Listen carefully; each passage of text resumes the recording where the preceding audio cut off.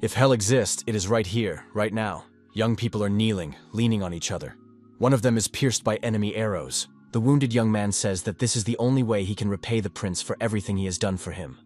He asks Kiri to hold on. Kiri tells the prince to hold his sword tighter and not give up. He hands the blade to the prince. The young man with the sword in his hand, having just lost his comrade, raised his head and shouted loudly. He was surrounded by enemies. Once upon a time, a country called Kairos, founded by dragons and humans, demanded a treasure from the young man's homeland, the temporary Axis. However, Secretia refused, and this marked the beginning of a bloody war. This was not only the beginning of the war, it was the end for the young warrior's country. This was Burn Secreta, the younger brother of King Secreta. Although the prince understood that everything was over and death was waiting for him with open arms, he had no intention of giving up. The young man said that he would not give up, and that his enemies would not stop him so easily. Burn believed that this was because he was Secretia's loyal sword.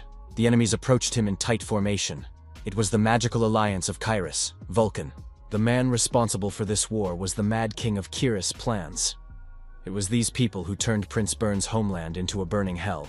The men approached the prince, and one of them said he was glad to meet him. His name was Arson, the supreme magician of Vulcan. Arson asked the warrior his name. The young man replied that he had forgotten his name. He was just a sword serving his king. Burn decided to attack his opponent. Arsène said he would remember him, Prince Secreta. He used his magical abilities and directed them against the prince. At that moment, Burn's entire life flashed before his eyes.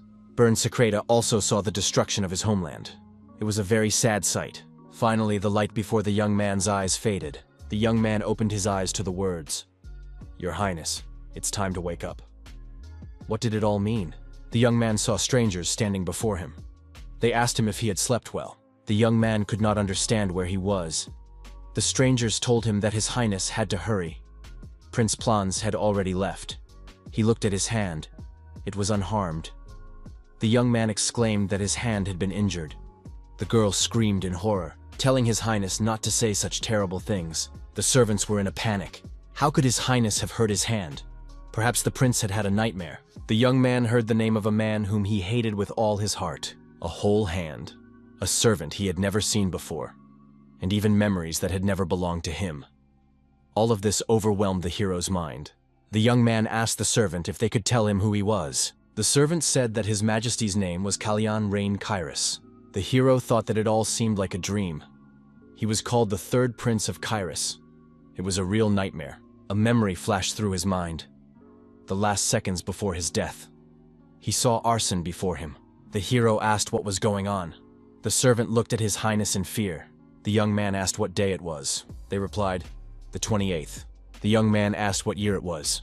The servant replied, 522. But what was wrong with His Highness? The hero thought that this could not be. That meant there were still 10 years before the war began. In 10 years, war would break out because of the temporary Axis. Once upon a time, this artifact, which was rumored to be able to turn back time, suddenly appeared in the palace of Secretia. Word of it quickly spread throughout the world. The main hegemonic power on the continent, the Empire of Kairos, also wanted to possess it. Kairos demanded that the Axis be handed over. However, this was deemed impossible. No matter how powerful Kairos was, the time Axis was the property of Secretia. Such a powerful artifact must not fall into the hands of the enemy under any circumstances. Upon receiving a categorical refusal, the Kairos Empire immediately started a war. The king with tears in his eyes held Prince Burn by the hand and begged him not to go. Everyone who went to war had died. He could not lose Burn as well. However, Burn was adamant. On that day, Chase's brother witnessed Burn's death with his own eyes. If only they could return to the days before the artifact appeared. An interesting thought occurred to the young man. He must take advantage of this opportunity. The young man thought, what if Chase used the Axis and turned back time? In that case, this was truly his last chance to prevent the collapse of Secreta. The servant turned to His Highness. She understood that it was difficult for him to attend breakfast, but there was almost no time left. The young man suddenly apologized for keeping them waiting and added that he would get ready immediately. The hero thought, even if he has to live as Prince Kairos, he will seize this opportunity at all costs. The doors to the dining room swung open, and the servant announced that the third Prince of Kairos had arrived. Breakfast was already in full swing. The servant apologized to our hero. The girl did not know that Prince Randell would arrive first. It was Prince Randell Sale Kairos, the first prince. All three princes were half-brothers. The first prince was related by blood to the Holy Land of Tensel. According to the king's orders, the brothers had breakfast together every morning. However, judging by the memories that remained in the hero's mind, Kalyan remained invisible at the table. He apologized for being late. The young man noted that he had been ignored. No one paid any attention to his arrival. Kalyan assumed that the first prince had only one brother. His Highness, the second prince, Plans, entered the room. Kalyan looked at this young man and was surprised. What kind of prince was he? How could he allow himself to appear at the table looking like that? Kalyan thought, could this really be the Mad King? The hero decided that Plank's appearance clearly indicated that he had problems with his head. In a different sense, judging by Kalyan's memories, the first prince did not dare to provoke the second. This was because the current queen was Plans's mother. Her power was so great that no one in the palace dared to challenge her. The hero had no idea how he would survive in this place, surrounded by such people. Plank said that this was very ignorant. This prince is just as worthless as his mother. Kalyan reminded himself that he had to be patient. He couldn't let the opportunity that Chase had given him slip away. However, right now, he could barely suppress the emotions stuck in his throat. Plans Run Kairos, the man who had destroyed his country, was standing right in front of him. The protagonist could barely restrain himself from breaking free. Plank, enraged, shouted at Kalyan for daring to look at him that way. The eldest brother slammed his fist on the table and demanded that they stop. All three brothers exchanged silent glances. Plank said he'd had enough and got ready to leave the dining room. He added that just looking at the red-eyed brat had ruined his appetite. The older brother advised Kalyan to be cautious. Randall reminded him that His Majesty's birthday was coming up soon, and that Kalyan knew they didn't need any extra trouble. Kalyan was surprised. Did his brother really mean that it was his fault? Wasn't it that lunatic who had just left who had caused all this? Jan asked Kalyan if he was okay, if he was hurt. The assistant said he would wipe him down, as His Majesty had been splashed. The hero thought that despite being ignored by everyone, it was nice to know that there was someone nearby who cared about him as if he were his own brother. Kalyan patted the servant on the shoulder and said he was grateful to Jan for his concern. Jan was surprised. Usually in such situations, His Highness's eyes would fill with bitter tears. Why was he smiling now? The ancient dragon Cispanian was the first queen consort of Kairos.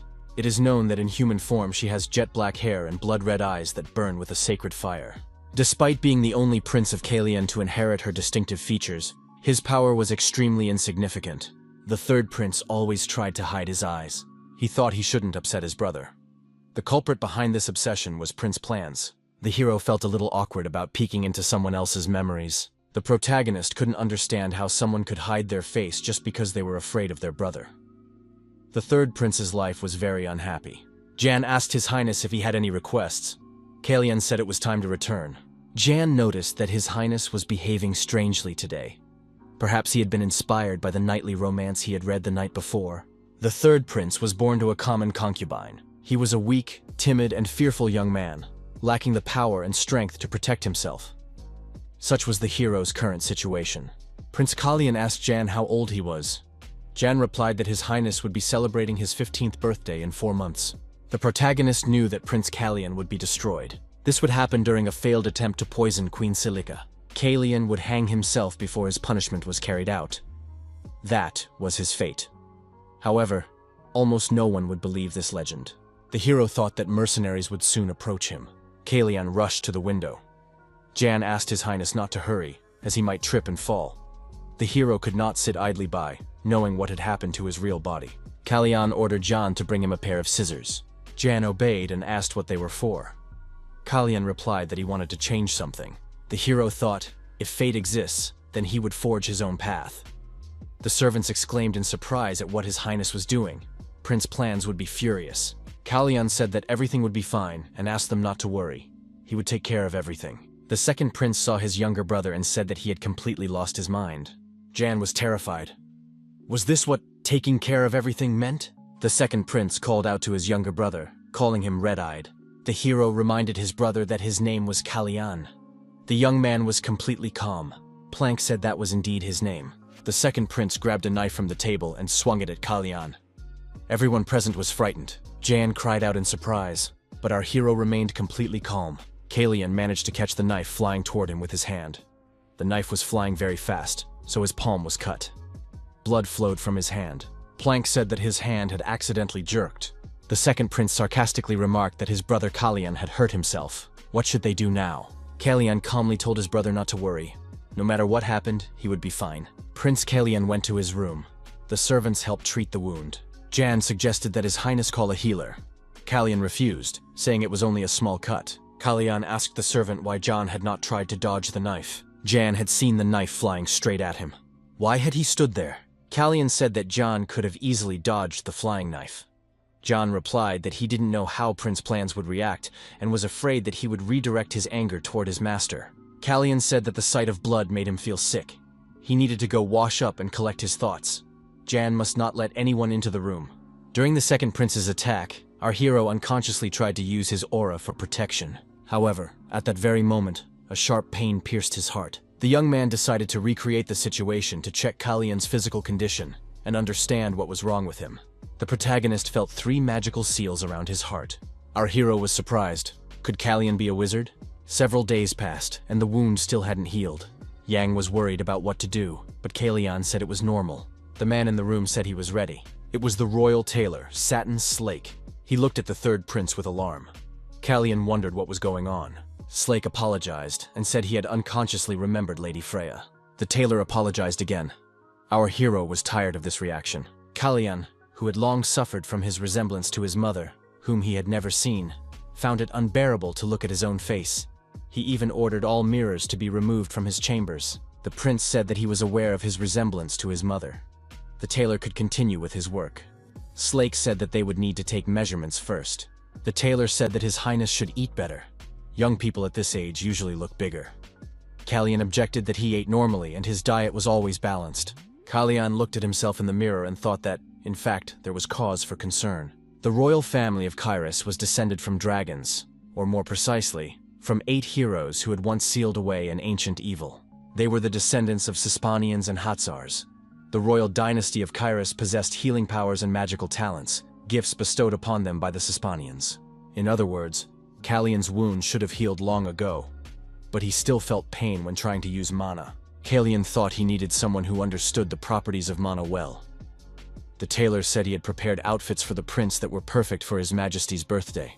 Our hero thought about the great wizard Elon Manasil. He had to meet him. Elon Manasil was one of the 3 great wizards of the continent who had reached the 7th circle. He was a role model for an entire generation. The story of how Elon Manasil was invited to King Kairos' birthday party, but, for some unknown reason, was not allowed to attend, spread even to neighboring countries, including Sekrita. 10 years later, that same humiliated wizard proved his worth to everyone by becoming the only archmage of the 8th circle on the continent. Kalian thought that no one could know more about mana than he did. Our hero hoped that with his help, he could solve his problem. Kalian could only guess at the real reason, but magicians were not well regarded in Kairos. Therefore, there was no guarantee that Manasil would even listen to him. In all likelihood, the palace of Kairos was filled with knights. This was due to the influence of the Brisson family, to which Planza's mother belonged. In order to keep the Brisson family in check in the future, our hero needed the power of wizards. The young man thought that if he could win Elon over to his side, he could prevent the war that Plans would unleash. Our hero believed that he had to deal with this problem somehow. Kalian gradually began to get used to it. The wound had almost healed. From that day on, Plants ignored Kalian's existence, so everything went smoothly. Jan said that the master had a riding lesson in the morning, and dinner with Her Majesty and Viscount Brisson in the afternoon. The assistant reported that the Viscount was there to discuss the upcoming banquet for the king's birthday with Her Majesty. Kalian thought that sooner or later he would have to face this man anyway. Jan asked if His Highness was going to practice today. The prince replied that he intended to run a few laps around the lake. Kalian told the servants not to worry, nothing would happen. Our hero approached the training ground. Kalian stopped after his run and leaned against a tree, breathing heavily. A maid caught up with the prince and asked how His Highness was feeling. It was Merlin Fiat, the second daughter of the captain of the Outer Fortress Guard and the prince's maid. Merlin said that on the first day he had run 4.5 laps, and on the second day, 4 laps. The girl added that today, His Highness had not yet completed the 3rd lap. Kalian said that training was only making him lose his stamina. Merlin Fiat suggested calling a healer if the prince was unwell. Kalian replied that he was fine. The young man understood that the healer would immediately discover the magic circles. Even Yang did not know that Kalian was a wizard.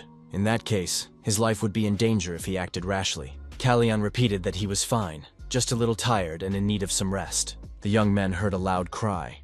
Someone was shouting that they must not look away and must keep their eyes on the blade without losing concentration. The prince turned toward the loud voice. The knights on the sports field began their training. The commander was giving orders.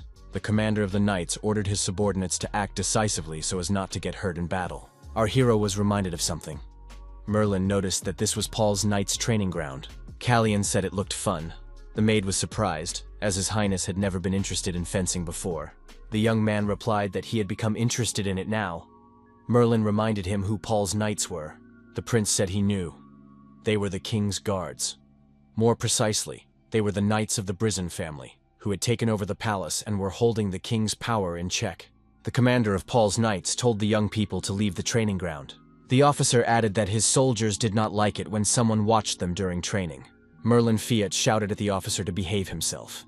He was standing before the third prince of Kairos. The officer asked sarcastically if this was really the prince himself. The commander of the knights said that he thought a rat had crept up on them. Merlin was even more indignant. How dare a knight say such a thing? The officer said he had only thought it. Why was the maid reacting so strongly? The commander of the knights remembered how he had first asked what the third prince was doing there. They were following Her Majesty's orders, and the prince was getting in the way of their mission. Kalyan then stepped back and said he would leave immediately. The knight thought that this prince was just a weak boy. The knight was surprised at where the prince had gotten such a frightening aura. Kalyan told the commander that he wanted to clarify something. Our hero strode decisively toward the officer. The third prince asked the commander of the knights what his assignment was. Two subordinates approached the commander and asked what had happened. The knights were surprised. Wasn't that the third prince? Why was he bothering them? After all, everyone ignored that prince. The commander said that they were currently training, so he had no time to deal with the prince. It would be better if His Highness went about his business. Kalyan asked the commander again what his assignment was. The officer replied that his task was to increase the power of the royal guard in order to protect the country and the ruling dynasty. The third prince agreed. Strength for protection. The young man grabbed a tree branch. The protagonist broke the branch and asked why, in that case, the officer was not fulfilling his duties properly. Kalyan, with the branch in his hand, moved even closer to the officer. The commander said that he wanted to increase the power of the royal guard, but that these exercises were completely useless. The third prince swung the broken branch at the officer. The commander thought that if he didn't stop the prince, he might get hurt. The knight drew his sword and blocked His Highness's blow. The commander of the knights thought he was only defending himself against a small wooden stick. Kalyan twisted the stick and threw the knight's sword to the ground. All those watching were surprised. The third prince said that he had never held a sword in his hands, and that this officer could not read his actions. This was very disappointing. The knight couldn't stop wondering where the third prince got such a terrifying aura. Our hero said that a man who defends the country and the royal family throws insulting words at the prince, and then injures him with a sword. Kalyan asked if he could consider this treason. The commander of the knights could not believe that the third prince was standing before him. The officer fell to his knees before His Highness and begged for forgiveness, admitting that he had not been thinking clearly. The commander added that he had never even considered treason. His subordinates, who had been watching their commander, were shocked. The officer was furious. How dare this insignificant prince disgrace him? He would never forgive such humiliation. Jan asked His Highness where he had gotten the horse, since he had said he was just going for a ride by the lake. Kalyan said that he had taken the horse. Its name was Raven. Jan asked where the prince was and where he had gotten the animal. After the conflict with the commander of the knights was settled, our hero asked what was wrong with the horse. The knight explained that Prince Plans had been trying to tame it, but so far without success. This horse had a very fierce temper. Jan was puzzled as to how His Highness could so easily take something that belonged to Prince Plans. Kalyan explained that the horse was a stray. Whoever tamed it was its owner. Besides, there was no need to reveal where the horse had come from. Jan asked what would happen if Prince Plans found out. Kalyan repeated that everything would be fine. Kalyan grabbed his injured hand. Jan and Merlin were alarmed. What was wrong with His Highness's hand? Our hero thought that his body was not ready for such exertion. Jan asked if the prince had overdone his training. Kalyan replied that he felt rested and hadn't had so much fun in a long time. A man was watching our hero from behind a column. He thought that if he continued to stand there, he would definitely be late for dinner. The young man listened to the report of the observer who had been watching the third prince. The young man said that he found it interesting. Even worms start to wriggle when you step on them. It all fits together. Even if someone like the third prince starts to kick, it won't change his essence at all. It would be boring to just push him down and destroy him. So everything is fine. For now, we should just observe. Surrounded by his brothers, our hero thought that it would be impossible to adapt to this atmosphere, even if he had to go through it every day. Kalyan looked at the second prince and wondered why he was so quiet today. The third prince suggested that the queen and Viscount Brisson were delayed because of him. Planck had no control over his facial expression, like a child. Our hero caught a whiff of perfume and realized that she had finally arrived. The true ruler of this kingdom, Celestia Brisson, the second queen of Kairos and the current queen. After the previous queen died of illness, Celestia took her place. She borrowed the power of her family, the Brisson, and took control of the royal knights. Most of the nobility also supported the Brisson family, so Celestia's power grew with each passing day. The third prince, Kalyan, who had no influence, became a laughingstock even to a simple commander. Viscount Brisson said that in that case, they would do the same to Commander Fable. Celestia added that they would pay him adequate compensation. The queen said that in the future, she did not need to be informed about such trifles. Celestia was surprised. Should she really pay attention to such trivialities? The queen looked at the third prince and said that he had grown a lot recently. Kalyan replied that he hadn't grown that much, but he would certainly grow taller in the future. The Viscount said that he hardly recognized the young man. Kalyan showed his face. It was nice to see. He should have had his hair cut much earlier. Viscount Renan Brisson, the second son of the Marquis of Brisson, said that since the third prince was still growing, he would certainly grow taller. The queen tapped the table with her fan, signaling her brother to be quiet. The Viscount added that he was terribly hungry, so the food could be brought in quickly. Kalyan thought that the owner of the Brisson shopping center was terribly slow-witted. The queen asked plans why he hadn't told her. The young man asked what they were talking about. Celestia explained that his horse was not obeying him. The second prince explained that the horse had always been useless. Planck rose from the table and said he wanted to leave. 3 weeks passed. The city was celebrating the king's birthday. Everyone was trying to prepare for the event perfectly. The townspeople noticed a congratulatory delegation from the elves. Their carts were filled with gifts for the king. The festive banquet promised to be exquisite. The 3 princes must have also been busy preparing for such a momentous occasion. The tailor, as always, was taking measurements for the third prince's new suit. He looked at his highness with surprise. Prince Kalyan's nose was bleeding. The young man was just as surprised as the tailor. The servants rushed to their master. What was happening to the prince? Yang shouted for someone to bring a handkerchief immediately. The prince said he felt fine. Our hero declared that he had simply been sleeping poorly lately. The bleeding had already stopped. The tailor apologized for his boldness and said that he saw the problem in a completely different light. The man noted that his highness had lost even more weight. 3 weeks ago, he had not been so thin. Kalyan was surprised. Was it really that bad? Maybe it was because of his active sports activities? The protagonist had indeed been working out diligently, but his endurance had only gotten worse. Even at night, when his body was resting, our hero felt weak and tired. Considering the pain he still felt when trying to use his mana, it could be assumed that there was some kind of problem with his heart. The tailor said that the prince should not be so careless with his health. Has his highness been examined by a doctor? Kalyan replied that it was not that bad. Why should he see a doctor for a little nosebleed? Yan told the prince that it was all because he had been picking his nose the day before. The servant admitted that it must be difficult for the prince to talk about something so personal. Jan assured the tailor that the prince was eating well and exercising. The nosebleed was probably due to his habit, so there was no need to worry. Left alone, Jan asked the prince if he was really all right, because he looked unwell. Kalyan thought, the worse the condition of this body, the stronger the feeling that he was about to lose consciousness. After explaining that he could use magic and that it was all due to problems with mana, Yang decided to destroy his image in this way. The tailor said he would alter the clothes to fit the new measurements, but the problem was the limited time. Yang noted that the prince had other things to do, so there was enough time before the event. The tailor was glad to have some time to spare. In that case, he would first alter the clothes for the afternoon event. The protagonist thought that at this rate, the whole palace would find out about the state of his heart. Therefore, he must meet with Elon Manasil at any cost today. Due to urgent matters, the joint breakfast was cancelled, so individual meetings would be arranged with each prince. Kalyan was surprised. They didn't have time to meet all together, but they were expected to see each other one by one. Wouldn't it be better to gather together? However, the audiences were still scheduled separately. The third prince entered the king's office. The man did not pay any attention to him. It was King Kairos, Romain Run Kairos. Kalyan bowed and greeted his majesty. However, the king still did not notice our hero. The young man thought that the king was ignoring him. Despite his limited knowledge of Carisian etiquette, our hero understood that this was rude. The king told the young man to sit down. Kalyan congratulated the king on his 38th birthday. Romain thanked him and asked how his son was doing. His majesty said that the young man looked well. Kalyan remembered the tailor's words that the prince needed to be examined by a doctor. Even servants who had no business with him knew how quickly he was wasting away. Now our hero understood why the king wanted to see each of them separately, despite his busy schedule. If the king met with all his sons at once, he would have to concentrate on the conversation. Therefore, individual meetings were the best option for him. Even spending time with his sons who had come to wish him a happy birthday was considered a waste of time by the king. The more our hero learned about this family, the more repulsive aspects he discovered. The king was a father who did not care about his own children.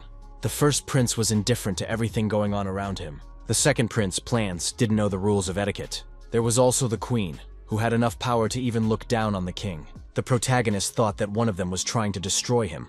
But who could it be? The celebration was about to begin. The third prince looked at his family and wondered who could have sent an assassin to kill him. The townspeople noticed that the third prince, who had appeared in public, had completely changed. Kalyan was no longer the same person he had been before. Compared to him, the second prince, Plans, looked completely drunk.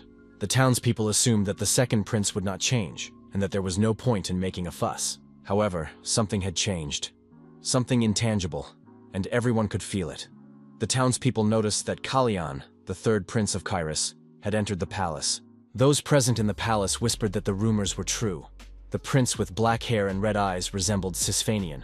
He had cut off the bangs that covered his face and even wore a red brooch on his chest. Most likely, this statement meant that he no longer intended to hide. Yan asked the third prince why everyone was looking at his clothes. It was because Prince Kalyan looked stunning in them. A tailor would have been delighted to see this in person. Kalyan said that people were looking because they were wondering how someone like the third prince could go out in public wearing such decorations. Kalyan asked Jan if his family also lived in Kairos.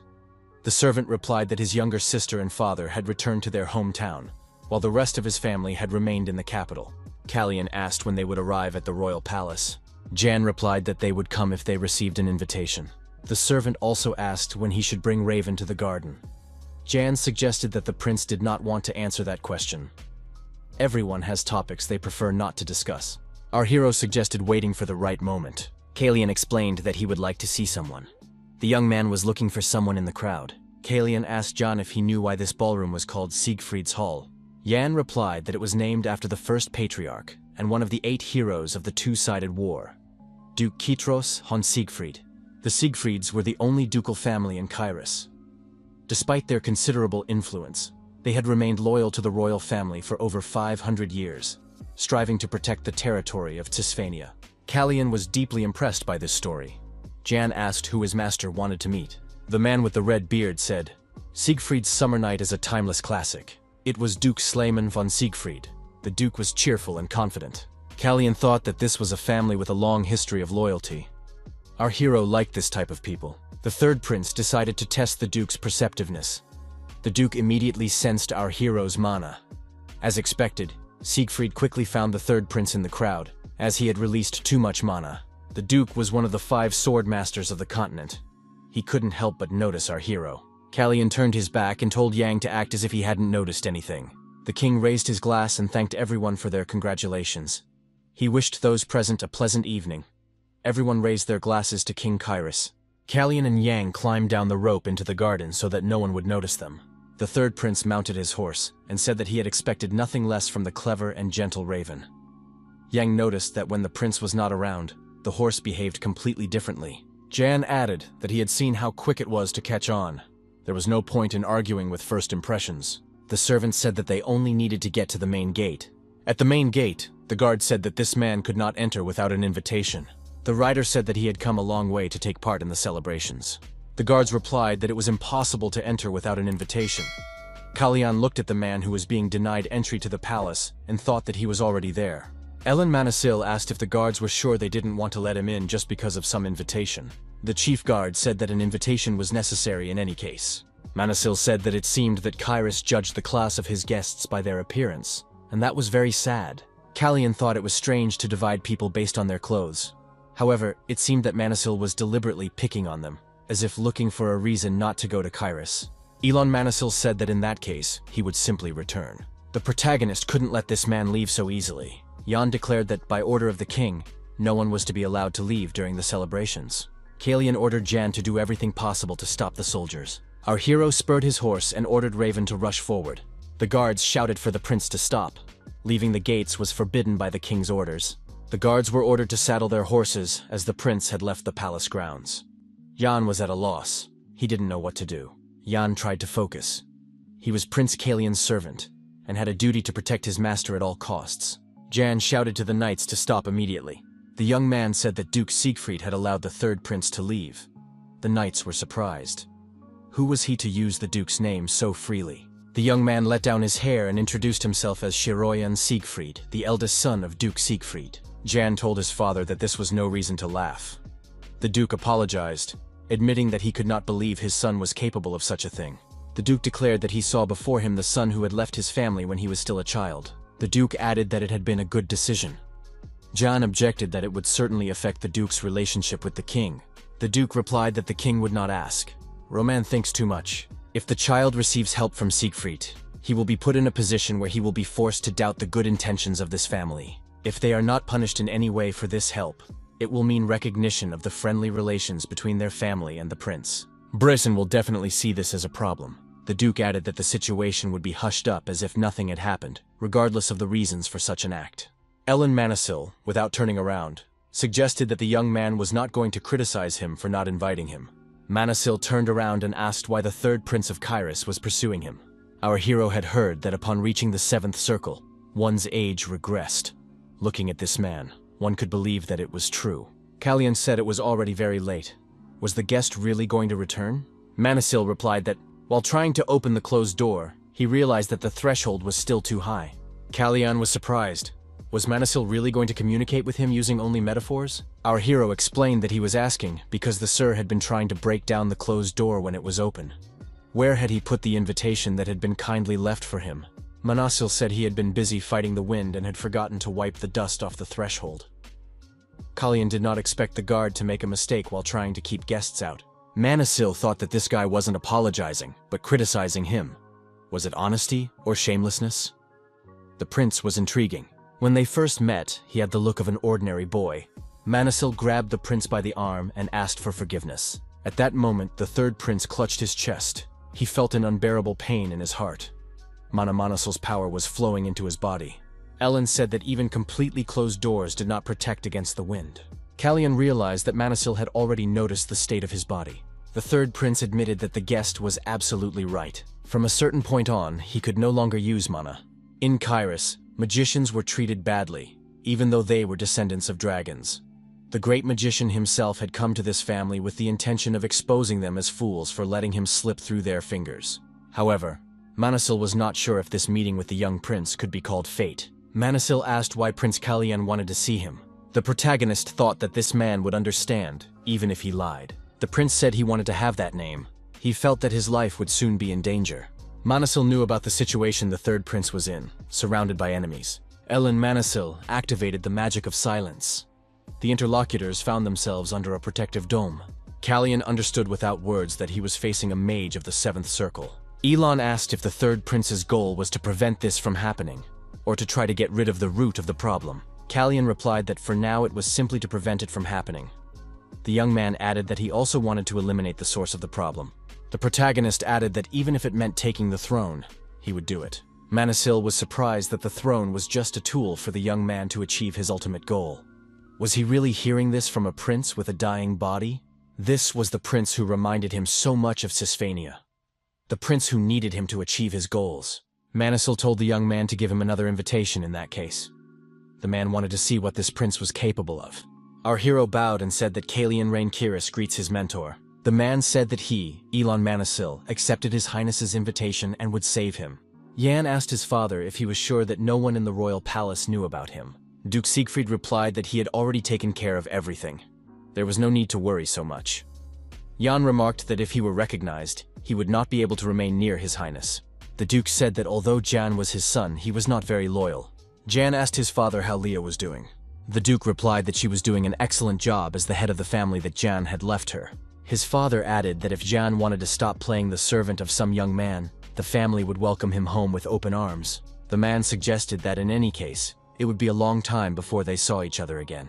Yang said they would see each other in 3 months. His father asked if Yang was really considering leaving his role as a servant.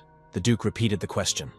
Was his son really going to leave his position as this boy's servant? Jan said that he would soon be 15 years old.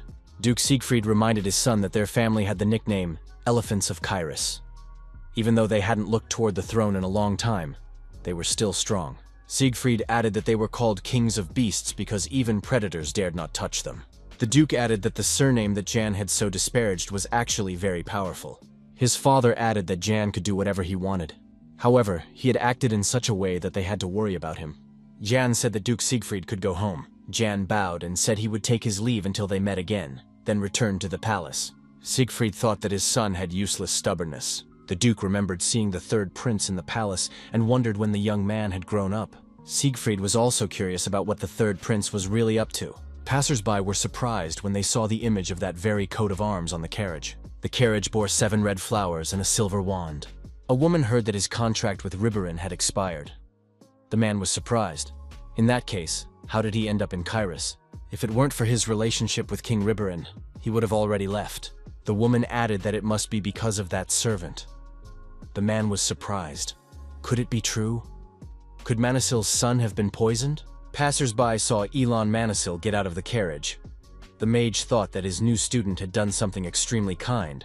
The third prince said that at this time, the mentor should go to the open door. His Highness intended to confront the Brisson family. It would not be easy.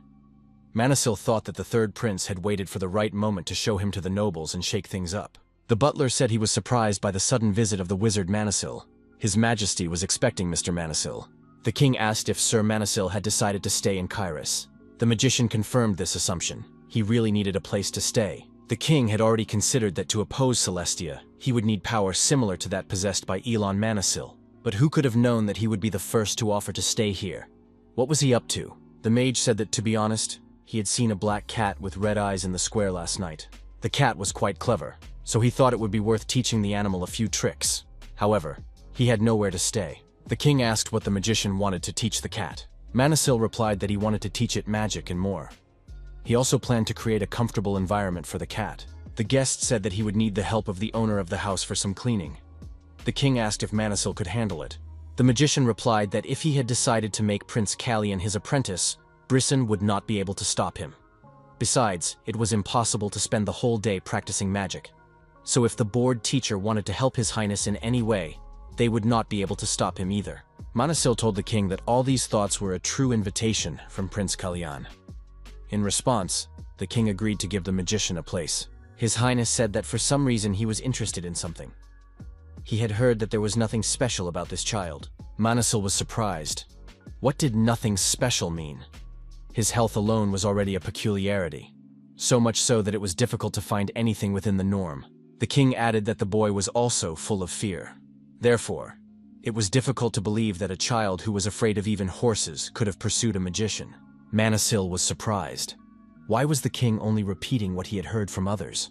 The king remarked that if there was anything remarkable about Callian, he would already know about it. Ellen Manasil asked the king if he knew the height of the third prince. The king remained silent in response. The mage was sure that he would not get an answer to this question from His Majesty. Manasil said that sometimes attention can be poison, and indifference can be medicine.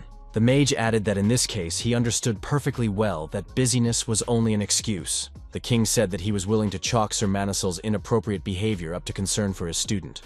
It was ridiculous to have to explain this, but he valued the princes highly. The king added that this was especially true of the third prince, Callian, as he was his favorite. His Majesty said that the conversation was over.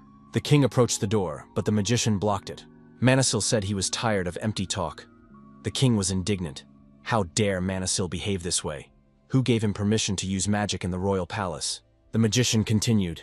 His lips were dry, his breathing was labored, and his skin had a bluish tint. His nails had a purple tint. The third prince's clothes had been hastily mended. Considering that the ceremonial attire had been ready a month ago, it could be assumed that Callian had lost a lot of weight during that time. The young man cannot get out of bed without opening his eyes and feels weak. The king could not believe it. Manasil continued. If His Majesty continued to remain aloof, he might irretrievably lose his third prince. The maid told Jan that it was almost noon and the prince had not yet drunk his morning tea. Jan replied to the maid that he would take the tea and make sure the prince did not choke. Yin entered the room and saw that the prince was still asleep. Yesterday had been too much for him. Manasil, who was standing next to Jan, asked if the prince was still asleep. Jan was startled and asked how Sir Manasil had gotten there. The magician had come without permission and must leave the room. Manasil asked the young man if he knew him. Manasil added that Jan had been in Riberan several years ago. Did he really think that no one would recognize him just because he had grown up? The mage called Yang Little Elephant. Yang remembered his father's words and thought that he had been recognized, and very quickly at that. At that moment, the third prince woke up and asked Jan how long he had been asleep. Jan replied to his master that he had a guest. Kalyan finally saw that his teacher was indeed in his room. Manasil handed his student a small bag. Kalyan asked what it was. Inside were pills. The magician told the young man to take one every day without fail. Kalyan asked if it was medicine.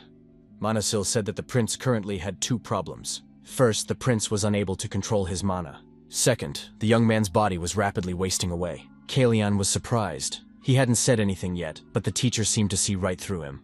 Manasil asked if the prince had the power of blessing. Kalyan confirmed this. It gave him the ability to heal and an affinity for magic. The young man added that he felt as if his healing power had disappeared somewhere, and that he might have a heart problem. The mage asked if the prince had ever thought about the strange combination of healing powers and magic.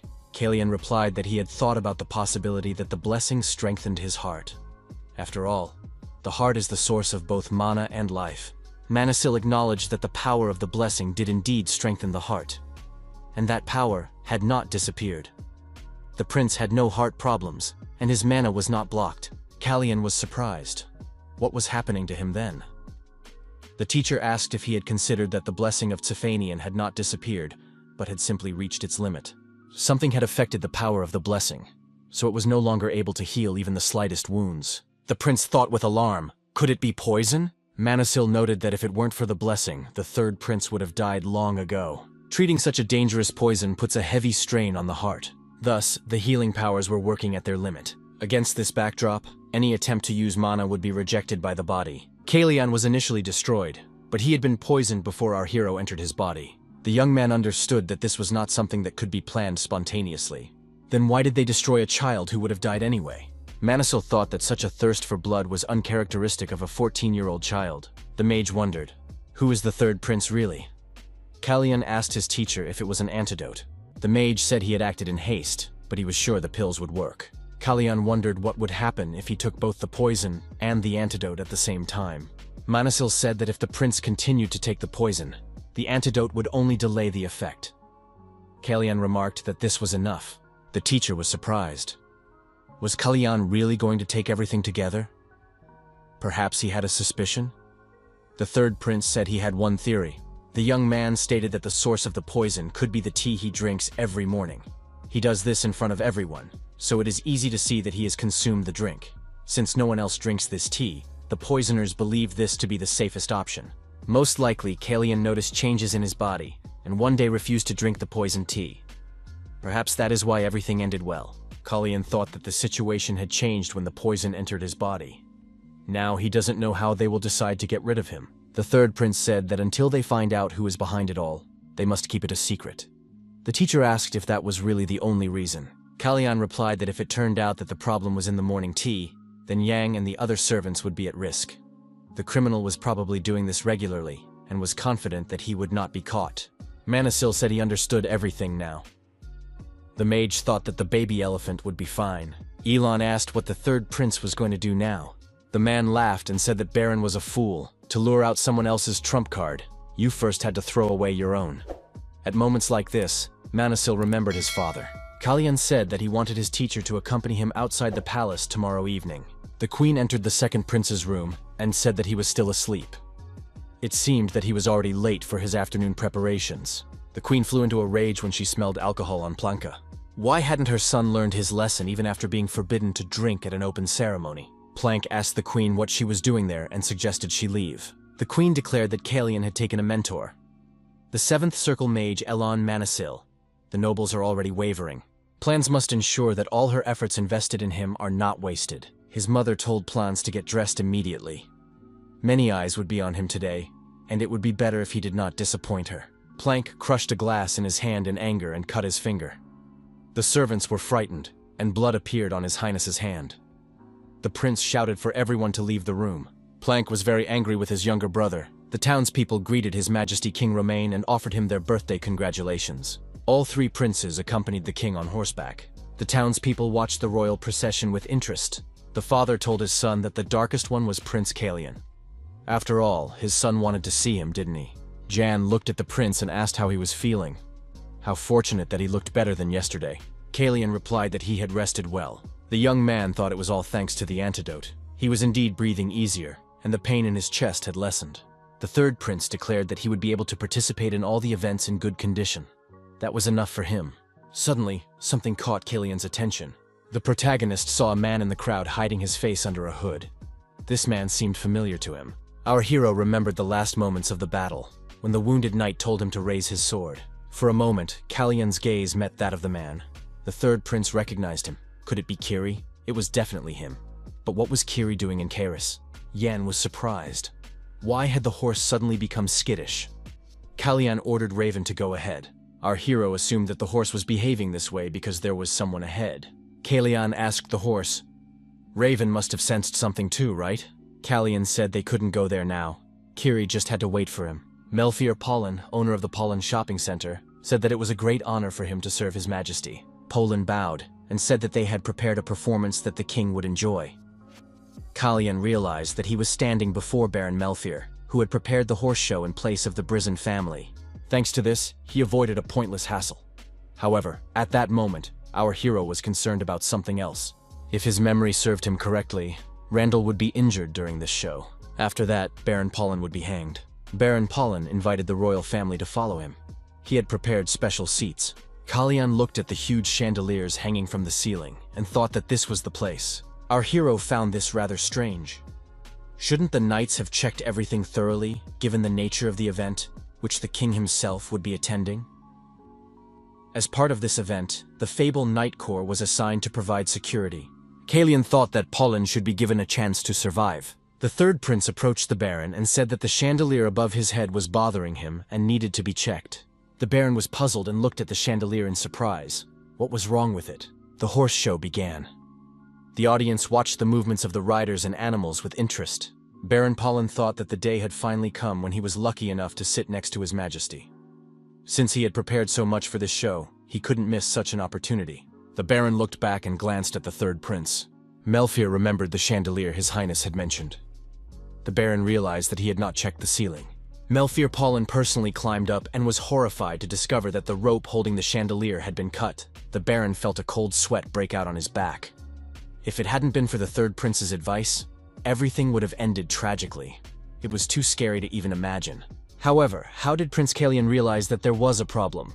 Our hero thought that Melfier Pollen had not stayed with the king, and came to a useful conclusion. He is also decisive and knows that one must look ahead, not chase after momentary gains. But why did the Brizzen family turn against the Baron to such an extent that they prepared such a commotion? Plank looked at his younger brother and told him to know his place. The show's host told the audience to calm down. It wasn't over yet. Plank said he felt disgusting, and the pitiful and dirty blood of the third prince was rising in his throat. The king heard these words, turned around, and the princes fell silent. They looked at His Majesty. Kalian was surprised to hear these words. The young man did not know what Plans was up to, but he did not expect the second prince to be of any use. The king asked Kalicia how much longer she would sink to the bottom. The queen was angry with her son, for she had warned him many times. The courtiers began to spread rumors. Had they heard how the second prince could say such a thing in the presence of His Majesty Romain? The king thought that after this, he could no longer support Prince Plans. Wouldn't Kalian be a better candidate for crown prince? Besides, he had the support of Elon Manisil. It was time to make a decision. The presentation was over. Randall avoided an unpleasant incident. Roman did not pay enough attention to the incident involving Plank. However, despite everything going according to Kalian's plan, the queen remained too calm, assuming that the plan had been devised by Celestia. Our hero assumed that today's incident had come as a surprise to the queen. The interlocutor asked the magician if he thought the accident in Kairos was just an attack on the royal family. Manhwa suggested that perhaps someone from outside was behind the attempt to harm the prince. His companion replied that if it were that simple, it would not be interesting. The chess game continued. The interlocutor remarked that Manhwa was losing. Did he remember how much he owed? The magician replied that he had everything calculated. The man suggested giving him a hint. Wasn't this accident a little too obvious? It was as if the instigators wanted to be exposed for attacking the royal family. If the owner of the second most powerful trading house in Kairos were to be eliminated, the person who would benefit most from this would be Renan Brisson, the owner of the most influential trading house in Kairos. Kalyan asked his assistant what the most profitable business of the Pollen family was. Yan replied that it was most likely the Pollen diamond mine. Kalyan thought he was right. If Pollen disappeared from the scene, the Brisson trading house would gain enormous influence in the diamond market. The man thought that Renan had done a good job of thinking things through. He wanted to understand the situation as much as he wanted to protect Pollen. However, Kalyan wanted to be paid for saving his life. The third prince told Yang to cancel all his plans after the performance. Yang tried to object since most of the nobles would be at the ball after the show. Kalyan told his assistant that he was too upset by what he had heard earlier. The third prince added that this was why he could not attend the ball. The king, alone in his office, was upset. What was going on around him? Manhwa said that if the king continued to remain aloof, he would lose everything irretrievably. After all, words like those spoken by the second prince were not spoken lightly. His Highness was informed that the queen had arrived. The maid said she would bring fresh tea. Celicia wondered if someone else had been there before her. She had not heard anything about it. The king asked what had brought Celestia to him. Celestia said that the House of Bryson would take full responsibility for today's incident. The king couldn't believe that the queen was willing to give in because of Plank's mistake. Apparently, her son's reputation was more important to her than anything else. At the same time, she didn't lose any of her boldness. Celestia remarked that today's spectacle had been quite impressive. Baron Pollen deserved an award for organizing such a wonderful celebration.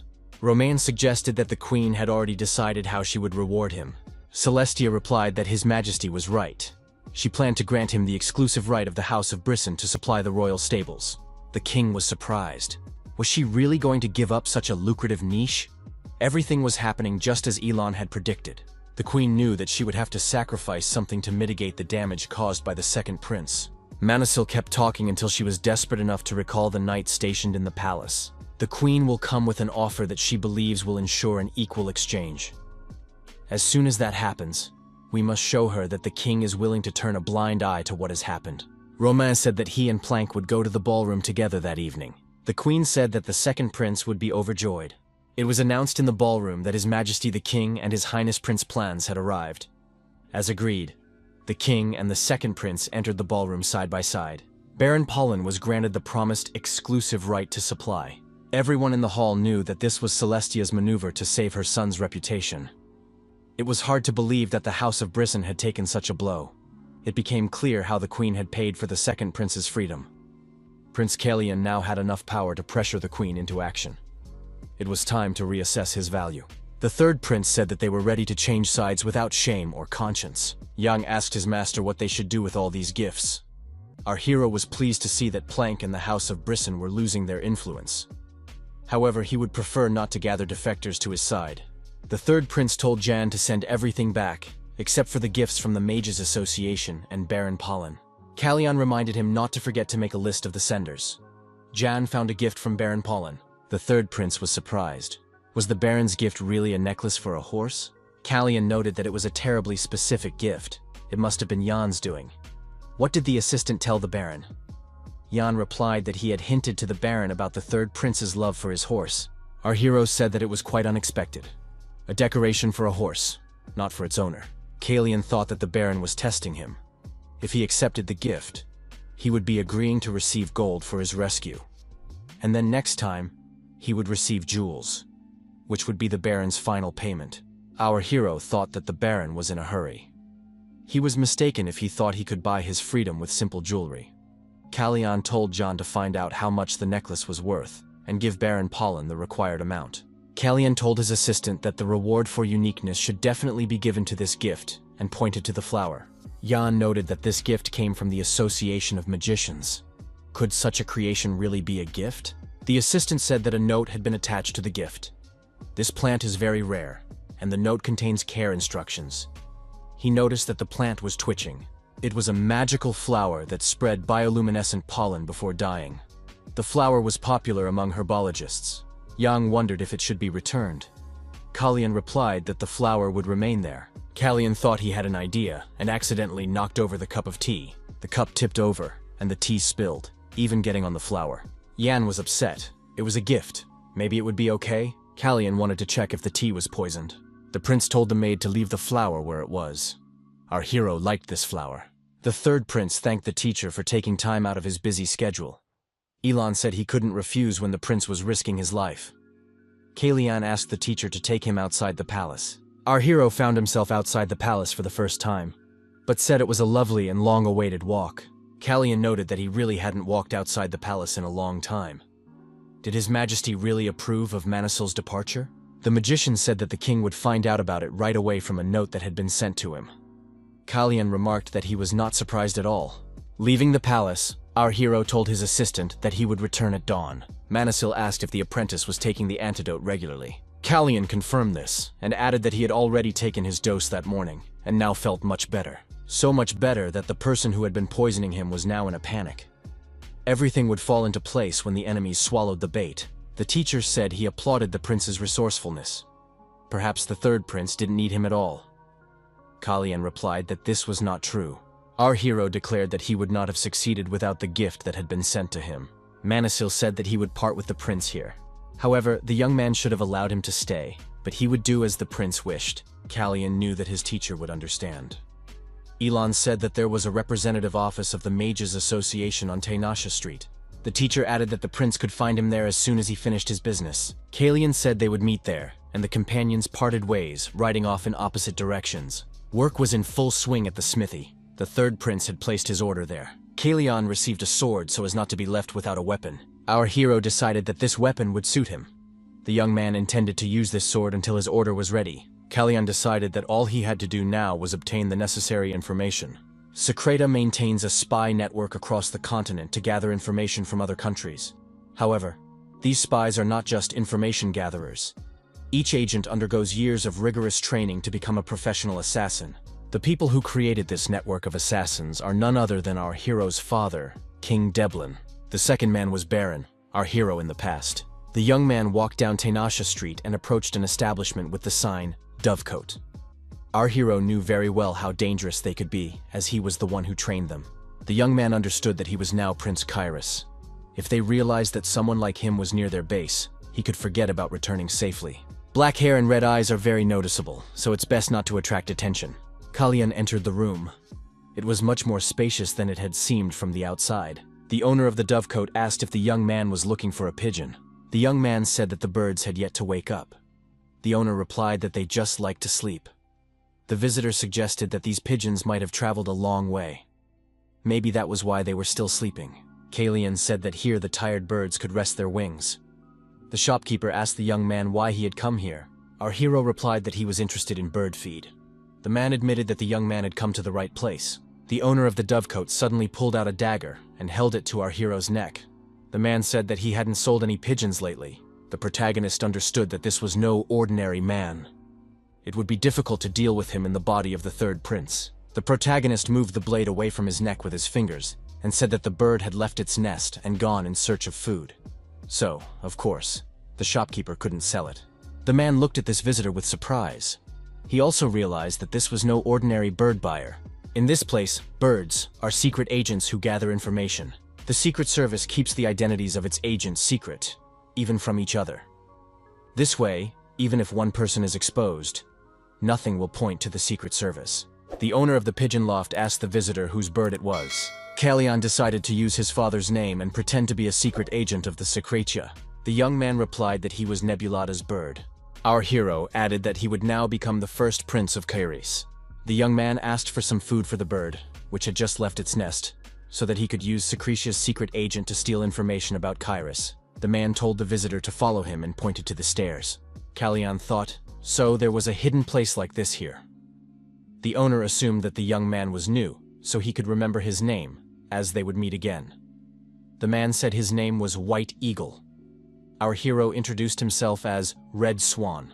The White Eagle asked what kind of food the young man needed. 1 item and 1 piece of information. The White Eagle said, "The cost is 8 plorins. Payment up front." Kalyan was surprised. White Eagle had named his price before he had even said what specific item and information he needed. Was he trying to trick him into lowering his guard? White Eagle explained that the price was fixed. After a while, the owner of the dovecote brought the requested food. It contained the desired item and the necessary information.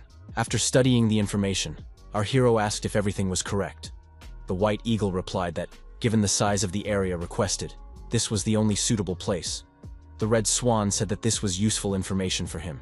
As he was leaving, the owner of the dovecote told the young man to be careful. There were cruel rules there. Our hero thought that no matter how cruel the place was, the White Eagle was much more dangerous. Kalyan saw people in the square and was surprised. What was going on in the middle of the night? It would not be a good idea to attract attention. According to the map, he had to cross the bridge, so he had to act quickly. One of the people present blocked our hero's way. Kalyan was indignant. What was going on? Why had they suddenly blocked his path? The man apologized, saying that the deceased was on his way to his final resting place. So if the young man was not in too much of a hurry, he was asked to wait a little. Kalyan realized that this was a funeral ceremony and dismounted. Our hero saw no need to interfere with the deceased and said he would wait. Every country has its own traditions for saying goodbye to the dead. In Kairos, there is a legend that if a living person crosses a bridge while red flowers are floating down the river, the deceased will lose their way. In Secreta, a special flower called Sinistar is planted over the grave. During the day it blooms white, and at night it blooms blue. Sinistar symbolizes the impossibility of 2 people meeting. This tradition is meant to show that the paths of the living and the dead should not cross. The young man wondered if his brother had planted this flower on his grave. Or had time turned back to before that? Kalyan thought that perhaps he was the deceased who had lost his way. The man thanked him for waiting. Now the traveler could continue on his way. Our hero thought that he was now only the 3rd of the princes of Kairos. He jumped back onto his horse and said that the dead should rest in peace. He promised to pray for their souls. One of those present looked back at the departing rider. The man asked why Arson was distracted and not listening. Arson took off his hood and said that he had simply thought that the horseman was a good man. Our hero thought that on the way to this place he had seen many signs with the name Tsisfanian. Deep sleep Tsisfanian. Rest Tsisfanian. Lunch Tsisfanian. The 3rd prince approached a building with a sign that read, Deep smell of alcohol Tsisfanian. The young man wondered if that was too much. So, all the stories from the secret agents when he was Baron weren't made up. That name was literally everywhere. The security guard at the entrance said he would take the young man to a free seat. Kalyan said he needed to go to the 4th floor of the building. Upon hearing this, the security guard said he would escort the visitor immediately. The man led our hero to the right place and wished him a pleasant stay. Kalyan looked at a special device attached to a coat rack. The young man requested only a small piece of information from the White Eagle.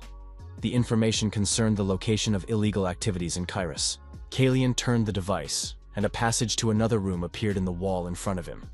The code phrase about going to the 4th floor of a 2-story building meant that the events were not taking place above. There was a hidden space leading to a secret basement. The information our hero needed was not something simple, like underground gambling. Even deeper and further away was a ring for illegal fights with betting. Excited spectators placed bets and cheered loudly for their favorites. The referee announced that the fight was over. Today, Bloody Gerard was once again declared the winner. Those in attendance who had bet on white would soon receive their winnings. The smell of blood in the room did not fade for a second. The 3rd prince, Incognito, arrived at the place he was interested in. This place was devoid of any traces of humanity. Everything here was horribly disgusting. A man approached Kalyan and said that there was an entrance fee. The man called out to a girl and told her to take this guy to room 27. The girl grabbed the young man by the arm, and Kalyan realized that she wanted him to follow her.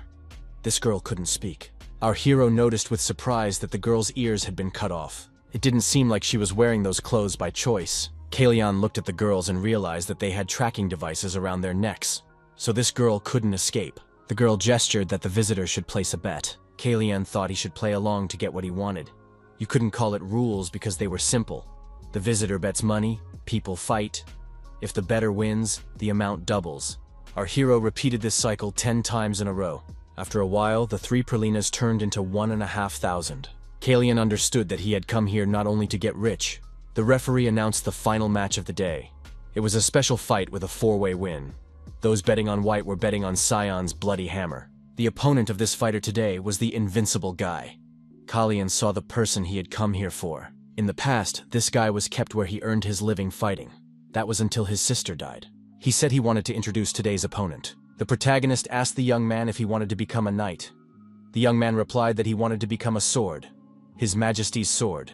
That was the monster-eyed Kiri. Kalyan bet all the money he had won today on black. Those around him were extremely surprised. How was that possible? After earning so much, to bet everything on that guy. Those present assumed that this red-eyed man was a complete madman. The referee told the audience that the second fighter's current win rate was 0%. Although he had never won before, he hoped to redeem himself in this rematch. The man at the next table told Kalyan that the young man had made a very large bet. Such extravagance was unnecessary. The man said this out of pity, advising him to bet on the other fighter. He added that this fighter had never won a single match. Kalyan said to check carefully all the chips he had bet on black. The man warned that if the young man lost all the chips he had worked so hard to earn, it would be his responsibility alone. Bloody hammer. Xiong was truly cruel. The audience demanded that Xiong deal with his opponent properly. If he finished him off, the bet would increase tenfold. Kiri ignored the shouts and watched closely as the girl took bets from our hero. The spectators said that the new player would lose all his money, blinded by his greed. Xiong said that his opponent wouldn't last long this time. The referee announced that today's main match was about to begin. The gong sounded.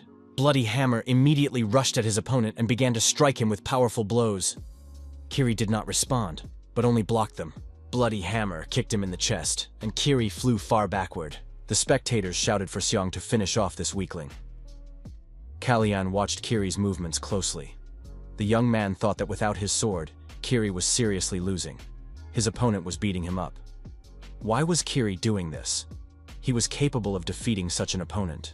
Bloody Hammer said that this guy was too slow for him. Kiri exposed his shoulder, blocked his opponent's blows, and continued to stay on his feet. Bloody Hammer increased the speed of his attacks and shouted that this time his opponent would not get away. Kalyan jumped up from behind the table and shouted at Kiri not to expose his shoulders next time.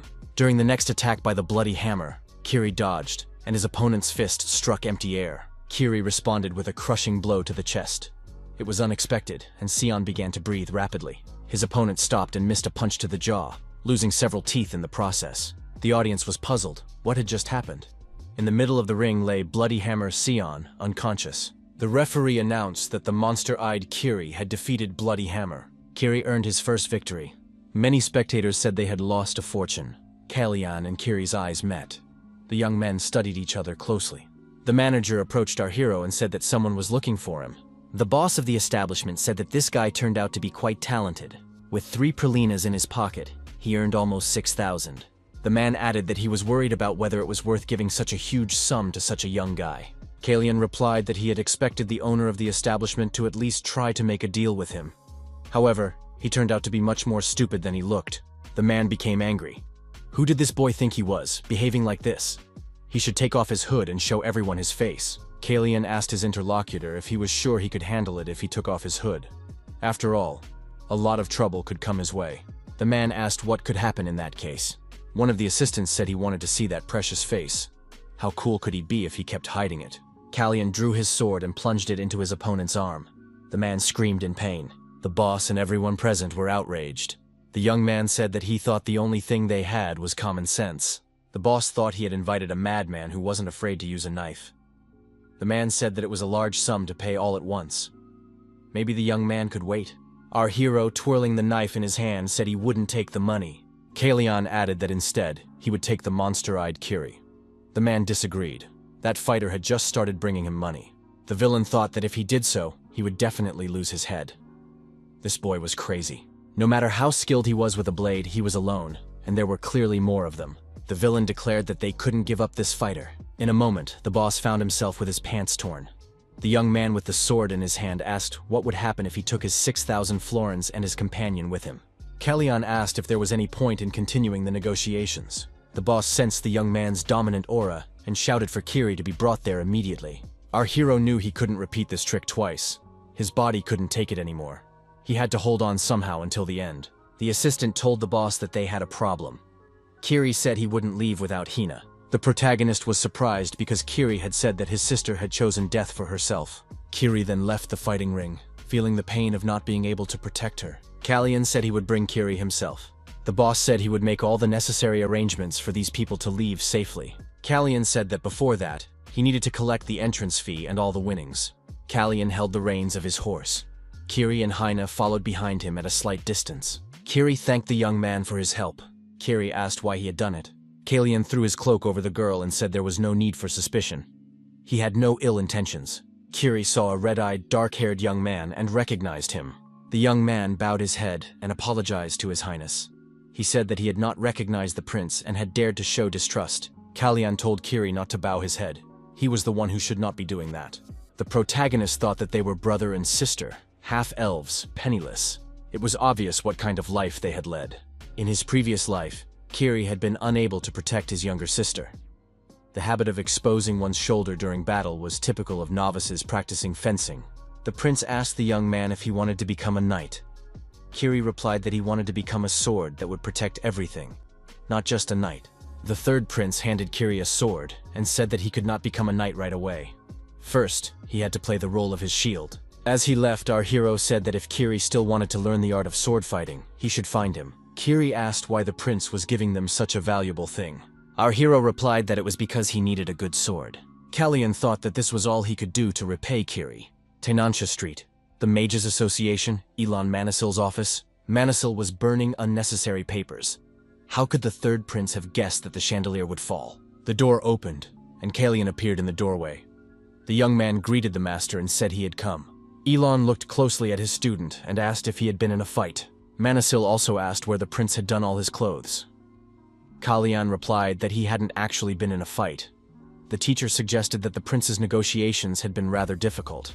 Kalyan admitted to the master that it had been a rather long day. The young man said that he had received the Kiri, and had also set a trap to catch the person behind the poisoned tea. Everything was going according to plan. However, our hero felt uncomfortable. Perhaps it was because he had done so much in such a short time. The protagonist saw a teapot and cups floating in the air in front of his teacher. The young man thought that this place finally looked like a magician's office. Ellen asked if the young man had expected to see strange eyes looking in all directions, a boiling pot of unknown ingredients, or something similar. Kalyan nodded in agreement. The prince said that everything here was more ordinary than he had imagined. There was even a dagger without a sheath on the table, and it did not stand out at all against the interior. Kalyan looked closely at the dagger and remembered it. He asked why the weapon was there. The dagger suddenly flew into the air right in front of the prince. The young man saw with alarm that the dagger was hovering in front of his face. The boy realized it was too late to dodge. Elon said that even with such a scarred body, the student was quite fast. Manisil said that it was a magical weapon created by the Cispanians. It copies the shape of another person's hidden weapon. The teacher asked if it might be some kind of warning. Kalyan thought that Elon had not wanted to attack him in the first place. However, our hero had been too hasty and had even activated his aura. Elon said, "Aura is a man who doesn't even know how to hold a sword." His meeting with the prince was magnificent, but he thought there was a possibility, even though stranger things were happening every time. The king said that the prince was afraid of horses, and the courtiers were surprised that the prince had changed completely. When the prince learned that he had been poisoned, he showed a desire to survive, and it was not fear of death. This energy belongs to those who have blood on their hands. Thus, it became clear that an accident would occur during horseback riding. Manisil asked if the prince could explain everything to his master. Kalyan considered telling him about the healing magic. It could be an answer to those who doubted his identity. However, the teacher was trying to believe him. The young man said that he was not the real Kalyan, but in fact Baron Secretia. Manisil asked if this was a time loop, meaning that the real Prince Kalyan had died. The apprentice replied that this was unlikely. It seemed that he was still there. Baron added that he could faintly sense the presence of this guy. Ellen remembered the day when Baron first saw him. At that time, the prince said that he did not want to ascend the throne. Manisil said he wanted to ask again. What does the young man desire? Baron replied that he was trying to avoid war. He did not yet know why Planck was known as the axis of time. If the cause was not eliminated, the problem would arise again. Therefore, it was necessary to see for himself. The teacher asked if this was what the prince wanted for himself, or for Baron's older brother, Chase. Baron was surprised. What did that mean? Elon replied that there was something the prince needed to know. The teacher noted that at the moment, Prince Chase was the only prince of Secretia. Chase was originally the only son of a concubine, and the queen had no sons. There is no man named Baron here. Our hero was stunned by what he heard. Could it be that he doesn't exist? Not even in Secreta, not on this earth nor on any other. The protagonist did not understand why time had reversed. Did something go wrong? When using the time axis, the time and place were incorrect, so he ended up in Callion's body. It turned out that Prince Callion's body was still alive and well. The young man sensed this vaguely. Just as he had ended up in Callion's body, someone else could have ended up in his body. But as long as he was here, the other Baron could not exist. Baron thought that this was no different from stealing another person's life. Manhwa said that the current Chase had already consolidated his power as the crown prince of Secreta. Also, the past and present that the prince knew had changed. Perhaps the future would be different as well. The teacher said that the lives of the 3 princes of Kiris were now at stake. The young man should not worry about the crown prince of Secretia. He had grown up to be worthy. Our hero repeated that the teacher was telling him not to live in the trap of the past. The young man said that he understands his teacher's concern and wants to be honest. What worries Alona will not happen. Our hero declared that he was now here in Kairos, on the day he first opened his eyes. He asked his teacher, "Is everything all right? Even if he's not a real prince?" Manhwa smiled, because he had been wondering what his student was worried about. He also wanted to be honest. From the very beginning, the person with whom he had a relationship as a priest was one and the same person. Callion said that now the teacher knew about the axis of time.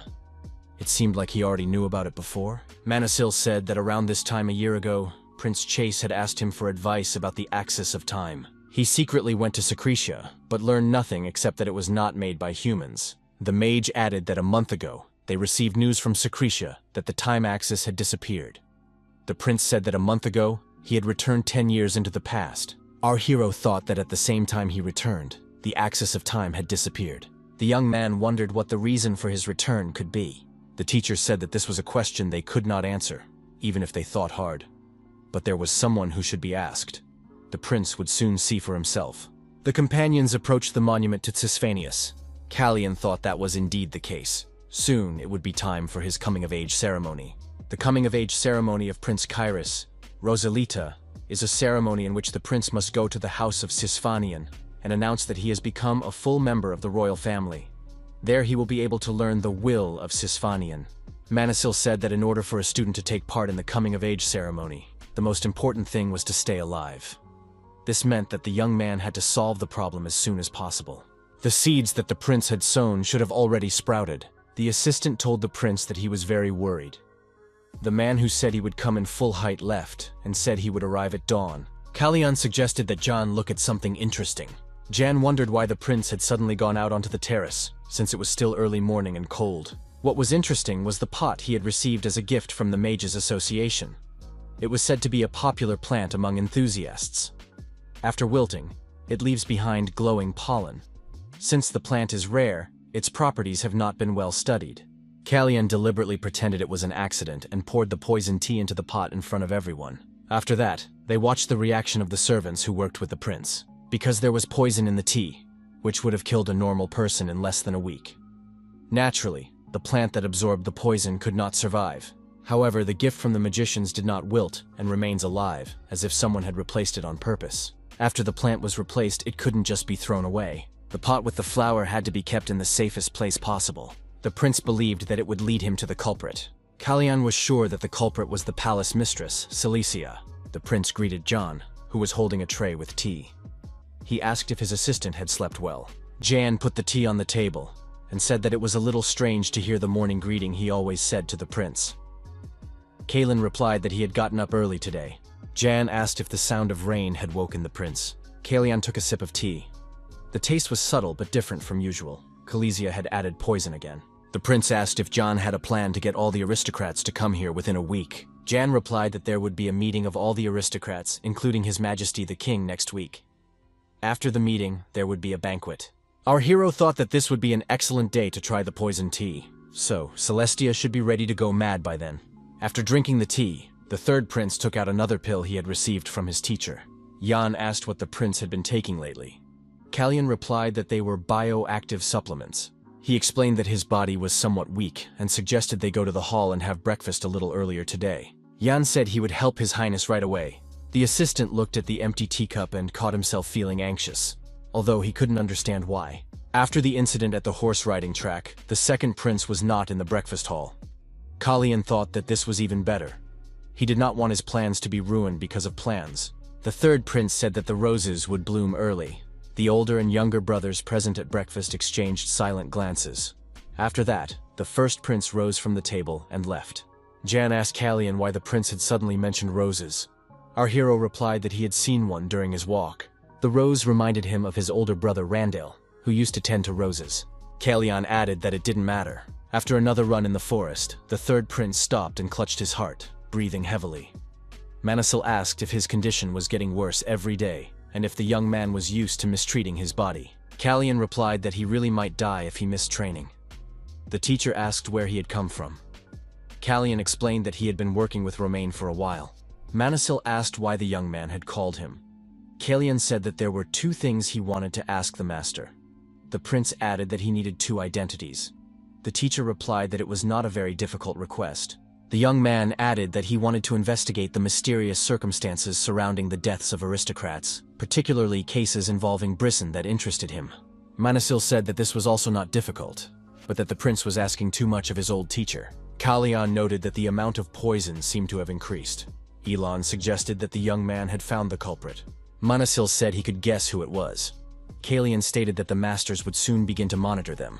It might be hard to do anything to an archmage, but now was the time when the master needed enough strength. Manasil asked if his student was really going to use him as a shield.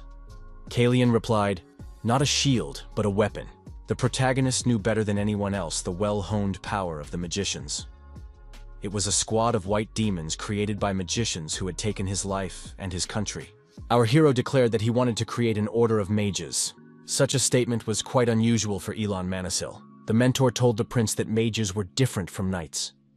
Did the young man understand that growing up through training was difficult? Kalian replied that he could answer that question as follows: "It is possible." When Romain said he was creating an order of mages, everyone ignored him, even Bryson. It wasn't worth worrying about, and thanks to that, he was able to continue. In the end, he did it. However, shortly after the Order of Magicians was formed, Romain died. He really did everything incognito. The mages fell into the hands of Plans, who inherited the throne. The teacher already knows the outcome. Kalian noted that, this time, would not be easy. The young man thought that now the Brisson family would intervene. The prince declared that he planned to use what Celestia had done to make a deal. The mentor asked what exactly the queen had done. Manasil asked how. Kalian replied that it was still a secret, but he could only say that it would happen soon. The prince asked Manasil to share his thoughts with the king, as the mentor was currently considering many things. The young man added that when the queen made a mistake, they would have to gain the upper hand in the negotiations. The maid told the queen that she had increased the number as ordered. Celestia said that the girl must do everything well. The queen added that the voices coming from everywhere were very annoying, and she did not want to worry about it anymore. Celestia told her son that the person who should really be doing the work was already sitting there. Wasn't it inevitable that they were going through difficulties now? Plans told the queen not to stress so much. He had come to tell her that. Celestia replied that it was not up to the second prince. He could do nothing. The queen added that suffering for her son was her inevitable fate. Plank became angry and turned to leave. The queen called it weakness. She added that the young man should make sure he didn't get in her way. The day of arrival at the palace arrived. Hina, as always, was busy with household chores. Her brother noticed that she was in a good mood today. She had been humming all day. Hina said that they would finally arrive at the palace today and be able to meet the prince. The young man asked his sister if she liked the prince. The girl nodded affirmatively. In the palace, a tailor was taking measurements and adjusting a new suit for the third prince. Kalian told Jan what time the aristocrats' meeting would begin and that they had to get to the banquet within an hour. The prince added that Jan had something to do for him. Finally, the hour arrived. Tea would be served to the weakest prince. The queen noticed that the third prince, Kalian, had entered.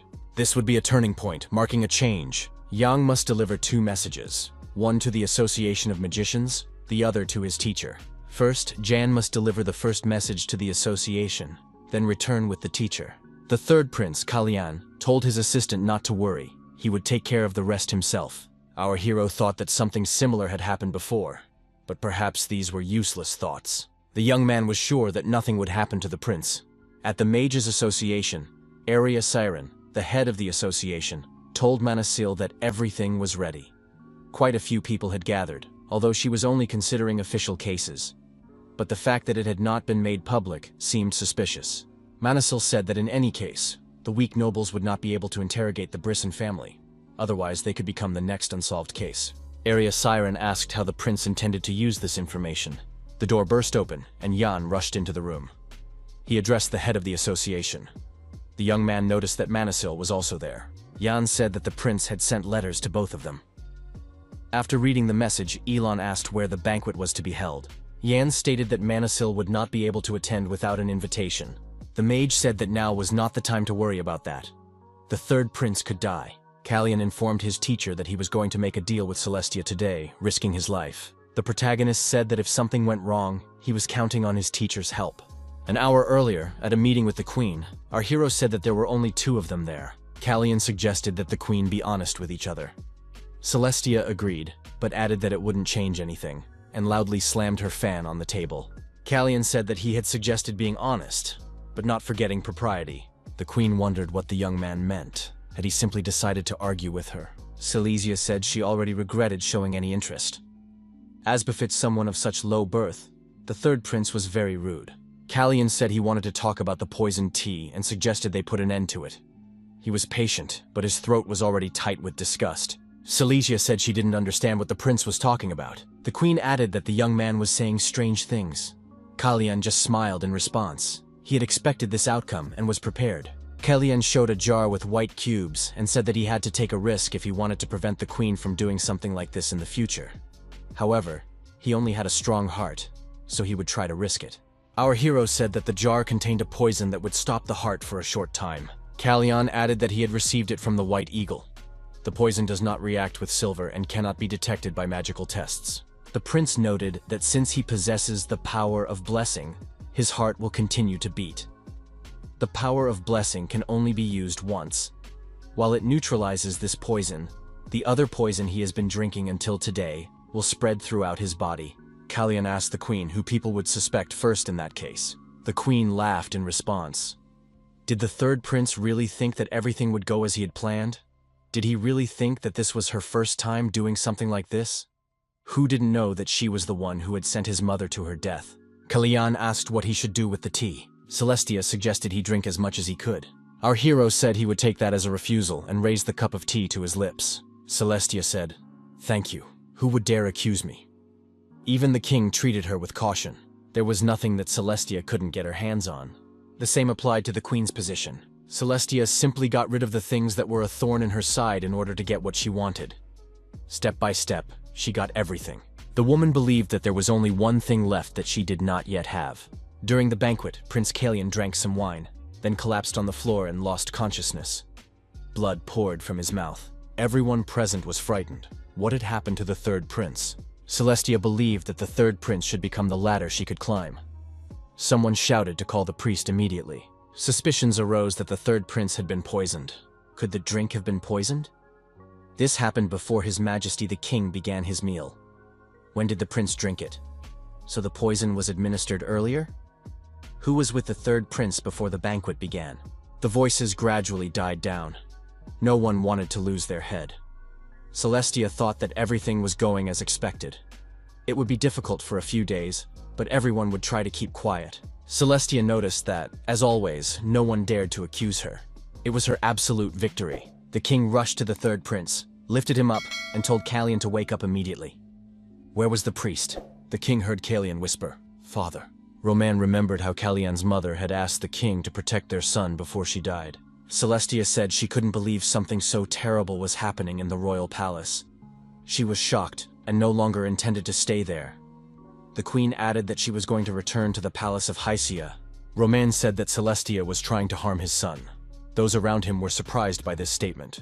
Come to think of it, weren't they the first to arrive at the banquet hall? Could she have used this to plan the poisoning? If it was really the queen, that's enough. Everyone suspected as much. Celestia said she didn't know what Romain was talking about. After all, everyone knows that Kalyan has a chronic illness. The king reminded her that Celestia had said the same thing after Freya's death, when she appeared with all of Brison's knights. Celestia replied that the king couldn't make her a criminal. Who would say that this boy had always been healthy? No one would believe the king. The queen added that the princes, who have breakfast together every day, could tell him about Calian's state of health. Celestia suggested that the king obtain information from the princes. Romain ordered Celestia to be silent. The queen cried out that she was doing this out of concern. The king was making a mountain out of a molehill because of Calian, worrying about the health of their son. The king was outraged. How dare she say their son? Shouldn't she only say that for Calian's sake? Plank said that Calian was fine and had never had any health problems. Celestia was angry with her son because she had warned him not to overdo it. It was reported that the priest had arrived. The priest immediately rushed to the third prince. Celestia declared once again that she was returning to Castle Hesia. Romain ordered the priest to use divine power. Before the priest could touch the young man, a protective dome formed around the prince. Ellen Manisil entered the room. The maid shouted, "Why do you want this young man to die?" The king was surprised. What was Manisil doing? After all, Calian needed urgent treatment.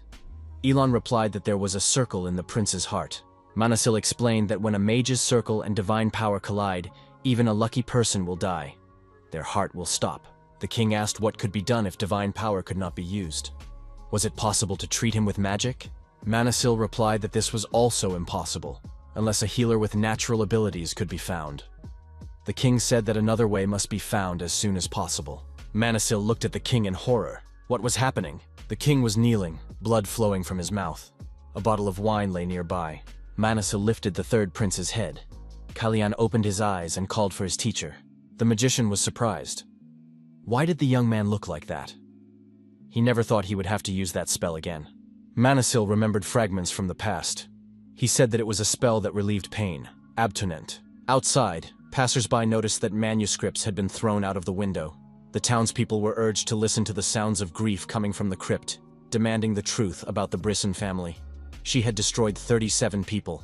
A typhoon struck the Brisson family. Suspicions that the queen poisoned Prince Calian and the crimes of the Brisson family have been revealed. Public opinion is on the verge of exploding. Could the rumors about the Marquise Bryson be true? From now on, it is impossible to have any contact with the Brisson family, because the king himself has pointed to the queen as the culprit in the poisoning. The queen is a ruthless criminal. Graffiti appeared on the city walls. Eliminate Queen Silesia. Manisil said that Prince Calian said this to create an order of magicians. They must take advantage of the situation now that Silesia has been cornered. King Romain now understood what the third prince wanted to create.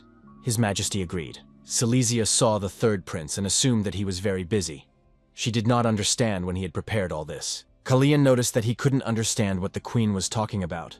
After all, thanks to her care, he can now rest a lot. The queen assumed that the third prince would be on the verge of death within a week, but his voice sounds normal. Calian admitted that he had almost died and added that it would be difficult for them to see each other for a long time. Celestia suggested that the hero change everything. Calian remarked that the queen should have said that last week. Now the situation has changed. The young man added that he was ready to hear what the queen had in mind. Calian added that he had no objections to what His Majesty the King had in mind. After listening to Celestia's proposal, the young man smiled and said that she had misunderstood everything. He had never needed the queen's permission in the first place.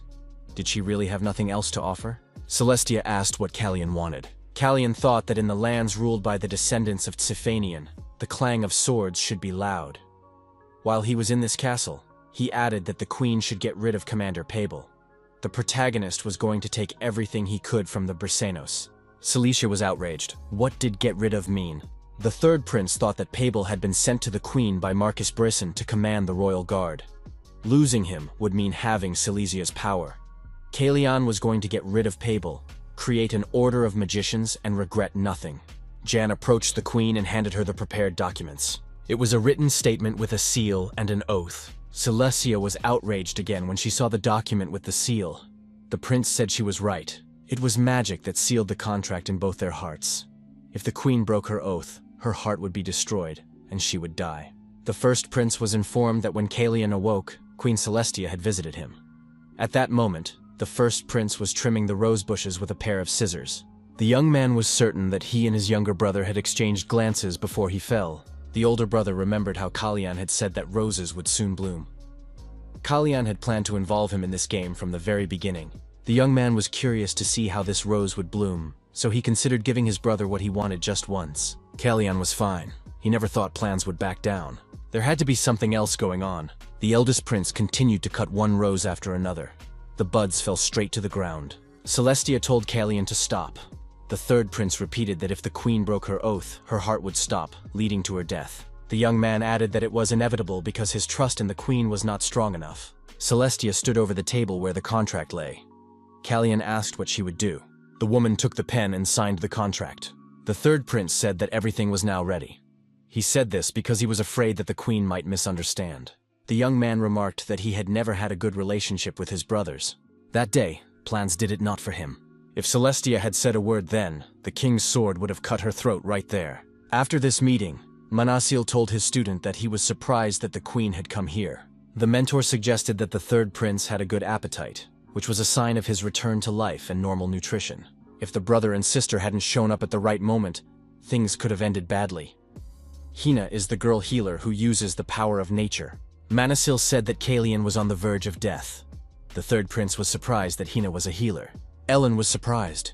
Didn't Kalian know about this in his past life? The young man replied that at that moment he had no connection with Kiri. When he met Kiri, she was already gone. Manasil was surprised. Was the prince saying that he had rid his body of poison blindly, relying only on his faith in a blessing? Kalian smiled and told his teacher that he was wrong. The mentor handed his student the identity card he had requested. The document was issued in the name of Kiri Byrne. The second document was in the name of Hina Byrne. The mentor said that these people needed a surname for their ID, so he gave them the prince's old name. It didn't seem like Kalian had met these young people and brought them to just like that. Elon added that it wasn't fake, but a legitimate ID. Romain had made it. Ellen Manasil asked his student what it was like to be the king's favorite son. The young man was surprised. Were there really such rumors? The mage said that the king had caused a scandal in front of the nobility. It was impossible to avoid it. Kalian asked how he should feel. This is something a person should enjoy to the fullest.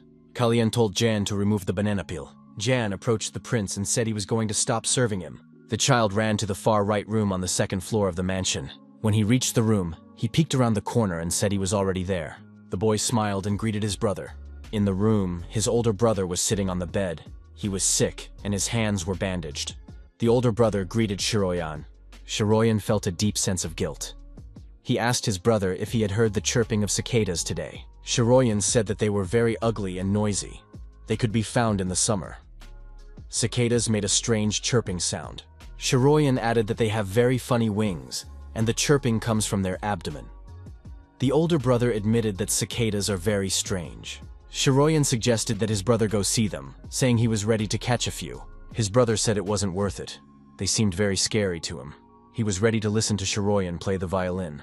The older brother's condition worsened with each passing day. Shiroyan overheard the adults talking about his brother's health. His father told the doctor that there must be a way to cure him. At that time, Shiroyan did not yet know that you should not offer something to a person who cannot have it. His older brother told Shiroyan not to turn away from him. He had to look him straight in the eyes. Shiroyan must not forget that he was dying. It was very frightening. The entire building and estate were engulfed in flames.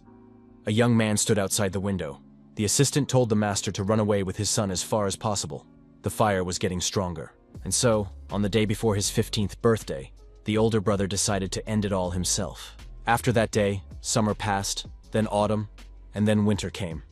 Until the chirping of cicadas filled the air, Shiroyan shut himself off from the world. Unable to bear his son's condition, his father forcibly dragged him out of his self-imposed confinement. Shiroyan looked indifferently into the distance, carried in his father's arms. The boy asked who the child was. His father looked in that direction and said that it was the third prince of the kingdom. The prince sat alone near the fountain. The prince and Shiroyan's eyes met. Yan repeated that he was resigning from his position as assistant to the third prince. Kalian was surprised. What was he talking about? Yan said that even though he was closest to the prince, he didn't know about many things. Especially what happened to the prince, because he was the one who put poison in his tea. Yan added that it was his fault. He had turned a blind eye to alarming details and had not been there when danger struck. Yan said with horror that His Highness could have died that day. He admitted that he had not seen the obvious. Kalian told Jan to look at him and asked who was standing before him. Yan replied that it was Prince Kalian. The prince said that he must realize that he was alive and had not died. Kalian said that Jan had always been by his side. The prince added that his survival was thanks to his assistant, who had not turned away from him. The prince admitted that he knew little about his assistant. but he was sure that John would continue to protect him. The third prince told his assistant to stop crying, wipe away his tears, and get up from his knees. Shiroyan told his father that he would never return home because he had found someone who needed his help. Yang declared that he was ready to destroy anyone who harmed the third prince. Kalyan was surprised. What was Yan talking about? Had he really decided to take revenge? Yan replied that nothing was impossible. Yan noted that the prince had suffered greatly because of them. Kalyan said that the elephants should not take any action, or else a war would begin. Yan said he didn't care what blood ran through his veins. He wasn't a son of Siegfried now. Jan realized the prince had said the word elephants, which meant that Kalyan knew all about them. Jan asked when the prince had obtained this information. Kalyan replied that it had happened by chance. Lighting a candle over the water, our hero asked, "So we will disappear completely?" Manasil, standing at a distance, confirmed this. One might have assumed that he could not leave after getting what he wanted. But instead, he suddenly and hastily disappeared. Manasil told the young man that he would give him what he wanted. Kalyan asked him to make it happen. If this life was a prison for the child, he too envied this complete freedom. Kalyan added that he would not pretend to know nothing. The young man said he had much to prepare for this to happen. He also wanted to ask his mentor for a favor. Kalyan said he wanted to live his second life properly. Pabel's Night Corps was quickly disbanded and returned to Marquis Brison. Romain warned of the danger of trusting rumors about the royal family. Elon Manasil announced the creation of an order of mages. 3 months later, the hero had changed in appearance. The servants watching him decided to call Mr. Seton. They needed to inform the tailor that the clothes seemed too small. Romain greeted his third son and said that the young man had grown during his absence and now looked even taller than Plans. Manasil said he had something to present, so he arranged a meeting for the prince. The tutor introduced the magician who would accompany the prince to Rosalite. The young man said that it was a great honor to meet the prince. His name was Arsene Hertz. Kalyan looked at this man with surprise. The king said that this man was capable of becoming a member of the Order of Magicians. The king added that they would get to know each other better on the way. Kalyan thought that this was very unexpected. Our hero declared that this was a great birthday present for him. Manasil said that the work of the Order of Magicians would not begin soon. It did not even have a name or special personnel. There was still much to be done. The mentor added that this was only the beginning. Elon Manasil suggested that the king choose a name for the order. Surely His Majesty had already thought about it a lot. The king admitted that he had an idea for a name, Vulcan. Manasil suggested that the king had been waiting for this. If he hadn't asked, he could have run into serious trouble. The king was surprised, because Mr. Manasil was the first to voice this idea. Kalyan asked Mr. Hertz if he liked the name or if it sounded familiar. Arsene replied that it was an excellent name. Manasil told his student that he had never thought that he had had any relationship with Arsene in the past. Should he do anything? Kalyan replied that there was no need. Kalyan informed his mentor that Mr. Hertz was the one who had destroyed him in his past life. Of course, Arsene was different now than he had been before, because situations change, and he understood that the future he knew might not happen. The third prince admitted that he was a little upset about leaving things as they were. Baron Melfier Paulin entered the room and greeted the third prince. Kalyan responded with a greeting and said that they had not seen each other for a long time. The young man invited the Baron to sit down.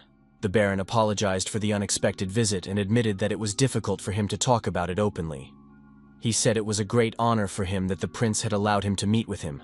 The prince said he was ready to speak frankly and pay any price for his life. Our hero asked what the Paulin Trade Union did. The Baron replied that some time ago they had started serious diamond trading with Tencel.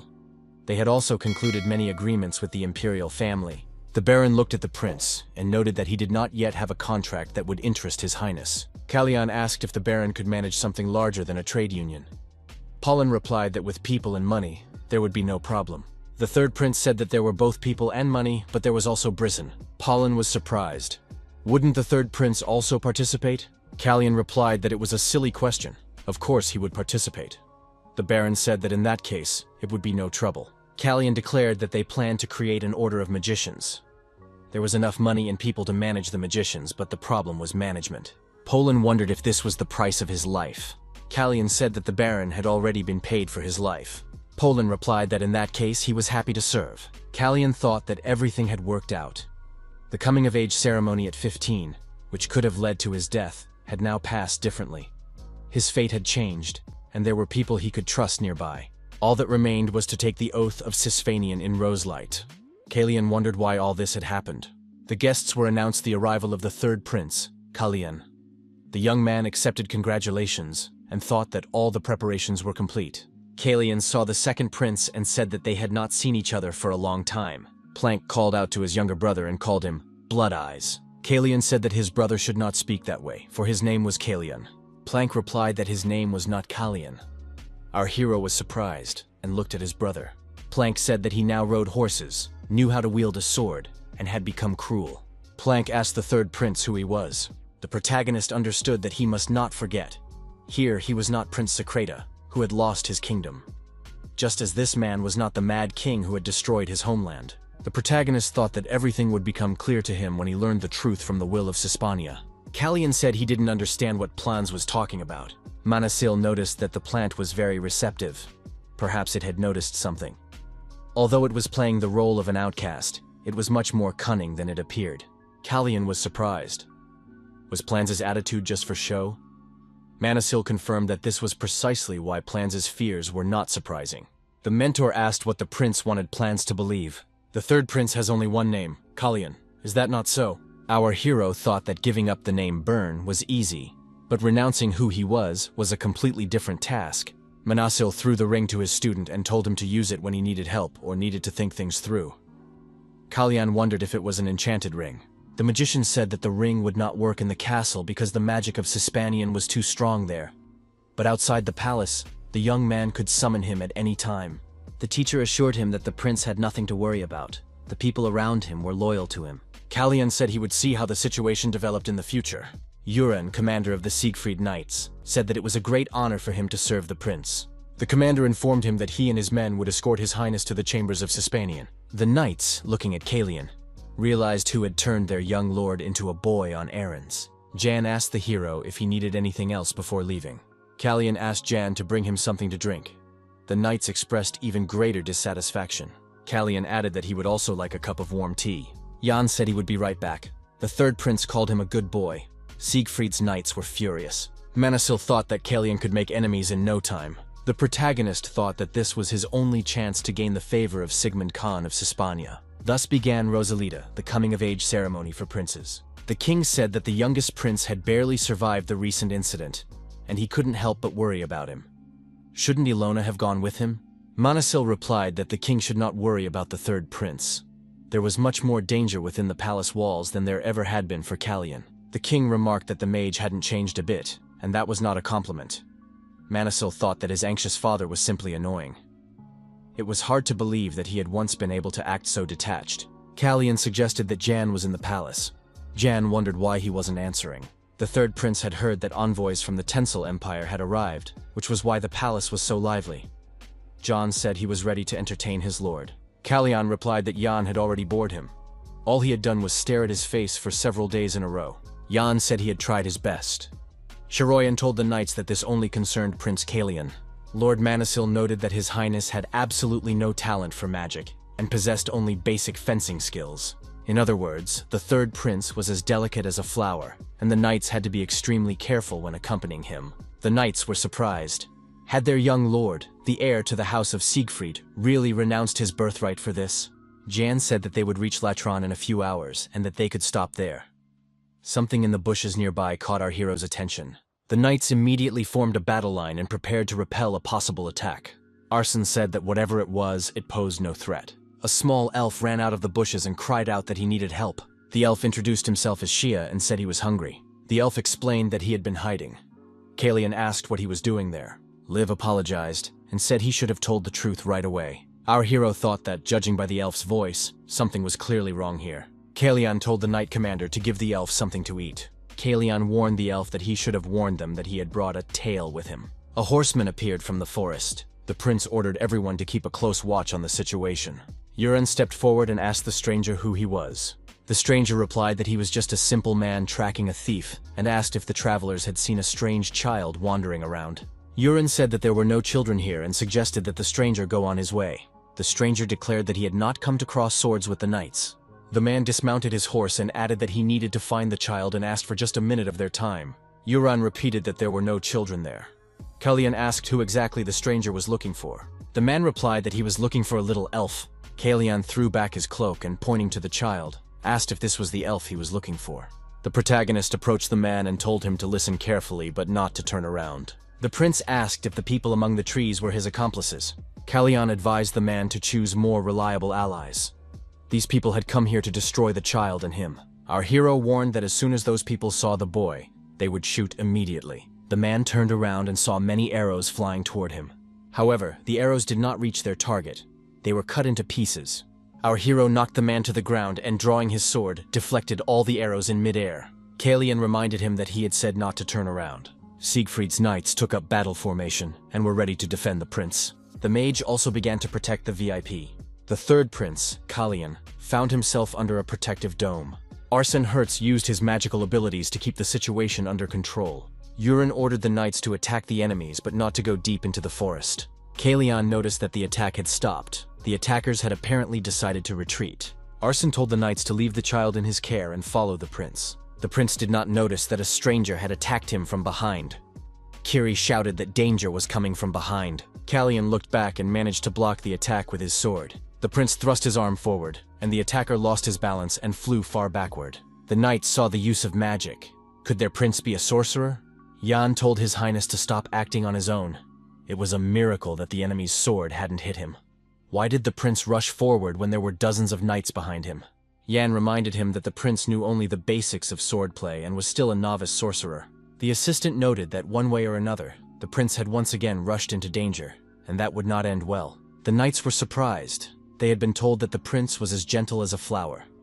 But what kind of flower could strike down an enemy like that? The stranger was disarmed and lay on the ground.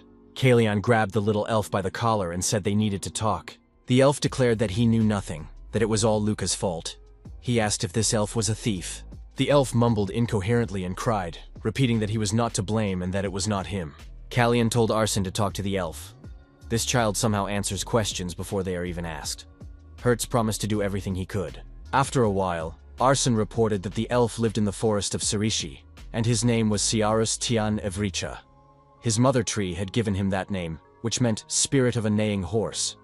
He had a friend, Luca, also an elf, who had stolen something from the bandits they had just seen. When they fled, Luca broke away. Cyrus got lost and ran toward them.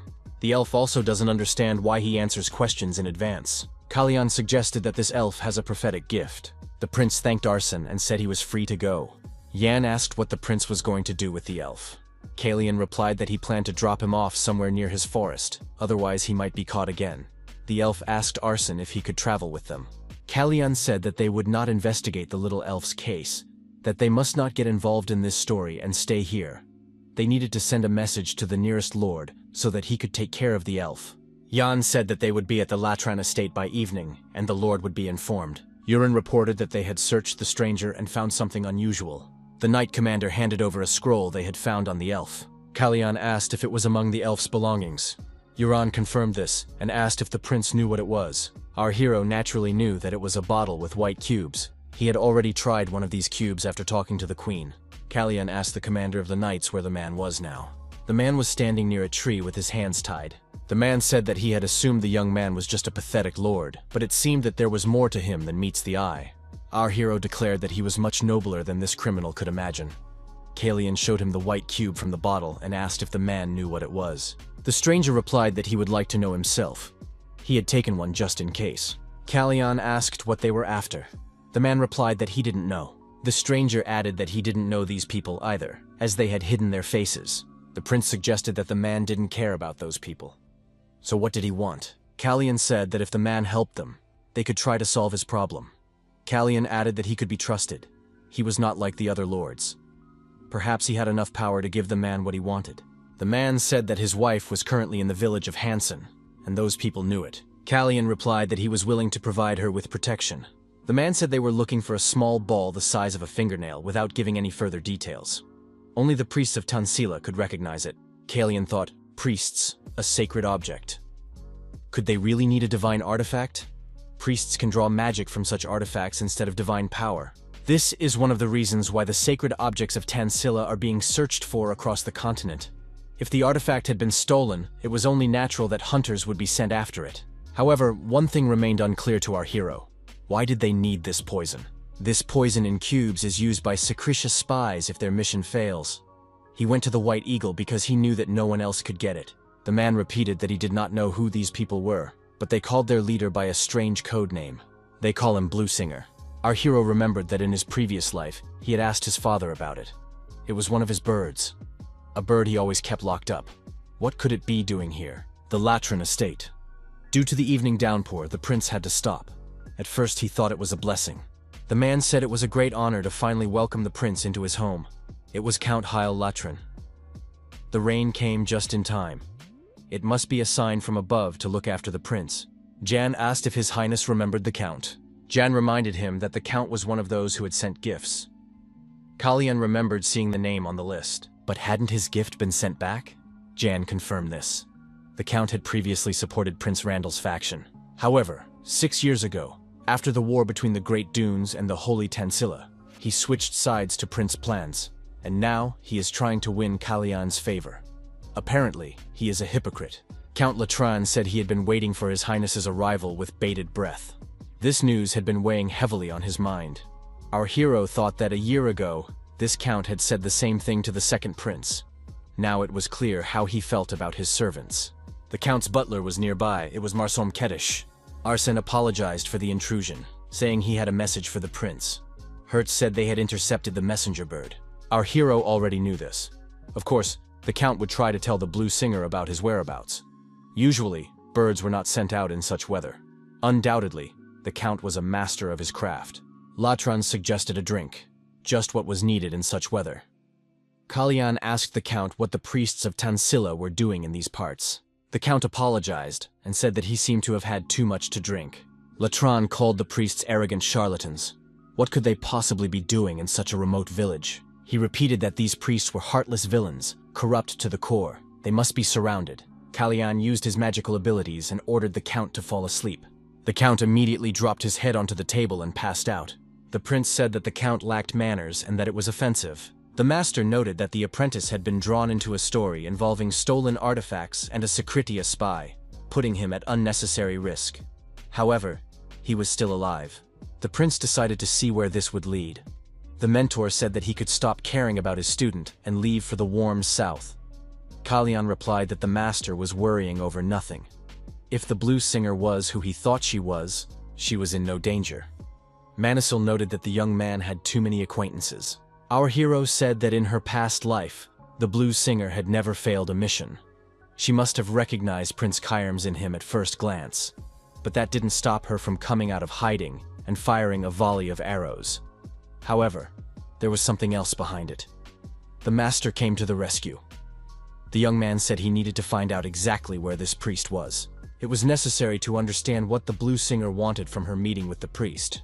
The door to the bar opened, and a man appeared in the doorway. The prince greeted him and said not to pay any attention to the people standing outside. They had come with him. The woman behind the bar replied that there was nothing to worry about. She had no intention of sending mercenaries against someone who was not involved in anything. Kalian was surprised. He thought that, knowing him, she might have ordered an ambush on his man. The woman said she knew who he was and had warned them not to act rashly. In the dimly lit bar, people were sitting at tables, but they were all unconscious. The woman behind the counter noticed that, unfortunately, they had done everything backwards. Kalian approached the woman and asked if he had gotten himself into this mess. She suggested that he had. The woman discreetly reached for the knife lying nearby, assuming that the young man would not make her task any easier. Kalian asked if the elf she had been chasing had been killed. The woman replied that he had disappeared into the thicket. If she had known how things would turn out, she would never have gone after them. She admitted that it had not been the most pleasant encounter. She added that if they had not harmed each other, they could part ways peacefully.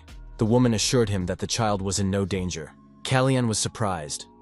Did she really think that after coming all this way, he would leave empty-handed? He would not leave her until he got answers. The protagonist asked why she wanted the divine artifacts. The young man pointed out that she was not a priestess and could not use them. The woman put down her glass and looked intently at her companion. The Blue Singer said that the divine artifacts were worth a pretty penny. Our hero suggested that she was supplying them. She replied that it was a side job. People in her profession rarely had a steady income. Kalian asked if her client lived in Latran. The young man could think of no other reason why she would do this in such a small village. After all, she could always find clients among the priests of Cyrus. The Blue Singer said that her client always paid a fair price. and generous people were hard to find these days. Kalian thought that they had not known each other for very long. Only one thing could attract the attention of a Secretia spy: information. She was offering divine artifacts in exchange for state secrets of Cirrus. Kalian said he would like to know more. The king asked if the mage had come at such a late hour just to ask a question. Did he really enjoy humiliating his king? Manasil said that his majesty was usually still awake at this hour. Besides, the king had the answer he wanted, and he preferred not to waste time. Elon asked how many priests from Tansila were in Cirrus and where exactly they were. The king asked if Elon knew anything or if he was just curious. He said it wasn't that important. He was sure that the mage had heard about the envoys from Tansila. At the moment, there were 14 priests in Cirrus. The saints were not recalling all of them, except for one who remained to serve at court. They even made it clear that any requests for additional priests would be rejected. This was amusing, since they were the ones who had sent their priests under the pretext of performing sacred rituals. And now, they were giving the impression that they had been forced to serve by force. Manasil said that if they are recalling their priests, it means they are facing an internal crisis. The mage added that it looked as if they were trying their best to attract as many people as possible while hiding the emergency from the public. When asked how he had responded, the king replied that he had allowed them to take the priests home. The king was surprised that Elon was asking about this. The mage said that Prince Kalian wanted to know where they were. The king remarked that the question was simple, meaning that Kalian probably already knew the answer. And that was precisely why he had gone to Latran. Kalian asked the woman if the Count of Latran was her client. The blue singer replied that it was not necessary for the young man to know. Kalian hurried back. The teacher said that the Count had deceived him. All this time, he had a priest under his wing, and he was selling state secrets of Cirrus to a spy of Secretia in exchange for divine artifacts. Kalian agreed that this sounded true. He declared that he needed to return to the castle immediately. The young man added that there might be problems there. The Count had drunk too much and caused a scene during dinner, so they had to put him to sleep with a spell. The prince remarked, "What if the Count wasn't drunk at all? Maybe he didn't drink at all." Jan said that was disrespectful. The prince went out for an evening walk. The butler said it would not take long. The Count wanted to apologize for his inappropriate behavior at dinner. Could the assistant tell him which way the prince had gone? Jan replied that it was a very poor attempt at an apology. Since when has it become normal for a butler to pry into the whereabouts of a royal person? Jan was actually worried about where the prince had gone. The butler persisted. Could he then find out when His Highness would return? Jan said he didn't know. The butler had to get back. Where were his manners? The door opened slightly and Kalian appeared. Our hero noticed that he was not being given a moment's peace. The prince said that Jan was of no use, as he should have sent the old man away. Jan apologized to the prince and explained that the gentleman had no desire to leave. Kalian went back into the room and closed the door. The butler begged for forgiveness through the door, saying that he didn't know His Highness was resting and would leave immediately. Jan noticed that the prince had returned earlier than he expected and through the window. Kalian replied that it was a long story. The prince asked if anyone suspicious had appeared while he was away. Jan said that only the butler had been there. Kalian had already left the room through the window several times. John warned him that it was the third floor. The prince asked why the assistant was so angry. He had not been rude in the palace. John said that the prince did not listen to him. As agreed, he immediately told the butler that the prince had gone out for a walk. However, the butler kept asking when the prince would return. Moreover, he was much more interested in the exact time than the location. Our hero suggested that the Count was beginning to worry that someone was meddling in his affairs. The young man relayed this thought to his mentor. Manasil confirmed that they were right. The Count was not drunk when he staged that scene. Kalian asked why the Count needed to put on such a show. The teacher replied that it was a common ploy to divert attention from the deal with the blues singer, which was supposed to take place that night. This also explains why she appeared in the first place. The wine was supposed to serve as an excuse for the Count to slip away unnoticed, but his plan failed because he had been put to sleep by a spell. It all sounded convincing, but one question remained. Why was the Count so desperate to get his hands on the divine artifacts? Ellen suggested that it was the perfect gift with which the Count could win over the Holy Kingdom of Tensil. This kingdom was the homeland of Randall's mother. To sum up, the Count maintains close ties with Randall's faction, while also playing games with Plans's faction. In addition, he showered the third prince with gifts behind their backs. The mentor added that the Count had passed on state secrets about Kairos to the spies of the Secreta. Kalian thought that fate itself had brought him together with that boy to lead him to the necessary clues. The man who had been hunting him pointed to the blue singer. From her, He learned that Latran had sent the divine artifacts to the Holy Kingdom in an attempt to win over the first prince. Kalyan decided to try to expose the mole. The Count shouted that he should have guessed there might be problems with the prince when he sent the gifts back. The prince must have cast a spell on him. Only magic could cause such a deep sleep. The Count said that all his plans had been ruined because of this boy. He declared that the young man was reveling in false arrogance only because the Archmage was on his side. This boy did not deserve a place among princes. Why didn't Silesia destroy him before this mess began? The Count said he had spent a fortune to win the favor of Marcus Bryson. Now all his connections with the highest aristocracy would be ruined. He shouted that he had been promised a rich estate not far from the capital, but the scandal caused by the Queen had ruined everything. The Count asked the butler who had appeared if he had managed to contact their friend. The old man replied that he had not yet, and that they would receive an answer a little later. The Count became even angrier and threw a glass at the butler's head. He asked if the old man was capable of doing anything right. It was raining heavily outside, which meant that the prince would have to spend another night there. The butler asked if it would be better to postpone the deal. The Count replied that they had no other choice. They couldn't take any risks while the prince and his men were there. They would have to send a message and reschedule the meeting. The Count said he would teach this prince a lesson that would put him in his place. The Count and the prince dined together. The Count looked at the young man and thought that this mask of calm did not suit him at all. Here in Caris, the title of Count commanded respect. The nobles would rise up in an instant if they found out that magic had been used against him. Royal blood would be no protection. The Count decided that he was dealing with a foolish prince who would soon be begging for mercy. He asked His Highness for forgiveness for his behavior the previous night. The prince replied that it was no big deal. The Count asked if it was a spell. Kalyan said that he had put the Count to sleep with a spell because his behavior had gone beyond all bounds. The young man added that it was all water under the bridge and not worth dwelling on. The Count was a lord of the provincial lands. It was likely that this was his first visit from a member of the royal family. Latran must have simply been overexcited. Latrun agreed that he had indeed overreacted. He was greatly puzzled when he heard about the spell. The Count thought that this prince was very cunning. In this situation, only the host looked bad. The third prince told the Count that he had exhausted himself dealing with the ambush. Latran asked who he was talking about. Was it the man who had been brought here in serious condition? Kalyan confirmed this. He added that he had also managed to obtain some interesting information. The Count decided that he must find out more about this. The prince said that he now knew the name of a species of bird. Kalyan noted that they still had to delve deeper into the details, but thought that the Count would be interested to hear about what was happening on his lands. Latran replied that he was ready to do everything in his power to help His Highness, and would not allow the prince to come to harm on his territory. The Count pondered how he could get the prince out of the castle. Yoran whispered something in our hero's ear, and the prince declared that the Count was incredibly lucky. Latrun wondered what other information the prince now had. Kalyan informed the Count that the man had finally decided to speak. The Count and the prince, along with their subordinates, descended into the dungeon. Latran considered this place beneath his dignity. Why had the prince brought him here? Our hero knew exactly what Count Latran was thinking. However, the game was already over. Checkmate. Behind bars sat a man searching for a little elf. He asked what these people had done to his wife. Kalyan said that his family would not be harmed, for he had promised it. The prisoner asked why they had come here in that case. The prince said that this man was to be executed because he had attempted to take the life of a member of the royal family.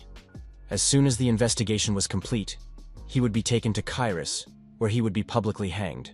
But even if he is spared, without proper treatment, his days are numbered. His wounds have already begun to fester. Kalyan offered to help the prisoner escape. The man would have the opportunity to start a new life far from this estate, with a piece of land and a modest dwelling where he could live with his wife in peace and quiet. The prince clarified that all this was possible only in exchange for help. If the man fulfilled his request, his punishment would end there. The man agreed and asked what was required of him. The prince explained that the person known as the Blue Singer was a secret spy who had come here to sell some items to his client. The man said that they had known each other for a long time. This, he said, was worth thinking about, because friendship with spies was hardly acceptable. Kalyan agreed, but clarified that an exception could only be made in the case of double agents. However, in Caris, this was considered treason. The prince turned to the Count and asked if Latran agreed with him. Our hero noticed that the Count was in despair. Would he make his move? The butler fell to his knees and begged for mercy from His Highness. He declared that he had only been following his master's orders and begged for mercy. The young man knew that Count Latran would break down, but he did not expect such a turn of events. Kalyan asked the butler if he was a priest of Tencel. After all, only priests were trusted with the acquisition of sacred relics. Count Latran, in turn, gained the upper hand upon learning a secret that only he should have known. The butler said that the temple would have his head as soon as it found out that he had sold sacred relics. Kalyan was surprised. Had he really sold them? Wasn't the point to collect relics for Tencel in order to gain his trust? Kalyan asked who had bought them. The butler replied that he was ready to tell everything. The old man declared that it was Queen Silesia's brother, Viscount Renan Bryson. The Viscount had offered the relics to the temple. Renan Bryson had been trying to win Tensel's favor all this time. He betrayed the second prince and joined Randall's faction. In short, he betrayed not only his sister, who was willing to do anything to get her son on the throne, but his entire family. Kalyan told his teacher that the trap set for rats had caught someone bigger. Ellen noted that this would inevitably cause unrest, and suggested talking to the king first. Kalyan agreed that this would be best. The prince asked his mentor to write to Count Latran on his behalf. Kalyan ordered Yuran to take care of the prisoner's wound in the dungeon. It was very serious. The prince noted that without proper treatment, there was a risk of severe infection in the arm.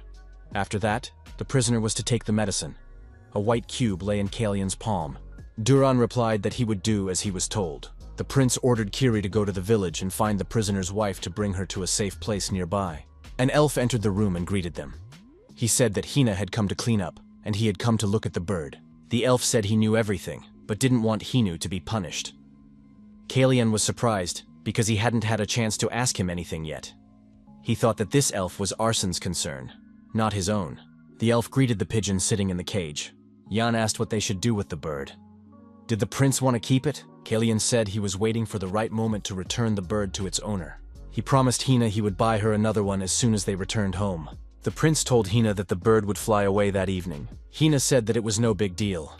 Marilyn might not like having a bird in their room. Kalyan asked her to release the bird after dinner. The prince also asked the girl to keep the windows open. They were expecting a guest. In the dark, the guest appeared on the porch. It was even earlier than our hero had expected. He said that the letter was truly touching and had touched him deeply. The letter said, "Come to me if you don't want the people in the Dovecote on Tainash Street to find out what she did." The guest turned out to be the blue-eyed singer. She suggested that the young man had a good reason to blackmail her with this message. Kalyan said he needed proof that Count Latran was involved in the sale of the sacred relics. In that case, the blue-haired singer's secret would remain a secret. The woman said she hated complications, and that was her answer. The next moment, our hero was attacked. The young man realized that these were magical projectiles. The third prince was surprised. The blue singer he knew used a sword, not a hidden weapon. After the attack, there was an explosion, and the veranda was destroyed. The prince asked if the blue singer really wanted him dead. What else was she hiding up her sleeve? The woman drew her sword and approached her opponent. She said she had nothing else to hide. Kalyan blocked the blow with his sword, but thought that the blade was made of ordinary steel and would not withstand his aura. He had to end it quickly without using his aura. The prince knocked the blade out of his opponent's hands. The blue-haired singer was left without a weapon. Something glinted between the woman's fingers. Kalyan was surprised. She had said she had nothing else to hide. He thought his opponent's attack was too fast. Without using his aura, it would be impossible to avoid injury. The prince swung his sword and parried another attack from the blue singer. The woman was surprised. Was she really facing a master swordsman? But that was impossible. Our hero asked his unarmed opponent what he should do now. The young man called her by name, Ayla. The woman was surprised that this guy knew her name. The blue-haired singer asked who he thought he was. Kalyan squeezed his rival's face, and she opened her mouth. He asked if she really didn't have a cube of poison. Weren't the spies of Sakrisha required to keep it in their mouths at all times? The protagonist let the woman go and told her to tell him everything. The blue-haired singer asked if he would let her go if she told him. Kalyan had heard that the members of the Secreta were renowned for their endurance, but she seemed to be an exception. Perhaps this was not quite the version of her he had known before, or something had caused her to change. The woman said that it would be better for the young man to let her go in peace. She noticed that his sword looked much cruder than that of a simple guard, even though he was a master swordsman. It was as if he did not want anyone to know about his true abilities. Ayla added that if he let her go, he would keep his secret, or she would leave and tell the knights what she had just witnessed. In her previous life, the blue-haired singer had been loyal to Sakritia, a skilled swordswoman who had devoted herself to the blade. Now she was not the person our hero had known. Kalyan grabbed the woman by the chest. If she valued her life so much and clung to it so desperately, it was not worth provoking him. He let her go and told her not to expect to see him again. His secrets weren't worth using as a bargaining chip. The guy demanded once again that the blue-eyed singer tell him everything, and then he would spare her further questioning. Callian added that someone else would be asking questions. The White Eagle, for example. Count Latran was furious. Where had that butler Malcolm gone? The man said that first the damned mercenaries had appeared, and now this letter. It said that if the Count wanted to convince everyone of his innocence, he should come up with a defense strategy. In that case, the author of the letter would present his version to Her Majesty. The Count must be assured that there was no cause for concern, regardless of what he had encountered and what had led him into such a predicament. The author of the letter was the mage Elon Manasil. The Count assumed that Manasil had somehow learned about his dealings with the divine artifacts. Latran reasoned that the mage already knew everything about him, since he had sent such a letter. However, he would not be intimidated by such petty blackmail. Latran decided that he would no longer humiliate himself before a boy who was pretending to be a prince. The Count thought that he would not give up so easily. He had not gotten involved in this affair without thinking through an escape plan. Latran stood at the threshold of the room with the jewels.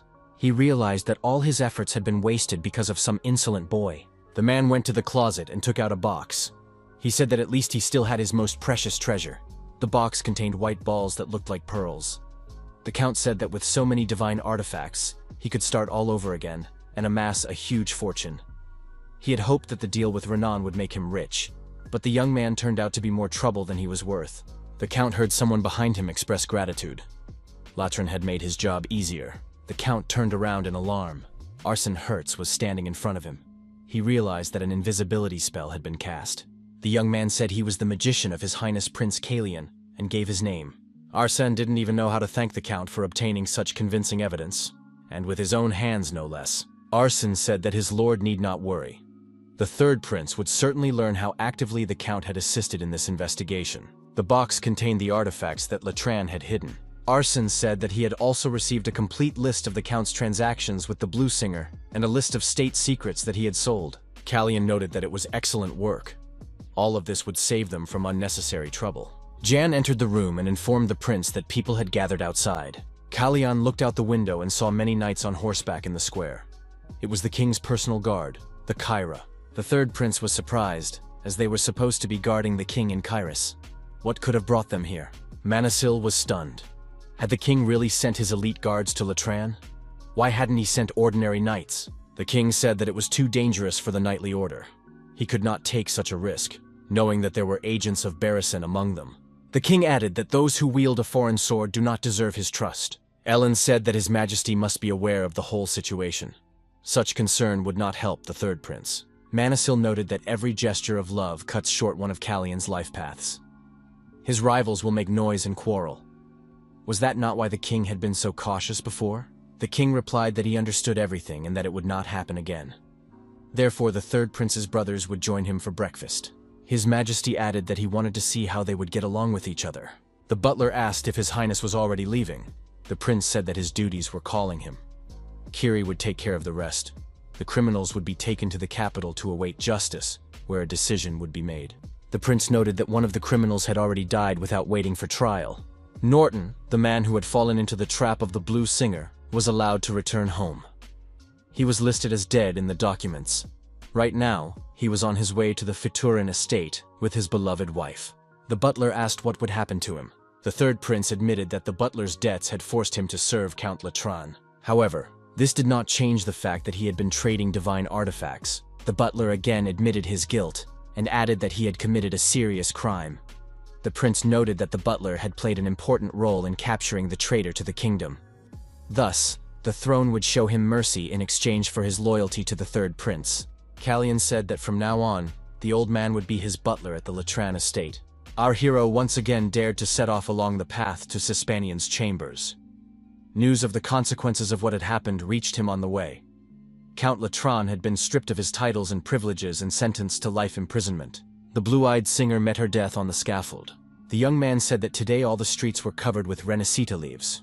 They are usually called leaves because of their similar shape. However, they are actually the spines of the Renacita cactus, adapted to absorb moisture. They are used to cover the square in the capital, so that the white tiles do not become stained with blood. The second prince thought his brother was testing him. This was his way of finding out if their mother had anything to do with the woman who tried to destroy Kalian. Plans said that his brother's suspicions were unfounded. The older brother had heard that since Kaliana's departure, Plans had given up wine. Plans was surprised. Did his brother really miss his drunken breath? The first prince replied that now that the days of drunkenness were over, it was time to learn to keep quiet. Plank became angry and threw the fork he was holding on the floor. He asked if his brother was still not quiet enough. Yuran told our hero that it was too risky. Kalian saw that a landslide had come down ahead due to the rain and damaged the road. The prince asked the knight commander how long it would take to clear the road. Yuran suggested taking a detour. Our hero thought that he had already spent enough time in Latran, and now a landslide was blocking his path. The journey could be delayed. Kalian decided to set up a portal after returning to Kairos. The elf suggested that our hero accompany him to the elf village. He suggested that the commander stay in the village for the night and leave in the morning. Kalian admitted that this was the most reasonable thing he had heard from the elf. The expedition decided to head to the elf village. Kalian said that the elf village was truly a unique place. He never would have thought he would end up here. The elves approached the young people, and one of them asked who the king of the humans was. Kalian replied that it was a grand title. However, there was no one here who held such a high position. He added that he was the eldest in this small group. The elf said his name was Cher, that he was the elder of the village, and that he would like to ask a favor of the king of men. The protagonist introduced himself as Kalian Rain Kairos. He needed more details before he could give an answer. Cher explained that 3 elves from the village had recently gone to a nearby human settlement. When they did not return after 10 days, scouts were sent to look for them. Now those scouts were also missing. The elven elder asked for help in the search. He added that the elves living here had only a superficial knowledge of the human kingdom. Kalian thought the elder was too pushy and demanding. Were all elves like this? He asked why he should agree. Cher replied that it was because the young man was the king of the humans. Our hero thought that this elf was repeating himself. He said that he was not the king of men, but only Prince Kairos. The young man added that kings and princes existed in different worlds. Cher declared that he would not have asked the prince for such a favor if he could not offer something in return. After all, this expedition was headed for Siegfried's estate, wasn't it? Cher added that the journey would take a long time by human roads. Elves, however, know forest paths that can speed up travel 4-fold. Kalian thought that the journey would take about 2 months, considering the time already lost. If these paths really exist, the journey to Siegfried's lands would be reduced to 2 weeks. Kalian said he would help find the 5 elves. After some time, Yuran reported to the prince that they had found no traces of the slave trade mentioned by the prince. These forests border 2 cities, Narika and Steen. Many mercenaries were found, but none of them were involved in criminal activity. Our hero was pleased to hear this. Kalian suspected that the disappearance of the elves was the work of slave traders, but it seemed that the reason lay elsewhere. The prince suggested starting with a search of the nearest towns, as planned. Steen is located directly on the way. Both towns are similar in size, so it makes sense to start with the one that is closer. Yuran suggested that there was rivalry between the cities. Their lords were about the same age, so perhaps that was the reason. Kalian said that healthy competition promotes development. We need to try to get a new sword in one of these towns. One of the city's experts said that they did not have any swords. The prince was surprised. Weapons were sold here. How could they not have swords? Kalian explained that he was a mage and had a mercenary behind him. However, swords are not only needed by mercenaries. The man replied that these strangers were wasting their time here. All weapons are secretly sent to the mercenaries in the lord's castle. The shop's supplies had already been confiscated. If the guests were looking for a good deal, the castle would be their best option. Kalian said that he was not looking for deals or rewards. He needed the sword for personal use. Our hero added that there was also Narika beyond the forest, and they could check there. The man replied that it was useless. Kalian thought that the lords of the 2 cities were gathering mercenaries and weapons. It was obvious that war was brewing. As for the elder of the elf village located between these warring cities, it is now clear what his motives are. Our hero ordered letters to be sent to the lords of Stina and Narika. This should temporarily disrupt their plans and give the missing elves a chance to return home. The prince told the elder Sheru that he and his people would leave at dawn. The elf must try to fulfill the agreement and lead them to the forest paths. Kalian added that he could turn a blind eye to many things, since he was dealing with an elf.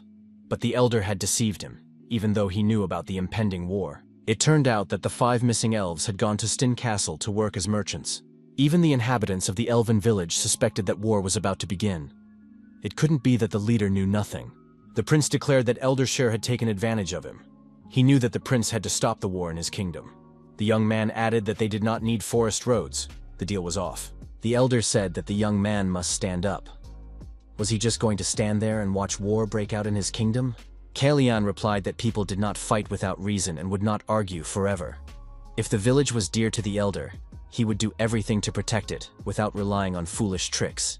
Kiri said that the blame lay with the merchants of Barrison. Only the caravans of Barrison dared to travel so far, but now they had stopped here because of the events at the Latran estate. The third prince thought that Lannan Barrison was reappearing. Because the soil in the cities of Steen and Nerika was unsuitable for growing wheat, the citizens had no choice but to buy it from the merchants of Barrison. When Barrison refused to sell, the people of Steen went to Nerika to buy wheat and survive the winter. However, Nerika demanded an exorbitant price, which led to conflict. The prince noted that first they completely took over the food market, and then closed it with impunity. Did they really think that this would increase their pride? Did they not understand that in the end it would lead to famine and the death of people? Not the Lord? Elder Share bowed his head and asked for forgiveness. The elf said that Luca had dragged the man into this. Because of this, a war had broken out between the cities. He couldn't tell the truth because he didn't know how the prince would react. Share admitted that Luca was his son. The lost elves were somehow connected to him. The elder expressed his hope that the prince would forgive him and his son. Share said he was asking too much, but they needed the prince's help. The elf added that they did not have enough equipment to handle the situation on their own. Kalian told the elder to go to the lords and deliver the letters. The prince decided to find out what else they needed besides wheat. He would meet with the lords after the elder brought back the information. Our hero added that he was not doing this to help Sheru. The elder said that the elves kept their promises sacred and would never forget this kindness. The prince contacted his mentor through the ring and said that it was time to clean house. Barrison is becoming a constant nuisance. Marquis Evan Barrison is the head of the Barrison family. An assistant asked if his lord would be returning home immediately after the meeting. If so, it would be best to wait for the carriage. Barrison replied that there was no need. The Marquis added that he would stay and ordered the guests to be shown to his study. The assistant thought that the Marquis seemed different today. What guests were they talking about? They weren't expecting anyone. Besides, the Marquis never missed a council meeting. The Marquis always preferred to receive visitors in the drawing room. A carriage drove into the estate grounds. The carriage stopped at the main entrance. Who could it be? Elon Manasil said that they had not yet met in person. Marquis Barrison confirmed this, and added that if the magician had arranged a meeting, the reception would have been organized more appropriately. Manasil explained that he had arrived unannounced to spare his host any unnecessary trouble. Manasil said that he had something that might interest the Marquis, his second son. He had taken a strong liking to the king's son. The Marquis replied that Renan would not have the courage to dare such a thing. Manasil noted that Evan Barrison did not think very highly of his son. The guest added that he had something that would prove far more convincing than the Marquis' verdict. The Marquis examined the papers provided by Manasil and asked what the magician meant by this. Manasil suggested that the Marquis had long since decided to get rid of Renan. Barrison declared that this was not a matter for a mere court magician to meddle in. Manasil replied that it was amusing to hear such words from a common thug. The Marquis was outraged. How dare this magician, Smith, insult him in his own home? Those who perfect the art of the sword turn their anger into a weapon as sharp as a blade. Manasil replied that those who had mastered the secrets of magic could not fail to be a threat. The Marquis could dare if he dared to turn fear into his main weapon. The primal fear inherent in every living creature is something they carry with them wherever they go. Manasil said that he did not fight as willingly as his student, but the Marquis would do well to remember his manners, for his own good. The Marquis tried to calm down. Elon thought that Barrison had withstood the pressure of the 8th Circle Mage's aura. He had not become a master swordsman overnight. He should not be underestimated. Manasil noted that he had no doubt that the Marquis was capable of taking care of his son, but he could suggest a more effective approach. The mage said there was a way to discreetly distance Renan from the Marquis's inner circle. Kalian instructed the teacher to suggest to the Marquis that he wanted to acquire a trade guild. When it was revealed that the Queen was behind the poisoning, the Brazen Trade Guild suffered the greatest losses. The guild is only staying afloat because Renan is defending its profitability. However, the Brysons are first and foremost a house of knights, and the Trade Guild was founded by the second son, who showed no talent for the art of swordplay. His father is probably already thinking about how to get rid of the guild. which has ceased to be profitable, and cast a shadow on the honor of the entire family. The Marquis asked what sense it made to play into the hands of their prince. Why give him such an advantage? Manasil knew that Barrison would say that, but the buyer would not be His Highness. Kalian informed his teacher that he did not intend to purchase the guild himself. They already had a suitable candidate. Marquis Barrison asked who would take on this task. Manasil replied that it was the head of the second largest trading guild in Kairos. He had sufficient grounds to target his rival. The mage added that all the Marquis had to do was find a convincing reason for the sale. Manasil added that the buyer would offer quite favorable terms. The man, tending to his houseplants, thought that the arrest of Count Latran had upset him, but it had not affected him in any way yet. Perhaps the Count had not said anything unnecessary. The man saw a hooded figure and wondered why he had come here. The owner of the house had been attacked and taken prisoner. Soon, rumors spread throughout the capital. The sacred kingdom of Tensel had acquired an impressive collection of divine artifacts. And all of this would have been impossible without the help of Renan Brayson. Renan shouted from behind bars that his father would make them pay for this. Shortly thereafter, Renan disappeared without a trace. At first, the Marquis suspected Manasil and Pollen, but it soon became clear that they had nothing to do with the incident. The process of acquiring the guild was in full swing. Melfir was taking care of the details. Manasil reported that, according to the agreement, the items requested by the prince had already been sent to him. Elder Sher asked the prince if he was ready. The Mother Tree responded to their plea, and soon the prince would be able to set foot on the forest paths. The elder added that his son, Luca, would be their guide. Kalian thanked him, but said he would prefer the company of Shiaris. The prince asked if Shiaris could guide them through the forest paths. The elf agreed. Kalian warned that no one would accompany him on the way back. Shiaris said he could find his way even with his eyes closed. Kalian noticed that Shiaris was speaking quite normally now. The elf asked the commander what was going on. Kalian saw a mysterious stone in the elf's hand. The prince took the stone and asked what it was. Had the elves stolen it along with the holy relics? Luca replied that he did not remember. Arson suggested that this stone was also a holy relic, an item found on Luca when he returned to the village. A black stone lying next to the other relics. There is a possibility that it is one of the relics. Urin said that it was too dangerous for a holy relic. It gave off too strong a smell of blood. Our hero thought that Arson couldn't sense it yet, but he felt an ominous feeling coming from the stone. A strong life force that had been forcibly taken away, and the energy of blood. In other words, the owner of the stone had been destroyed by someone. Our hero decided to investigate. Kalian returned the stone to Shiaris and told him to keep it for now, as they would need it to communicate on their journey. The elf said he would keep the stone with him and return it as soon as they reached the other end of the trail. Euron asked the prince, "What about this child? Does the fact that Shiarius answered before he was asked questions mean he can see the future?" Kalian reminded him that the elf had said it wasn't foresight, just that the future was coming a little faster for this child. The future, a distortion of time, a stone that neutralizes the skills associated with it. Our hero thought that perhaps it was related to the axis of time. The first prince, as always, watched the rose bushes. The young man was silent and did not utter a word. There was not a single bud on the bushes. The first prince remembered how his younger brother had said that the roses would soon bloom. This time, Kalian got rid of Renan. The first prince took a necklace from his wrist. In one hand, the young man held a rose branch, and in the other, the necklace. The pearl on the necklace glowed and began to affect the rose branch. Young leaves appeared on the plant. The leaves began to grow in size, and a pink bud appeared. The bud blossomed and turned into a beautiful rose flower. The first prince said that it was still pleasant to watch this plant. At that time, the third prince was in the forest under a tree, meditating in the lotus position. Our hero's aura spread around him. Manasil, connecting with the young man through the ring, congratulated His Highness. The prince did not receive an additional circle, but a stronger aura. Manasil told his student that it was not easy to get rid of the habit of holding a sword, even for a moment. Therefore, his mana did not become a new circle, but transformed into an aura. Kalian replied that he understood. Although mana and aura have different principles, he had plenty of mana, so why did it subconsciously turn into aura? The mentor told him to prepare himself. He would not return to Karis until he had an answer to that question.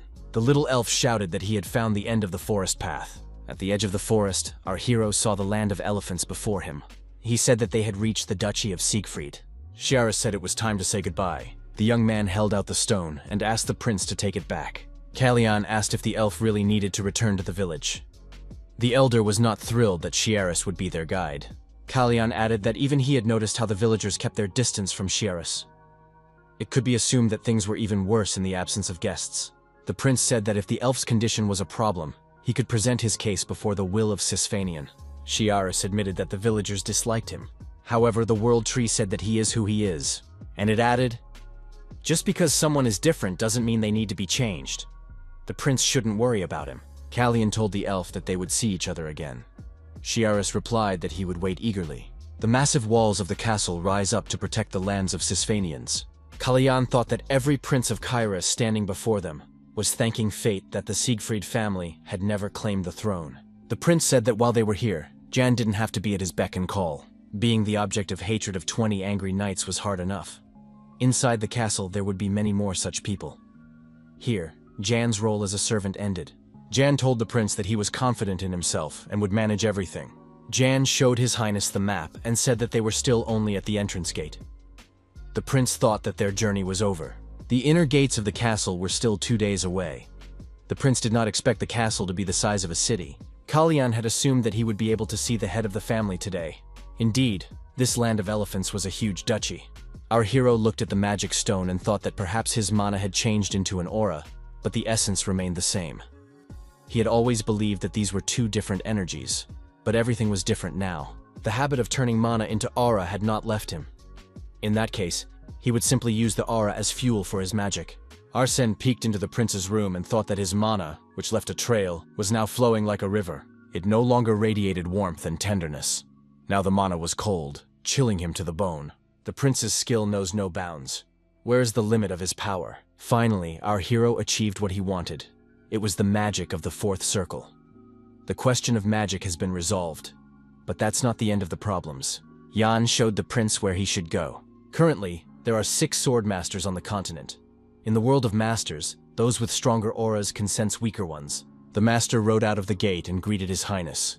He said that the prince had traveled a long way and must be very tired. The Duke, Jan's father, was the second strongest swordmaster. His level was significantly higher than that of our hero. Kalyan also greeted the Duke and said that they had not seen each other for a long time. One glance was enough to understand that he was a true swordmaster. The Duke noted that the third prince had grown a lot since their last meeting. The master of the house remarked that he was looking at a real man. The Duke said that much had changed in the young man. Kalyan replied that it was just a small change, nothing drastic. The Duke, however, said that he would not call it just a small change. The Duke offered to escort his guest to the castle. Yang remained standing alone. The master of the house said that the magician had chosen a worthy apprentice, a talented young man with magical abilities and the 6th strongest swordsman on the continent. The Duke declared that regardless of his position, he had not wasted these years. The Duke said that he could easily discern the third prince's aura. He saw magnificent progress. The prince's mentor must be enjoying every moment, watching his student's brilliant development.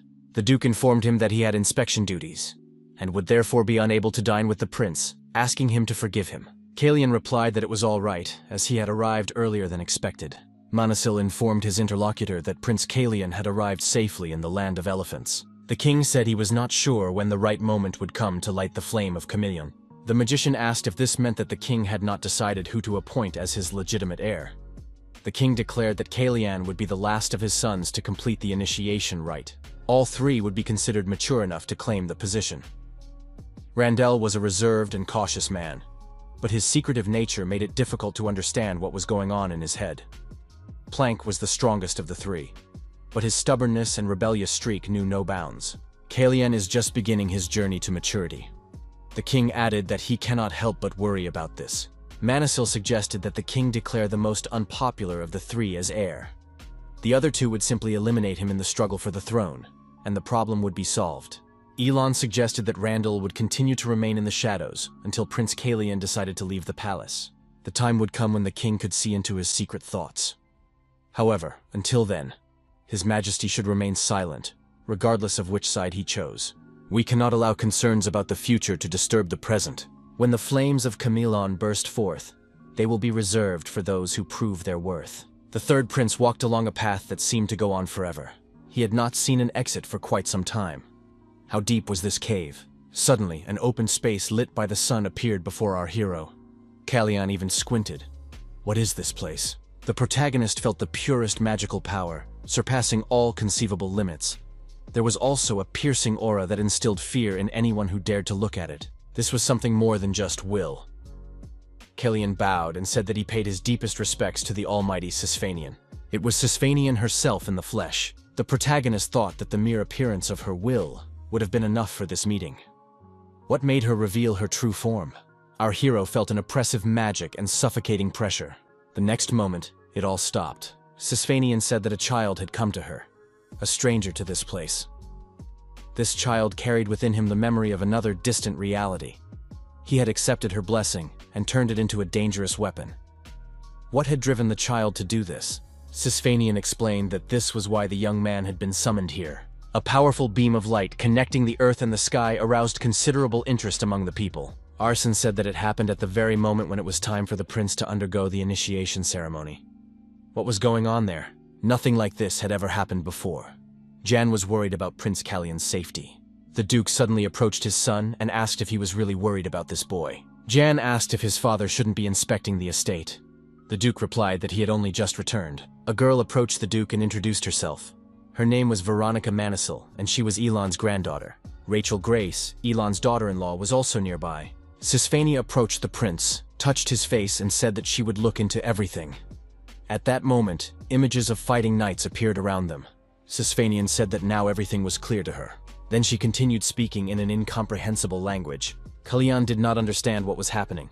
He could not make out a single word. Sisfanian said that the young man had not heard her words because she did not want him to. Kallian asked if Sorrenti could be involved in this. Sisfania admitted that that was her name. Sorrenti was the queen of the gods. She had fought face to face with the Voidbringer during the Great War of the Two Gods, side by side with the 8 heroes of Elda.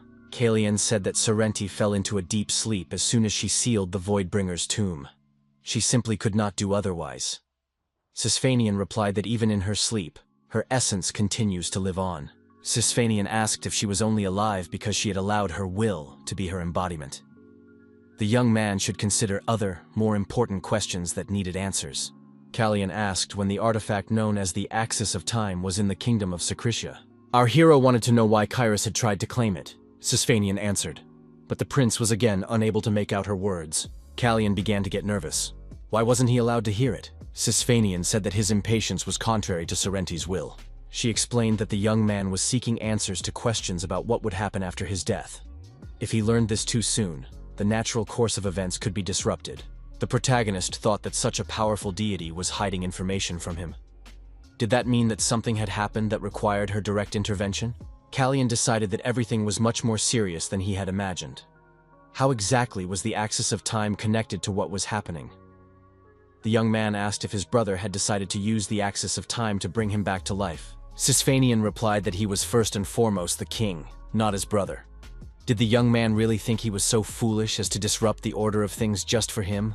Kallian thought that in that case, Chase was not the one who had used the time axis to interfere with the flow of events. Sisfania asked the young man to show her what he had.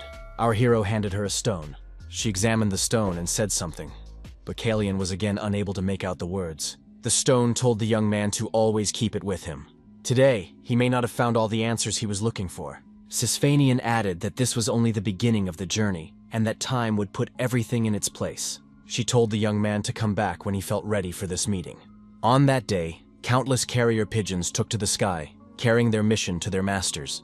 A pillar of light, so bright that its glow could be seen even from the outer walls of Siegfried, shot up into the sky when Prince Kallian entered Sisfanian's empty lair. The Duke never imagined he would see so many birds in the air at once. Had they all been hiding on his land? Demiria Siegfried, heir to the Duchy of Siegfried, approached the Duke. The Duke told his daughter that it was an incredible sight and that he was in a position to appreciate it. His daughter replied that great power always attracts the gaze of envious people. The girl added that no matter where these birds were flying, their paths would cross sooner or later. It was necessary to find out which houses had dared to place their watchers on their lands and to remain vigilant. The Duke laughed and said that he had always known he had married the right woman. Dmitri could thank his mother for the sharp mind she had given her children. It certainly wasn't something he had inherited. The Duke noted that his daughter had missed one important point. Excessive caution could be interpreted as an attempt to get involved in political games. Their family did not seek power and did not elevate kings, but remained an unshakable pillar of support. The Duke suggested that this time they would have to act decisively. Father and daughter looked up and saw the third prince at the window. The Duke said that his daughter's fears had not escaped his attention. If it was necessary to find out whose spies were hiding here, they would do so without delay. They would not demonstratively increase security measures, but they would take them nonetheless. His daughter could be sure of that. Besides, her brother was watching over the prince. Yan asked his father if he had seen so many birds. The Duke replied that the birds filled the sky.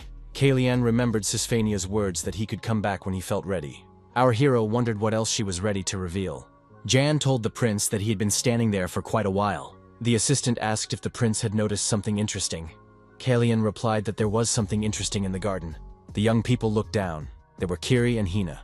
The girl was playing with a poodle puppy named Yan. It was the Siegfried family's pet. Yan couldn't believe that his father had named the dog after him. The prince said that they looked alike, but the puppy had better fur. Hina spent quite a lot of time with the puppy. She liked dogs more than birds. Jan, watching the girl, said that the gesture she made meant charming.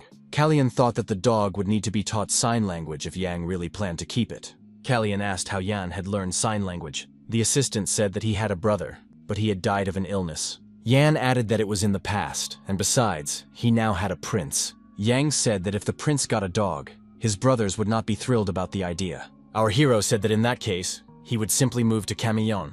Yan reminded him that Camelon was the residence of the crown prince, His Highness. Yan suggested that Kalian was the only person on Earth who wanted to become crown prince just to get a dog. The prince added that he was the only one who had seen Sisphania in her true form. Jan was surprised. Was that really possible? Celia asked her assistant if there was any news. The man said that her letter had been delivered safely, and that they had just received a reply. Celia said she couldn't wait any longer. The young man apologized for the delay.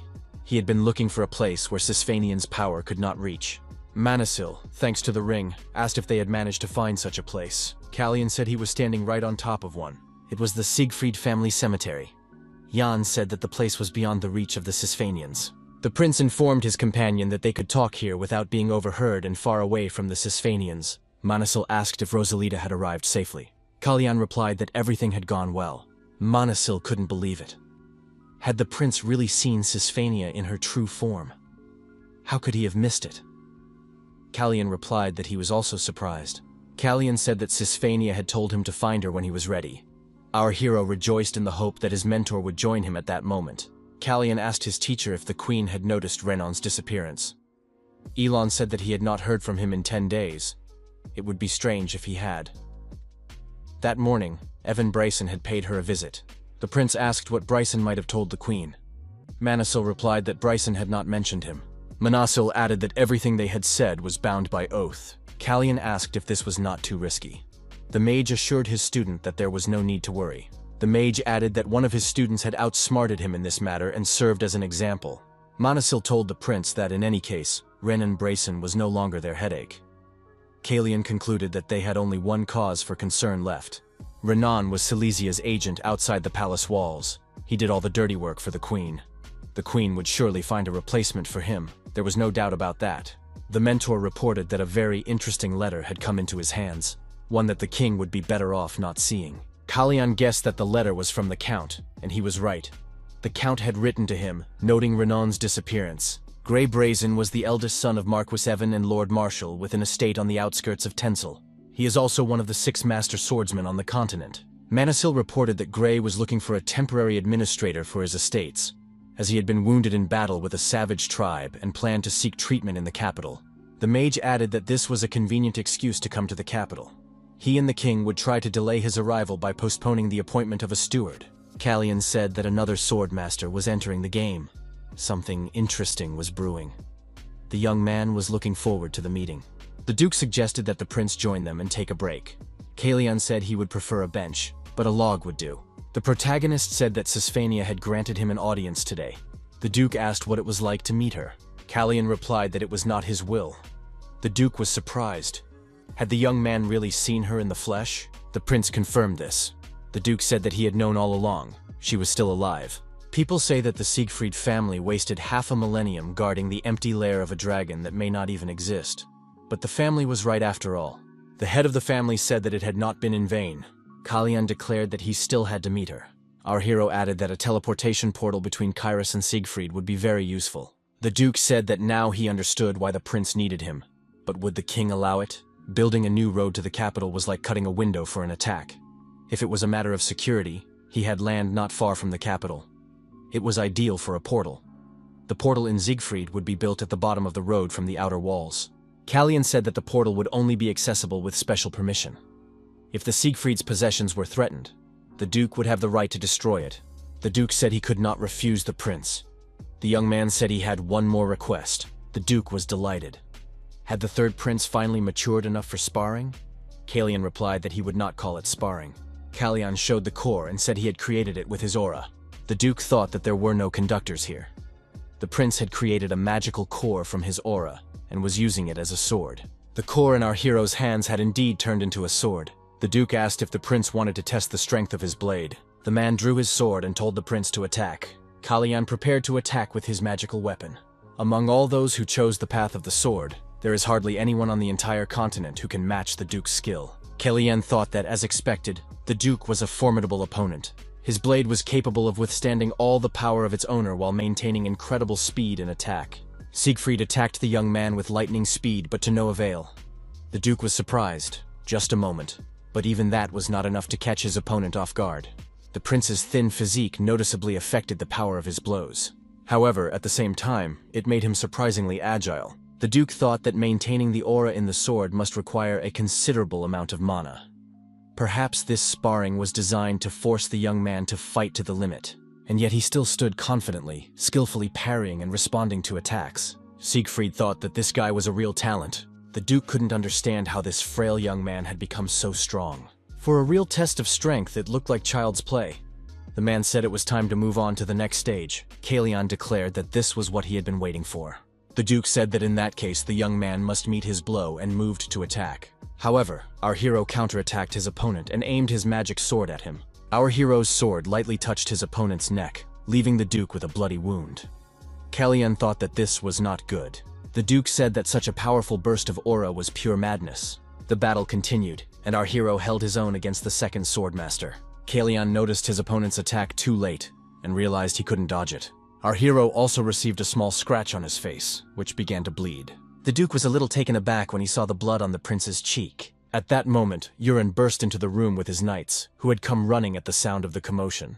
Urin asked what the noise was and why the Duke had a broken sword in his hands. Why did the Duke have a fresh cut on his neck? Urin couldn't believe it. Had the Duke really lost? That evening, there was a formal dinner attended by many guests. The Duke performed a solo on the violin. Kallian said it was an excellent performance. Who would have thought that the Duke was as skilled with a bow as he was with a sword? The Duke replied that he had been at home with the violin since birth. Siegfried said he would always be at the prince's service if he ever wanted to hear him play again. Kallian expressed his hope that the early hour would not prevent the Duke from playing the violin again. The Duke said that the blow had struck him right in the heart.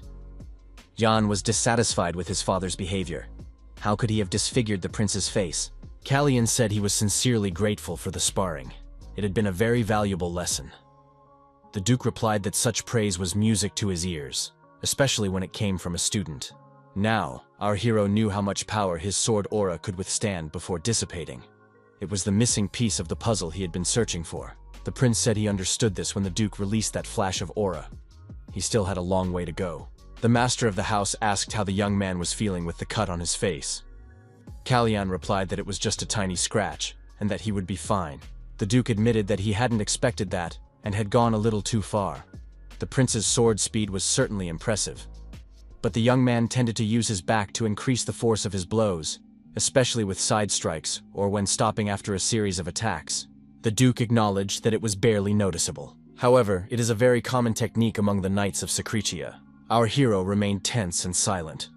The Duke watched the prince's reaction closely and said that it was difficult to imagine that someone trained in Kyrus would develop such a habit. The art of fencing in Kyrus is based on footwork. Balance depends on the hips, which is especially important for side strikes. But in the prince's case, it was the arch of his back that provided the rotational force. The Duke advised the prince to be a little more vigilant. People like Grey Brazen would not let something like that slip by. Kallian asked if the Duke wasn't even curious about who he really was. The master of the house said that in Siegfried's domain, they the elephants valued strength. Whether the prince was skilled or a skilled pretender was of no concern to him. The man smiled and said that all he cared about was whether they would have a chance to cross swords in battle again. Kallian thanked the Duke and asked if Grey could sense his aura. The Duke said that Gray had long since settled in the borderlands, far from the influence of the Brisons.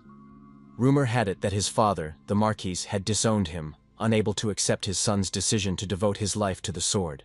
Be that as it may, Gray was a master swordsman, and it would be easy for him to recognize the prince's essence. It was important to be prepared for any surprise. Callian thought that he would need serious preparation. 10 days passed.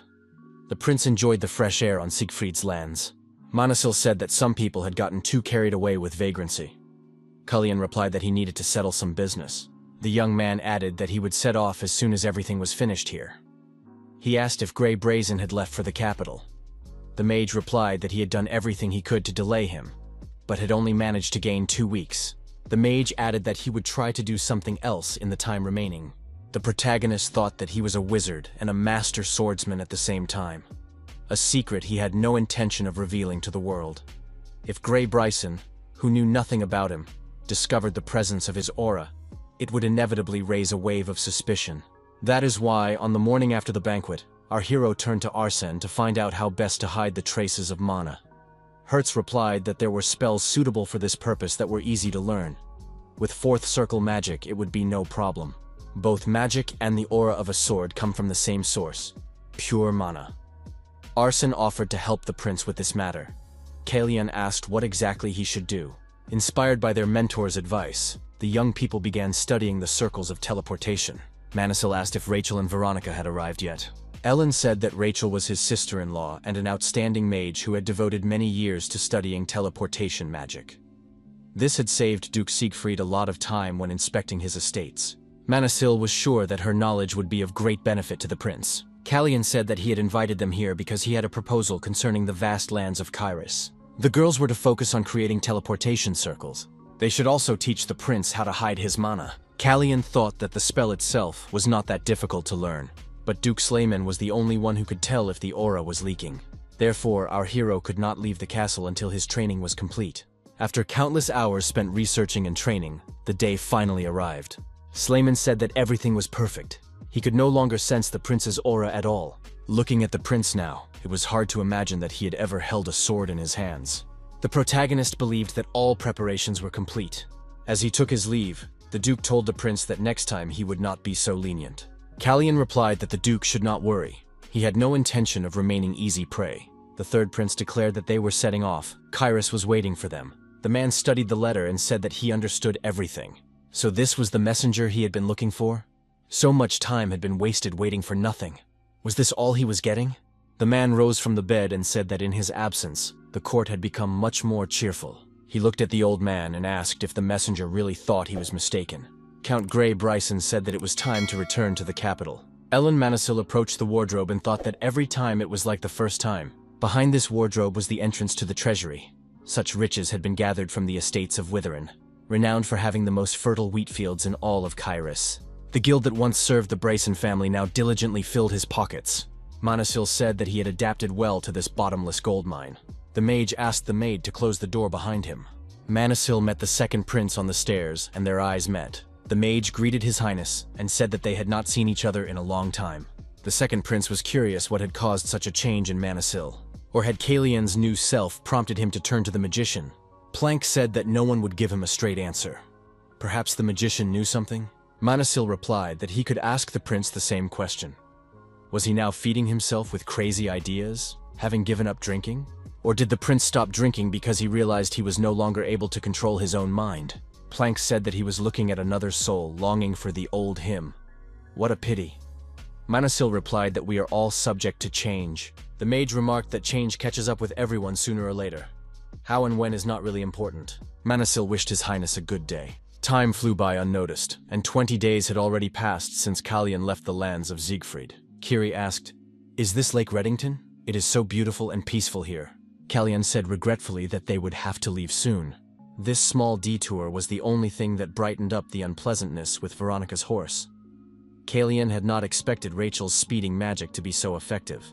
Our hero suggested that the lord of the region was himself no stranger to the charms of these places. Viscount Reddington had always been known for his calm and reserved manner. Jan suggested that this was exactly what the prince needed before they returned to the capital.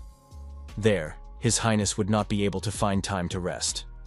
Kallian agreed with his assistant. The young men heard a carriage stop near the porch. Kallian said that this was just what they needed. The prince sent John to deliver a message. John should inform the prince whether his highness would be pleased to inform the guest of his arrival. Reddington thought that he might be far from the social circles of the royal court. But even he knew that the third prince and the House of Brazen were ready to destroy each other. They must be sent away immediately. After all, the prince had arrived here first. Jan told the host that if Count Grey Bryson was in the carriage, His Highness would be delighted to invite him for tea. The servant announced, "His Highness Prince Kallian is entering." Reddington jumped to his feet before the prince. Count Bryson remained seated in his chair. Grey said that he was still recovering from his injury, so he was unable to stand and bow as was proper. He hoped for His Highness's indulgence. In Kyrus, only one nobleman was allowed to remain seated when the prince entered. That person was Slayman von Siegfried. The prince said he understood. The count thanked him for his understanding and added that he should try to stand up when the pain became unbearable. The prince said that in that case, the count should bow his head. Jan thought that the prince should not have spoken so bluntly. Jan stood behind the door and thought that the prince would not be able to defend himself if the count suddenly flew into a rage and attacked him. He had to find Arsene immediately. Anything could happen. Arsene and Rachel were passing by and asked in surprise what Jan was doing there. Jan said that they had arrived just in time. They couldn't do without their help now. Arsene said that they had prepared several proposals for the prince regarding the portals. But what was the matter now? Jan said that His Highness was in the living room. The young people saw Hina running toward them, tears streaming down her face. Yang asked her to take a deep breath, calm down, and tell them what had happened. Hina began. Her brother, the knights, the horses. Yang suggested that something had happened between Kiri and the knights of the Brazen House. Arsene said he would check everything right away. Yang advised him to start with the stables. Yang warned Arsene, whatever happened, they shouldn't act rashly. Hertz replied that he realized there was a lot at stake. Jan thought that this was all for the worse. It was only a matter of time before the situation in the living room escalated.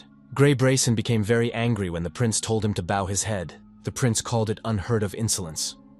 The count heard that the prince had told him not to open his mouth. Brazen jumped to his feet. The third prince asked if the count had not heard him. Grey Bryson must bow. Kallian asked Jan if he had ever met Grey Bryson before. Jan suggested that they had, but before he entered the prince's service. Kallian thought that if they had met before, the count must have been shocked by what he saw. Even if the queen had warned him honestly, the queen had written in her letter that Grey should not underestimate the third prince. He was no longer the defenseless boy he had once been. The hero wondered what the count would do now. Would they clash in an aura battle? Or would the count draw his sword and dare to attack? Whatever the count chose, it would turn out badly for him. After reading the letter, Bryson thought that Silesia had gone mad with age. But now he saw that she had been right to worry. Could the rumors about the third prince be true? The count couldn't accept it. In this game, Count Bryson was a pawn doomed to defeat. The master of the house shouted for the count to show respect to the prince and return to his place. Kallian thought that Reddington was an insignificant viscount who dared to raise his voice to a lord who protected the borderlands. But his bravery was wasted on Bryce. After all, the count didn't even realize that Reddington had saved him from certain death. Bryce thought the viscount was a worthless creature and decided to knock him down a peg. But first, he had to deal with this boy. The count knelt down and said that he had no idea how much the third prince craved recognition. As His Highness wishes. Bryce expressed his deepest respect for the great Kalian reign Kyrus. The third prince said he was tired and wanted to rest, so he would leave first. The count thought that the prince had the audacity to ignore him as if nothing had happened. Kallian instructed the host to ensure that the count was given proper attention during his rest. He looked terribly unwell. Brazen shouted, "Who do they think I am?" At that moment, there was an explosion outside the window, followed by a bright flash. The hero realized that it was Arsene's magic. He was skilled in ice magic. It was not like him to resort to noisy spells like a fire explosion. Perhaps he used it to send a signal. Arsene said he didn't know what was going on, but one thing was certain. Kiri and the prince would not be pleased. Kiri replied that he was well aware of that. The knight of the House of Brazen was indignant. What have they done? Do they even know whose carriage they just burned? Arsene declared that the knights themselves were to blame. They had provoked the young man, knowing whom he served. The knight asked, "Is he one of the third prince's lackeys?" Arsene admitted it and asked who these knights were. Grey's lackeys? The knight persisted. Does this magician even understand who he is talking to? The third prince came out to the quarrelers and called the knight a brainless dog. Arsene bowed to the prince, and the knight was surprised to see Kalyan. Kalyan asked if they would have to compensate the count for the damage. Arsene replied that he would pay for it out of his own salary. Kalyan said that everything was fine then. He had begun to worry when he saw the gathering of servants, but it seemed that nothing serious had happened. The third prince noticed that for some reason he couldn't see his maid. The prince noted that the girl was usually always with her brother in the stables. Where had she gone? Arsene said that the knights had tried to grab the girl and take her away, thinking they had found an obedient girl for the count's entertainment, not suspecting that she was part of the prince's retinue. Kalyan looked at the count and said that wherever he went, there would be worms like that crawling around. Brazen saw the remains of his carriage and retinue and asked what it all meant. The count declared that they were his knights and that the prince had no right to cut out their tongues. Arsene replied that the knights had been stripped of their titles for harassing the prince's maid and attacking his servant. The count called his knights brainless fools. Brazen thought that they dared to disgrace him before the whole world and all these worthless servants. The prince said that Lord Manasil would compensate the count for the damage to the carriage as soon as he reached the capital. Brazen was angry and thought that the third prince would pay dearly for this insolence. Kiri bowed and thanked the prince for his support. Kalyan asked Kiri if he wanted to offer an explanation. The young man replied that he had been through this more times than he could count. Kiri remembered how the knights had insulted him and his sister, saying that they were giving her a chance to earn the count's favor. Kiri thought it best to wait it out. Everything would pass, as it always did. He believed that it should hardly concern the prince. The prince told the young man that he could do as he saw fit. The Viscount was glad that the prince liked his estate, and asked if everything had really been reasonable. Reddington noted that the count was beside himself with rage. What if he decided to threaten the prince's safe return to Kairos? After all, Count Bryson was a renowned swordsman. The prince had easily recognized the count's aura when they first met. This meant that the count's skill was comparable to the prince's, if not superior. Kalyan decided that he could knock the count to the ground whenever he saw fit, and replied to the Viscount that there was no need to worry. A confrontation with the count was bound to happen sooner or later. The Viscount thought that there was not the slightest sign of concern on the prince's face. This was remarkable self-control for a young man who had just emerged from adolescence. Reddington said that there was something else that bothered him. The Viscount pointed to Kiri, and added that the servant had been running laps around the training ground for several hours. Was the prince really going to leave him there all night? Kalyan replied that the young man needed to be taught a lesson. The Viscount considered this too inhumane. The prince declared that he would not trust someone who couldn't handle such a minor task to watch his back. Our hero added that everyone must bear their own burden, and that it was time for Kiri to realize this. The Viscount understood that it was not just a matter of punishment. The magician responsible for setting fire to the carriage had not been held accountable. Therefore, the young man's fault lay not in his actions, but in his excessive caution. The prince expects absolute trust from his servants. The Viscount almost envied the young man who had been honored to serve such a noble master. He said that Gray had asked the Viscount for a carriage to replace the one that had been burned down by the servant's fault. The young man asked if the Viscount could not provide the count with a carriage because of the breakdown.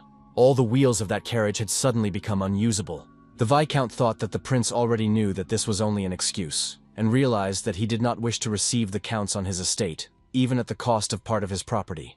Reddington decided that the prince had known everything from the beginning, and, as the owner of a modest estate, could not afford to carelessly give away priceless carriages. The prince said that he knew that the Viscount's family lived in Kairos, and although the place had a special charm, did the Viscount not long for the warmth of his loved ones? Reddington replied that he did not understand His Highness. The prince handed the Viscount an envelope and said that with this seal, he could request an audience whenever he wished. Kalyan suggested that the Viscount accompany him to the royal capital. The Viscount expressed his hope that the repairs to the carriages would be completed by the time the prince's horses were ready to travel. The queen said that Kalyan would return soon. Wherever he went, rumors followed him. She added that she could not wait to see him. Plank thought that 5 long months had passed since his last conversation with the queen, and the first thing she wanted to discuss was the third prince's affairs. He wondered why the queen was here if she missed her stepbrother so much. Silesia replied that Gray would be arriving soon. Plans asked how that related to him. The queen said that it was difficult to understand her son's discontent. He was destined to follow this path, and whims would not change that fact. He had no other choice, so he should abandon his adolescent stubbornness. Plans said that it was annoying. Who exactly had planned this path for him? The queen asked when her son would stop behaving like a child. If he thought that sarcasm would have any effect, he was deeply mistaken. Celia repeated that Gray would soon arrive in the capital and that he should keep his mouth shut on that day.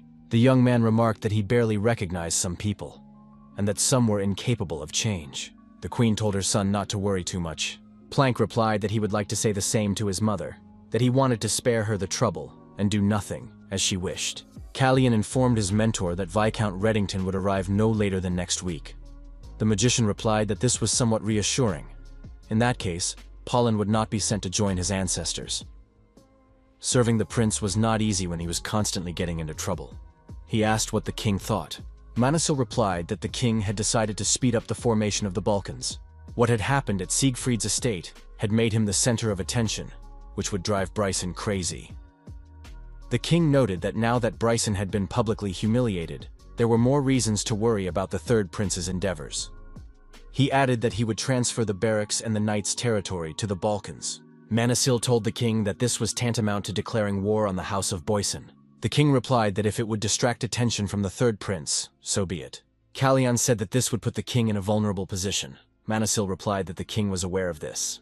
The magician added that the Balkans would be officially declared after the prince's return, and the ceremonies would take place the following week. Callian thought that it was not that simple. Even if the mentor was in the palace, it was not enough. There was no knight in Kyrus who could match the swordmaster in strength. If Gray reached Kyrus first, the king's life would be in danger. Callian asked John if this was the only way to the royal capital.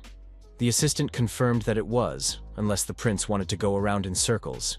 Callian stopped his horses and told his mentor that he would cause him a little more trouble. Our hero declared that he could not allow Gray to enter Kyrus. Gray Brazen couldn't accept that he had to ride in a lady's carriage. The count kicked the wall and shouted for the coachman to spur the horses on.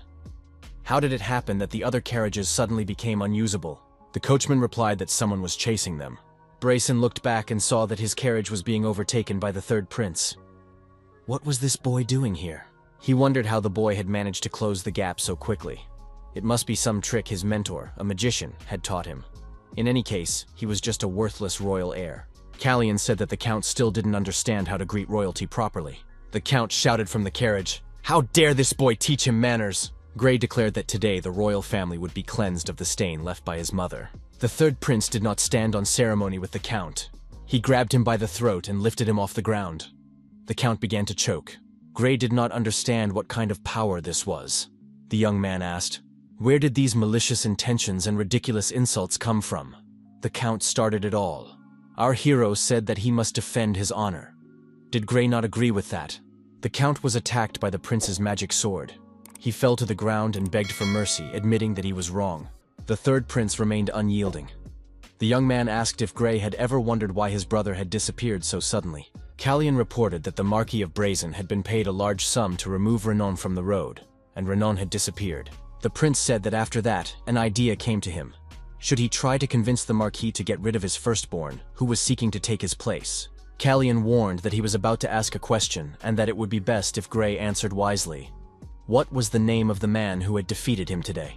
Gray replied that it was the Marquis Evan Bryson, his own father. Callian was surprised.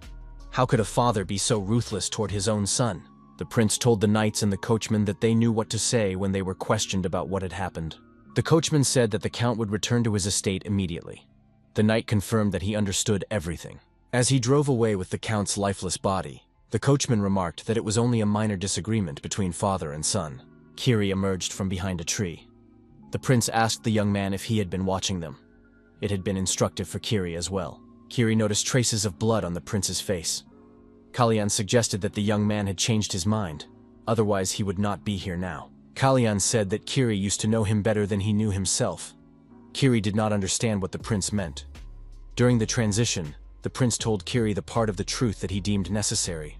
It was announced in the city that Prince Callian had returned. It was said that Sisfanian herself had bathed him in sacred light at the coming-of-age ceremony. His brothers had never received this blessing. The great Sisfanian was on his side. His Majesty the King was too. The townspeople said that Prince Callian would inherit the throne. The servants announced that His Royal Highness Prince Callian was entering.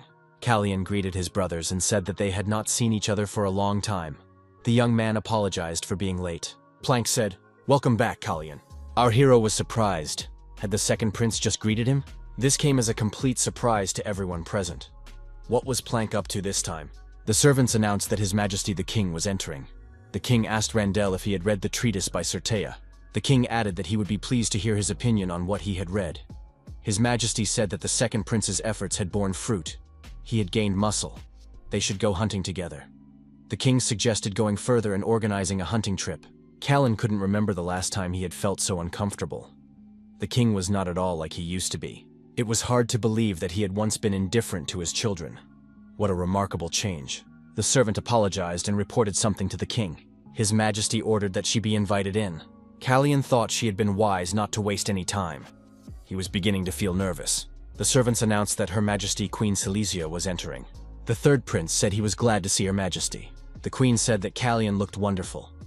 Had he arrived safely in the capital? The young man replied that everything had gone perfectly. Celia added that she was worried that the third prince had caught a cold like last time. She hoped that the journey had not taken too much of his strength. Callan replied that the trip had been comfortable. Besides, his recent bout of cold had done him good.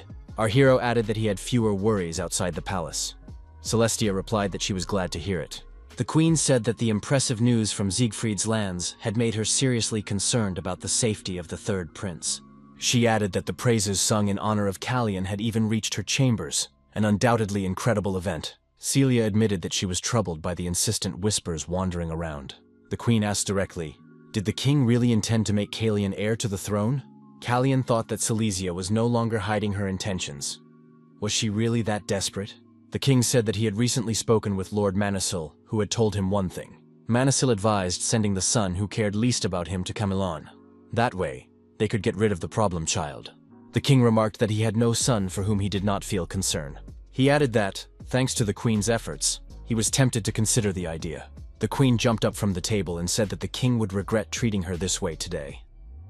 After that, she left the room. The king apologized to the second prince and asked him not to misunderstand.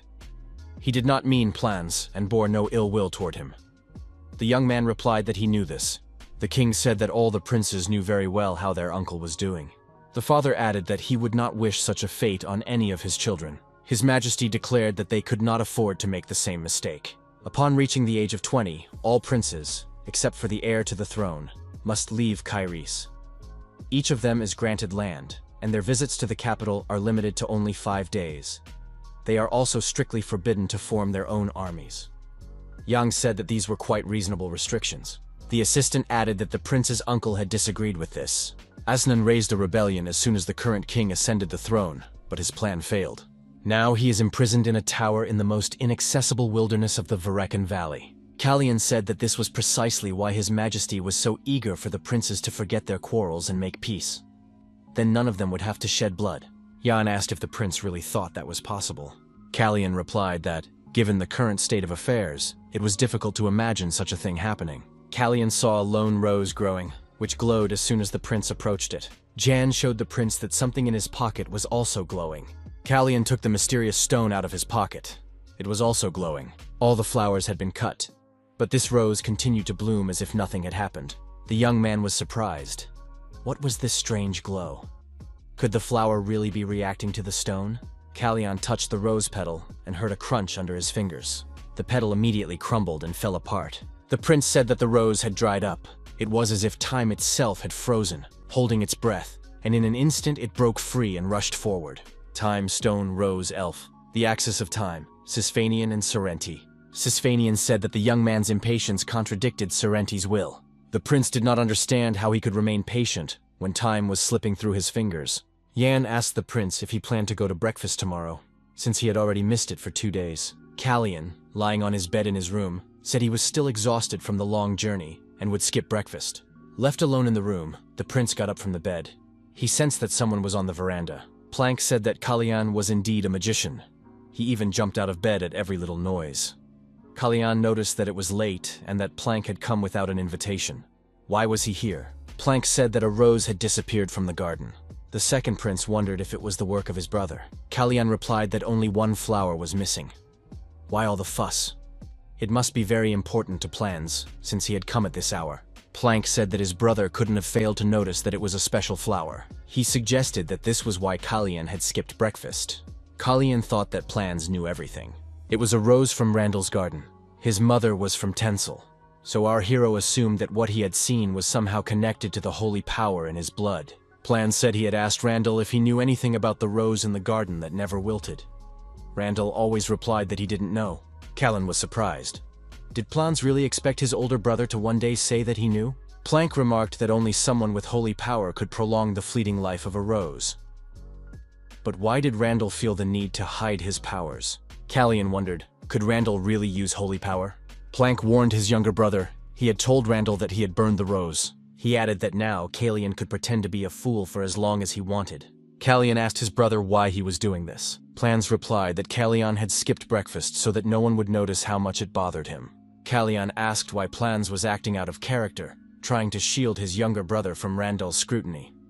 As far as he could remember, they had never been close enough to do such favors for each other. Planck smiled. Did Callan really remember? He said that no matter how powerful Randall was, he couldn't defeat him. Plans added that he himself couldn't win either. Callan asked if he understood correctly. It sounded as if Plans had decided to help him when he realized that Randall had no chance against his mother. Callan said that he probably understood. Plans had never wanted to become crown prince from the beginning. The third prince was left alone in the room. He remembered his older brother's words. No matter how powerful he is, Randall cannot be defeated. Flowers supported by holy power. A black stone reeking of blood, resonating with these flowers. Callan began to understand how Randall was connected to this. He had to provoke him into making the first move. Callan decided that by provoking Randall, he would force him to reveal himself and his secrets. The only way to do this was to strip Silesia of her power. However, time was running out. Silesia refused to believe what she had heard. What had really happened to Count Grey? The maid repeated that the Count had been seriously injured and had returned to his estate. The Queen understood what had happened. It was obvious when the reports had stopped coming in just before his arrival in the capital. Celia asked if he was really wounded. The maid replied that shortly before arriving in Kairos, he had been attacked by Marquis Evan's men. The Queen wondered why his father would do such a thing. The maid said that the Marquis had warned the Count never to return to the capital. There were rumors that Count Bryson was planning to get the title of Marquis. The Queen wondered if her father had found out about their agreement. In her letter, she had asked her brother to help Planck become crown prince. In that case, her father's title would go to Grey. Silesia was not sure that no one could have known about this. Besides, the timing was wrong. At such a vulnerable moment, her father could not intervene directly. Grey was a master swordsman. Who could have wounded him if the attacker was not her father? The maid suggested that the Count had coped well with his previous injuries. But during the attack, he was unable to defend himself properly because of them. The Queen said that medicine should be sent, and the extent of the Count's injuries determined. She was also interested in the identity of the attacker. She thought that whoever this rival was, his little game was doomed to failure. He must have thought that pointing the finger at her father during the attack was a brilliant idea. It was a pity, because she had told Grey to use his injury as an excuse. The Queen handed him the bag of money. He took it and asked how long the list was. The Queen replied that there was only one item on it. The knight said that one item was too generous. It was Tail, the deputy commander of the Fable Knights. Behind his charming mask, no one could see his true nature. In reality, he was a cold-blooded killer who took lives for a minimal price. The knight asked how he could be of service. The Queen said that a man had been assigned to accompany Prince Callan to his coming-of-age ceremony. He needed to find out if he had crossed paths with Grey and what might have happened. She added that if Tail could silence him, he would receive another bag. The knight asked for the man's name. Silesia said his name was Arson Hertz. He was a mage. However, she couldn't shake the feeling that Callan was behind it all. Rumors began to spread among the courtiers that Evan Bryson had attacked his own son. Now the Marquis was desperately searching for the source of these rumors. Moreover, the Marquis had not appeared at court for a long time. He was also absent from the next meeting. But why had the king summoned all the nobility today? His Majesty said he had an important announcement to make. The king announced that for generations they had turned away from magic, relying on the power of swords. To correct this mistake, he had decided to form his own squad of magicians. Those present were surprised. Would a squad of magicians really be stationed here in Kairos? Did His Majesty not understand how many places were occupied by knightly families? And where was the Marquis of Bryson now when such things were happening? The king added that they would be called Vulcan. The ceremony to mark their formation would take place in a week. His Majesty said that arrangements had already been made to transfer the barracks and training grounds of the Knights of Fable to the Vulcan. After that, the meeting was adjourned, and the king announced that everyone was free to leave. His Majesty told his servant that he needed some time to be alone. When he met with the king, Kalian asked if everything would be all right. His Majesty replied that he had everything under control. Kalian informed his father that he planned to visit the Knight families. Would that be a problem? The king suggested that the third prince was going to secure his allies and asked if he considered them a threat to the reign.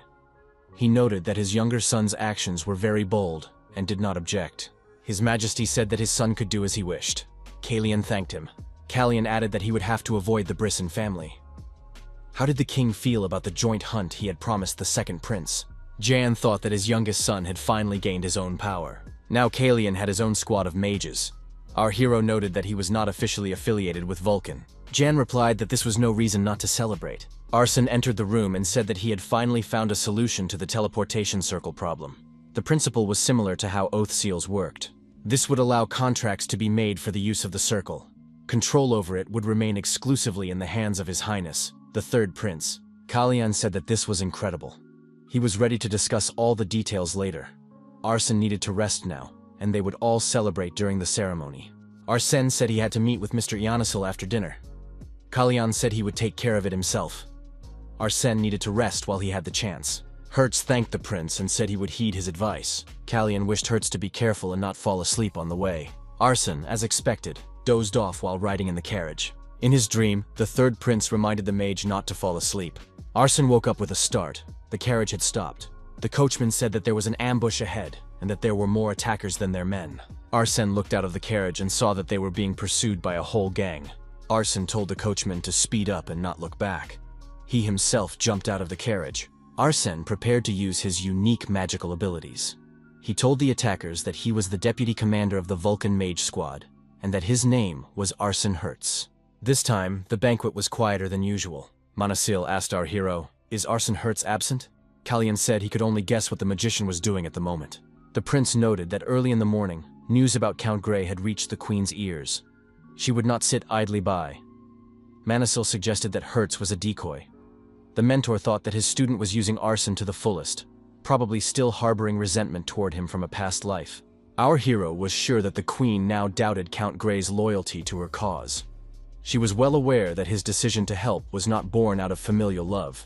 Grey could only inherit his father's title after the Marquise's death.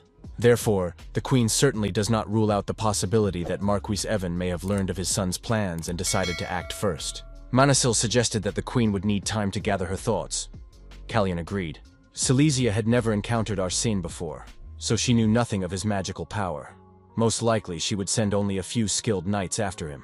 The prince said that Arsene was quite capable of dealing with these knights on his own. The mentor suggested that his student's faith in the magician had been strengthened after the successful completion of the initiation ceremony. Kalian said that Arsene's face was the last thing he saw before being transported to this time period. The attackers were counterattacked by magical power and had no chance of escape. Tail couldn't understand what was wrong with this mage. Don't spellcasters need time to choose their targets and cast spells? Why was this mage throwing spells without pause? The leader of the attackers said that spellcasters were weak in close combat. It was necessary to dismount immediately and attack the opponent, closing the distance. Fear of money would not help, and this mage was worth a fortune.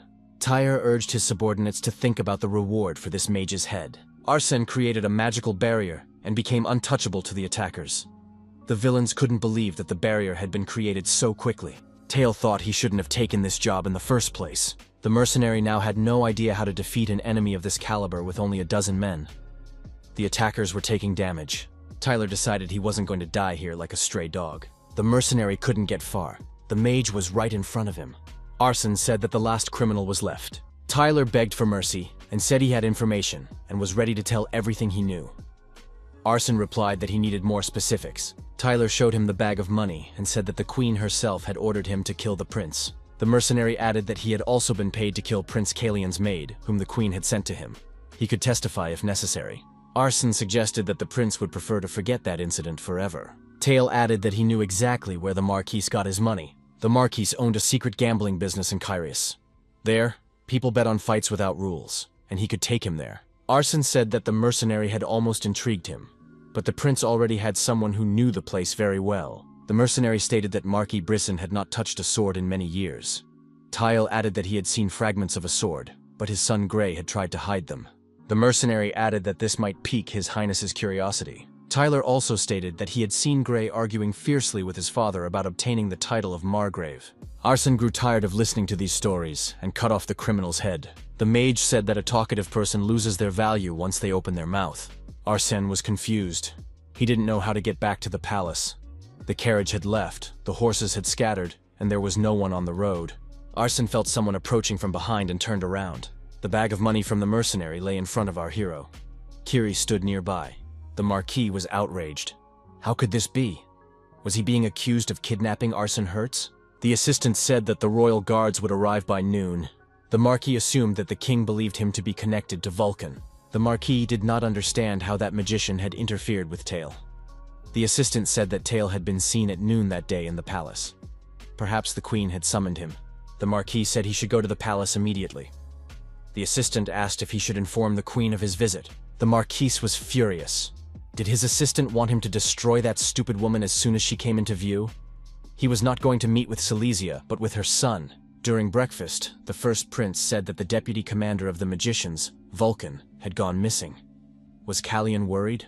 Our hero said that he had grown accustomed to Arsene's company since his initiation. However, the king and Manasil's mentor were much more concerned.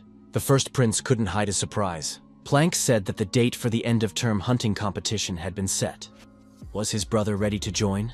Randall replied that he didn't think so. He believed that the king had planned the hunt specifically for Plank, so he would not participate. Plank advised him to get some fresh air at least once in a while. The older brother thanked him for his concern. Callian thought that even though Plans knew that Randall didn't like hunting, he still invited him to make sure he wouldn't come. Callian noted that Plank was helping him in this way. However, it was not like him at all. Our hero experienced strange feelings. Could it be a connection with his teacher? What could have made him so angry? A little earlier, the Marquis had met with Manasil. He noticed that Arsene's disappearance did not upset the mage in the least. His calm expression spoke volumes. Is Callian now his favorite? Manasil added that the Marquis had recently lost a dozen men, but even in this case, there was no sign of concern. Apparently, his grandson is definitely not a favorite. Manasil asked if it was not the duty of a true leader to honor the memory of his fallen servants before appearing at the palace. The Marquis replied that he had no intention of listening to such moralizing. Such insolence was familiar to Manasil. Without rank or title, he remained here only by the grace of the king. The mage said that it was not for the Marquis to judge the king's generosity. The Marquis remarked that showing favor to the mage signaled that the king's decisions could no longer be trusted. The Marquis added that as for Callian, he had not strayed far from his teacher. The influence was evident. The mage remarked that the king and the third prince deserved more trust than a knightly house that had lost 10 warriors because of a single mage. Manasil inquired how much the Marquis had paid the thugs this time. The mage added that it was probably peanuts compared to the fortune they had received from selling their own son. The Marquis was furious. Could the mage really say such a thing? Manasil reminded him that he was far from weak, but the Marquis had a strange tendency to forget things. Manasil asked how the Marquis could stand on his own 2 feet if he couldn't remember his place.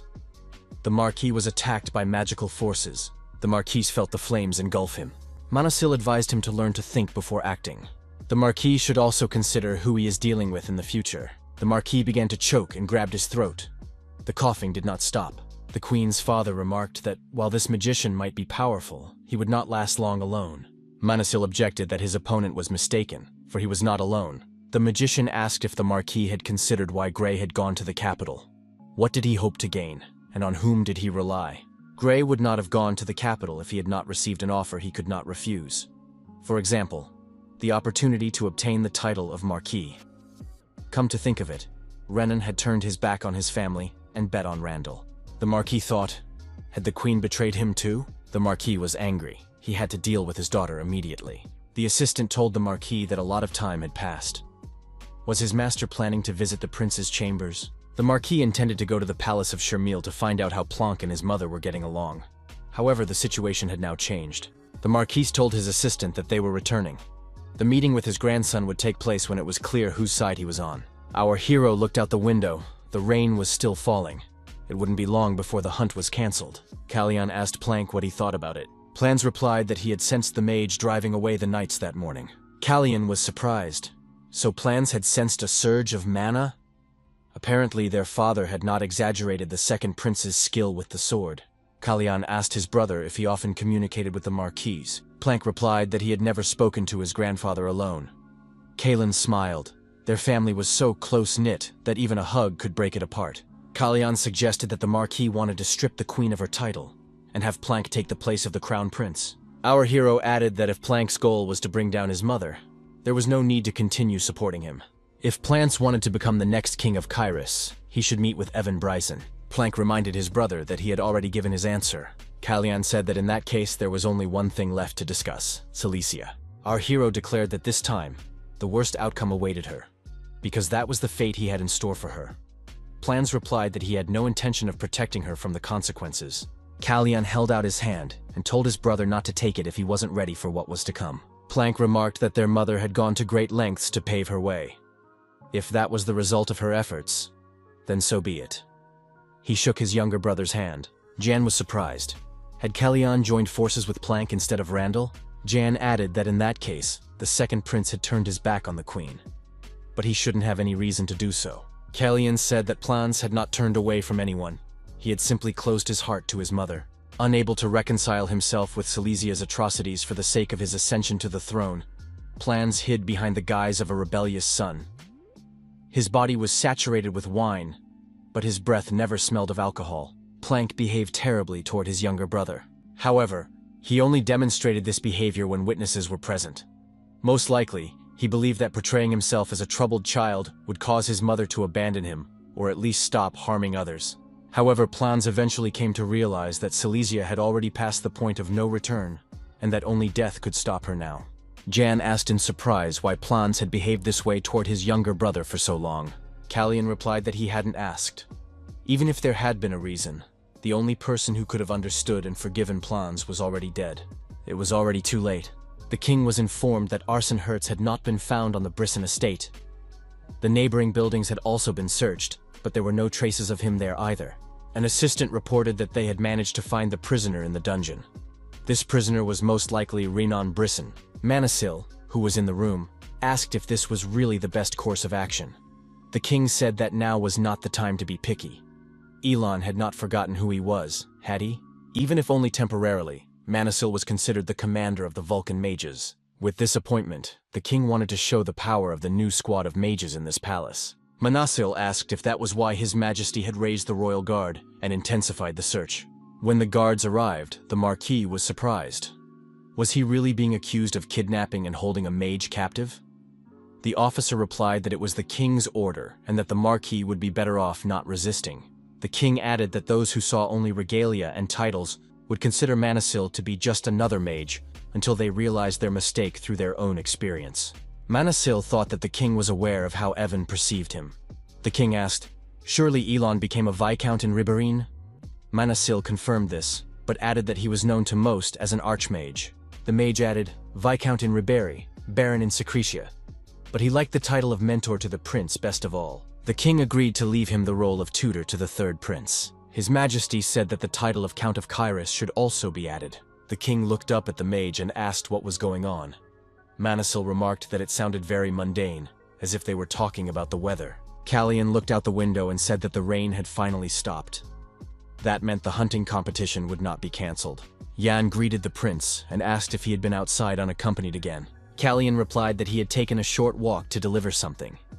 Jan said that he should be grateful that the outing had happened in the morning and not at night. Jan added that His Highness should take a look at something. An assistant reported that gifts had arrived from Baron Pollen. Horses were waiting outside. The prince remarked that it was a very fine horse. The Viscount of Reddington had arrived in the capital safe and sound.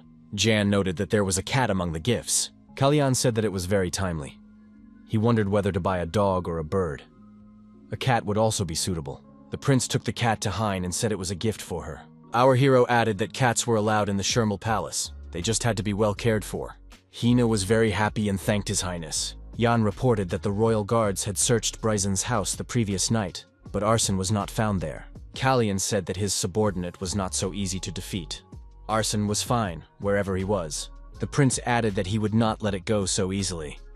The disappearance of the deputy commander of the Vulcan mages was a serious problem.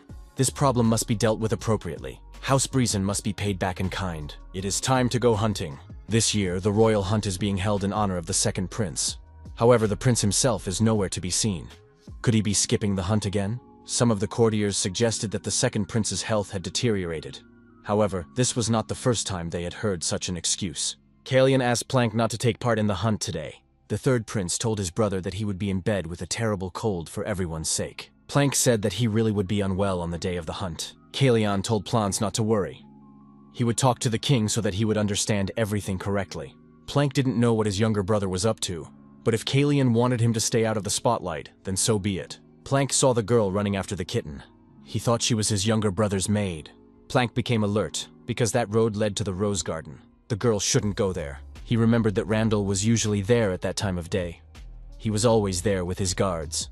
The first prince looked back at the noise. What was going on there? Randall saw the head of the guard pointing his sword at a girl. The knight asked the frightened Hina who she was, and how she had ended up there. Hina was scared, but she knew she had to tell the knight that she was the third prince's maid. The girl was afraid that the knight would not understand her gestures. Maybe she should write it down in her notebook. The knight shouted at the girl not to move and pressed his sword against her chest. One more move, and he would consider her a spy. Suddenly someone asked in surprise who these guards were. Hina looked back and saw the second prince. Plank said that these guards were not even able to recognize the third prince's maid. Could their eyesight be failing? The knight apologized. He didn't know that this girl was a maid working in the palace of Shermil. Plank told Hina to get that cat out of his sight. Randall noted that Plans had invited him to go hunting, but had not gone himself. Plank replied that he had no idea his older brother would be there, and wished him a good day. Randall said he saw an improvement in the relationship between the younger brothers. During the hunt, the king expressed uncertainty.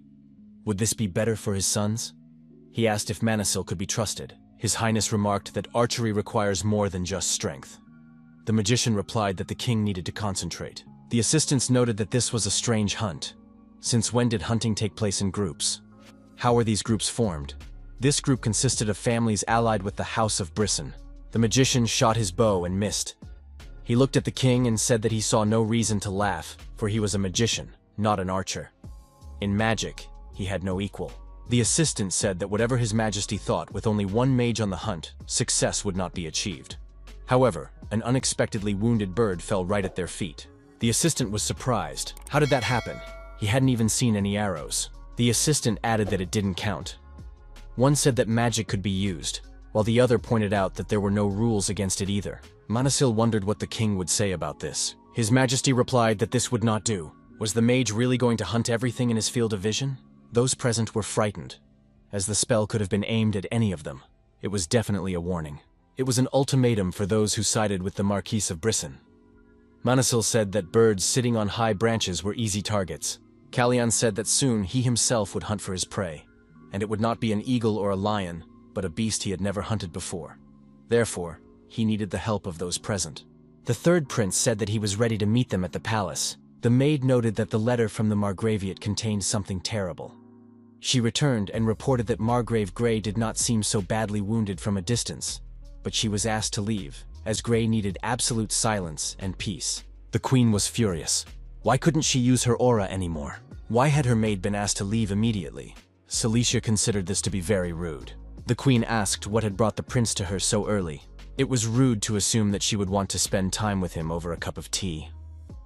Kalian showed her the bag, and said that it had been found not far from where Sir Hertz had disappeared. The third prince noticed that there was a considerable amount of money in the bag. Celia said she knew nothing about it. Kalian asked if she remembered the day she met Tail. Celia confirmed that she remembered nothing. A magician had disappeared. After that, the prince burst in as if a disaster had occurred. Had Kalian done something to Grey? What had the prince promised in exchange for help? Kalian was surprised. Did the queen really think he would ask Grey Bryson for help? Such a degree of delusion was insulting.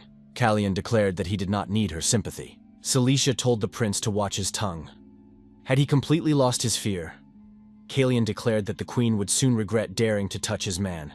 Our hero added that thanks to his efforts, the queen's days were numbered. The queen was furious. She said she was ready to end this once and for all if that was what Kalian wanted. Celicia threw the bag of money aside, and it fell to the floor. Coins spilled out of it. Plank was sleeping in his bed at night when he sensed that someone was nearby. The prince jumped out of bed and told the man that he must have a lot of free time if he had cancelled Sisfanian's warning spell. Kalyan said that his teacher had done it, but he would not do it again. Our hero added that after that night, he would never enter those chambers again. Plank asked what had brought his brother here. Kalyan said he had 3 things to discuss. First, he would ask if Randall knew that they were working together. Plans confirmed this. Kalyan hoped that this would remain a secret for as long as possible. People were too quick to understand things. What did Randall say to that? Plank recalled that Randall had mentioned improving relations with his younger brother. Plank then asked if this bothered Randall. His older brother replied that he didn't care. Plank told Kalyan that Randall hadn't said anything special. Kalyan thought that whichever of the two renounced the throne, Randall would lose nothing. The only reason for him to be wary was the unification of their factions. Kalyan said that from now on, it would be wise to be more cautious. Kalyan went on to say that he would like to thank his brother. Plans replied that it wasn't necessary. Perhaps someone had told him that he had gotten Kalyan's maid out of trouble. Plank added that he didn't need her gratitude because she had already surpassed his brother. Hina wrote in her notebook that she was grateful for being saved. Kalyan said that in that case, there was only one question left. Tomorrow was the ceremony for the creation of Vulcan. Would Plank mind staying sick for another day? Plank told Kalyan not to cross the line. Kalyan remarked that in that case, plans should not interfere so that nothing unexpected would happen. The maids were tidying the queen's hair. The maid, combing her hair, wondered if the queen's mood had improved. She had been in a terrible mood lately. It was exhausting to tiptoe around her. Suddenly, the hair caught on the comb. The girl apologized to her mistress. The queen dismissed the maid with a wave of her hand. The girl knelt down and said she had been careless. She humbly begged for forgiveness. The senior maid said she apologized. This girl should have been better trained. A punishment would be chosen for her immediately. The queen said she knew where the maid was. Perhaps she would find her useful. Manasil thanked everyone present for coming to witness the birth of Vulcan. Manasil added that it was a great honor for him to announce the creation of a squad of magicians in the heart of Caris. By the grace of His Majesty the King, and with the support of many at court, Vulcan will open a new chapter in history. All 3 princes were also present at the ceremony. Manasil wished that the wonders of magic would bless these lands with prosperity and harmony. He did not have time to finish his speech before an explosion rang out. It was clear that the explosion had come from the Queen's chambers. Someone among those present said that it was the work of Arson Hertz. He was the one who caused the explosion. But wasn't that mage missing? Arson Hertz was a subordinate of the 3rd prince. Kalyan understood everything. Silesia had decided to make her move by accusing him of attempting to assassinate her. Who would emerge victorious from this situation? The king called for everyone to calm down. Perhaps the criminal was trying to cause chaos and confusion. Panic would only hurt everyone. The king said that they couldn't be sure of anything until they found the cause of the explosion. The queen said that she had seen the criminal with her own eyes. Kalyan said that they had all heard the explosion. What a relief that the queen was unharmed. Celia said that it was very shameless of the 3rd prince to speak as if he himself were surprised. The queen added that the 3rd prince was behind the explosion. Kalyan suggested not jumping to conclusions. His Majesty would certainly find out what had happened. The queen said that before the attack, the magician claimed that she had organized an assassination attempt on him. According to the magician, Prince Kalyan had told him about it. Silesia added that there were no witnesses or evidence. The queen told the maid that she had been too harsh with her. The girl was not without sin and certainly owed the queen a favor. The queen gave the maid a purple ball and told her to put it in a box at the entrance to the living room. The maid did as she was told, and then there was an explosion. Celia said that if Kalyan was so sure that Arson had not set fire to her estate, then he should bring him here. If she pointed to Arson, the prince would have no choice but to track down his magician to prove his innocence. The 3rd prince said that at the moment, Hertz was considered missing. Celia said that the truth didn't matter. In that case, they would have to find the mage. She had seen him cause the explosion. If the magician is absent, he cannot defend himself. This is a trap from which Kalyana cannot escape. The Marquis suddenly appeared and asked if they were referring to him when they spoke of the mage. Arson Hertz was standing next to the Marquis. Arsène personally greeted Her Majesty the Queen. The magician introduced himself and gave his name. Silesia was surprised. What was this man doing here? Celia did not understand why he had appeared in her father's company. Kalyan asked the queen if she could see him. That was the end of it. Arson Hertz never disappeared. Kiri then arrived on a horse that had been given to him. After that, Arson was given 5 days' leave for repelling the attack on himself. However, Arson's disappearance sowed seeds of doubt in one person regarding Grey Bryson. in someone who could neither ignore the false accusations against him, nor let the instigator go unpunished. That person was the Marquis de Brissac. Arsène said that Prince Kalian had warned him that the queen might use his disappearance to her advantage. He was ordered to remain at the Marquis's estate until the day of the ceremony. Manhwa then told the Marquis during their meeting that he should take action against the prince so that he would no longer have to bear the burden of false accusations leveled against him. Kalian simply took advantage of this. The third prince told the king that an investigation must be conducted immediately. The queen demanded the presence of the magician, and he appeared before everyone. The king agreed to this. Kalian reminded the queen that he had warned her not to act rashly. Silesia thought, her father, this foolish king, the knights, they were all against her now. The queen said that she remembered. Kalian's mother also had that insolent smile until the very end. The third prince was indeed her son. Celia grabbed the hidden dagger and seized Kalian by the shoulder. Everyone present was frightened. The queen plunged the dagger into him, and drops of blood splattered her face. Kalian said that he had warned them not to interfere so that nothing would happen. Why didn't Plans listen to him? Plans managed to protect his younger brother by standing in front of him, and the dagger pierced his chest. The queen was surprised. Had Plank betrayed her? The king rushed to help and shouted for Silesia to stop immediately. The guards rushed to stop the queen and take her prisoner. The king told Silesia that it was all over and that she must release the prince. Celia dropped the dagger from her hands and crouched down. Her hand was attacked by a sword of aura. Kalian said, "Didn't the queen hear the order?" The king said to release Plans. The order was given to arrest the queen. Those present were surprised. It was hard to believe. It turned out that the third prince had been a master swordsman all along. Kalian lifted Plans and asked how he was feeling. Plank was surprised. Could Kalian really use his aura? The king ordered the knights to bind the queen and take her away. Plans continued to bleed profusely. Those present shouted that a healer must be brought here, and that the king must be protected. Kalian told the guards to take the king to a safe place. Manhwa said that the king must leave. It was not safe here. Manhwa added that the king must be protected, and that his highness would simplify the situation if he left immediately. Manhwa told the king to let the prince take care of the rest. The healer had not yet arrived. Kalian held his hands over the wound and said he needed any rags he could find to stop the bleeding. Kalian had to save his brother at any cost. The third prince told Plans not to treat him that way. Even Sisfanian's blessing was not enough in this case. Nothing worked. Kalian told Kiri to bring the healer here immediately. The young man replied that someone had already been sent for the healer. Jan was also heading to the prince's chambers. Jan said that it would be much faster to bring Hina here. Kalian remembered that there was a healer here and called for Randell. However, the first prince, Randall, stood silently aside and did not react to what was happening. Only in the turmoil does a person's true nature reveal itself. At his core, Randell turned out to be cold and calculating. The first prince turned and left the square. Kalian wondered, was Randall really willing to let his brother die just so that no one would discover his secret? Kalian mentally urged his brother to hold on, open his eyes, and not give up. The prince was informed that the healer had arrived.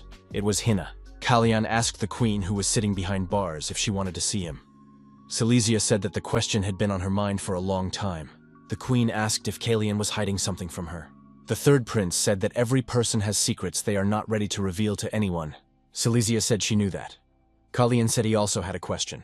Kalian asked Silesia if Queen Aisha's death was her doing. Celia smiled and said that she would never forget the first life she had taken with poison. Kalian turned away and said that the audience was over.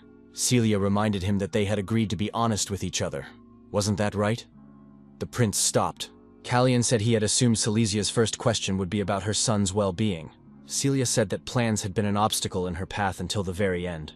However, she had really tried for him. Plank had decided to repay her in this way.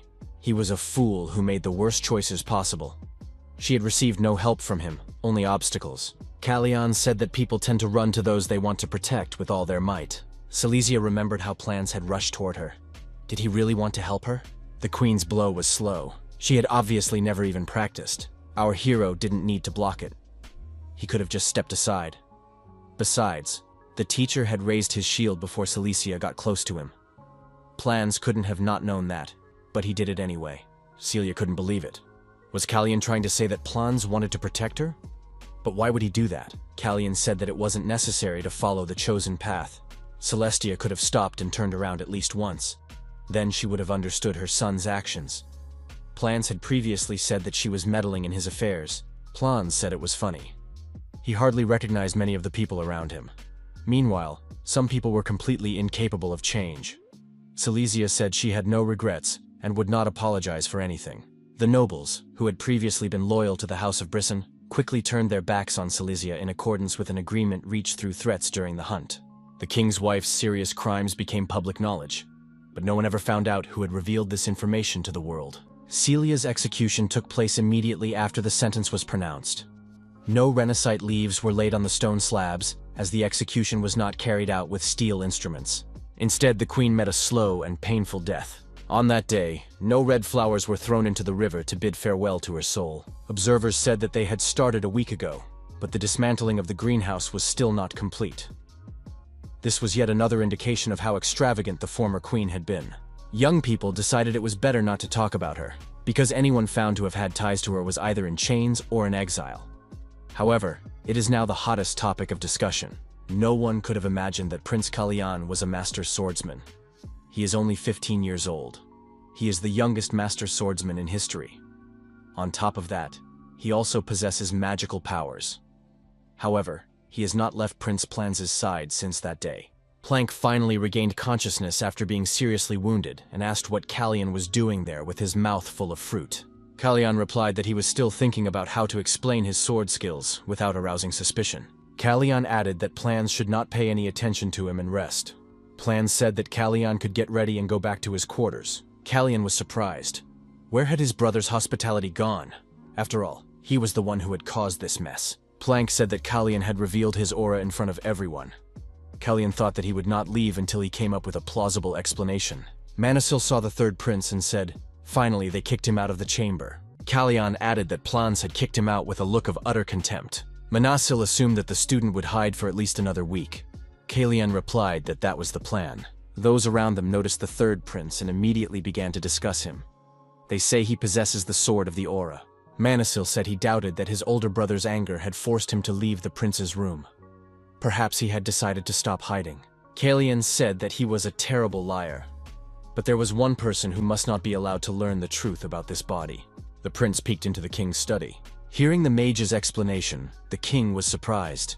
Had Kalyan really been blessed with a spark of enlightenment in the lair of Sisphanians and taken up the sword after sparring with Sleiman? To confirm this, our hero showed the king a clump of magical energy in his palm. Kalyan said that now that he could emit both mana and aura at the same time, he could perform a certain trick. The king only now understood why he had been in greater danger in that situation. Kalyan apologized, as he should have told the king about this earlier. His Majesty understood the reasons that had forced the young man to remain silent. His Majesty added that many people had witnessed the event and were now demanding answers. Soon, the refounding ceremony of Vulcan would take place. It would be the perfect moment to reveal the prince's abilities. The king said that in any case, Manasil could have at least given him some kind of hint. The magician said that he had hinted at it more than once. Kalyan remarked that even he would not have understood such hints. The mentor said that the student had decided to side with his father. Kalyan declared that he was completely impartial. Manasil said that his student was disappointing him. Now that word would spread that Kalyan was a master swordsman. Evan Brisson would be watching his every move. Randall would not stand idly by either. The king remembered that Randall, the first prince, had been terribly reserved that day. He did not regard his brother as family, but only as a rival. Manasil summoned the king. His Majesty asked if they had been discussing anything. The magician suggested that the king had overheard everything. A week later, the king announced the official creation of the Vulcan Mage Squad. The founding ceremony was held again. The king announced the birth of the 6th master swordsman on the continent. Meanwhile, the Brisson house closed its doors, hiding from prying eyes. The prince was told that a lot of time had passed, but even his body would not be able to withstand it if he did not rest. Plank trained hard and often. However, the scent of flowers that Silesia had so enjoyed no longer lingered in the air. The coming of spring heralded a new beginning. His Majesty was congratulated on his birthday. The king said that he was truly pleased to receive so many congratulations. His Majesty said that spring was the season of new beginnings. This day should mark the start of something new for each of them. A man hiding his face under a hood approached the third prince. The young men met face to face for the first time.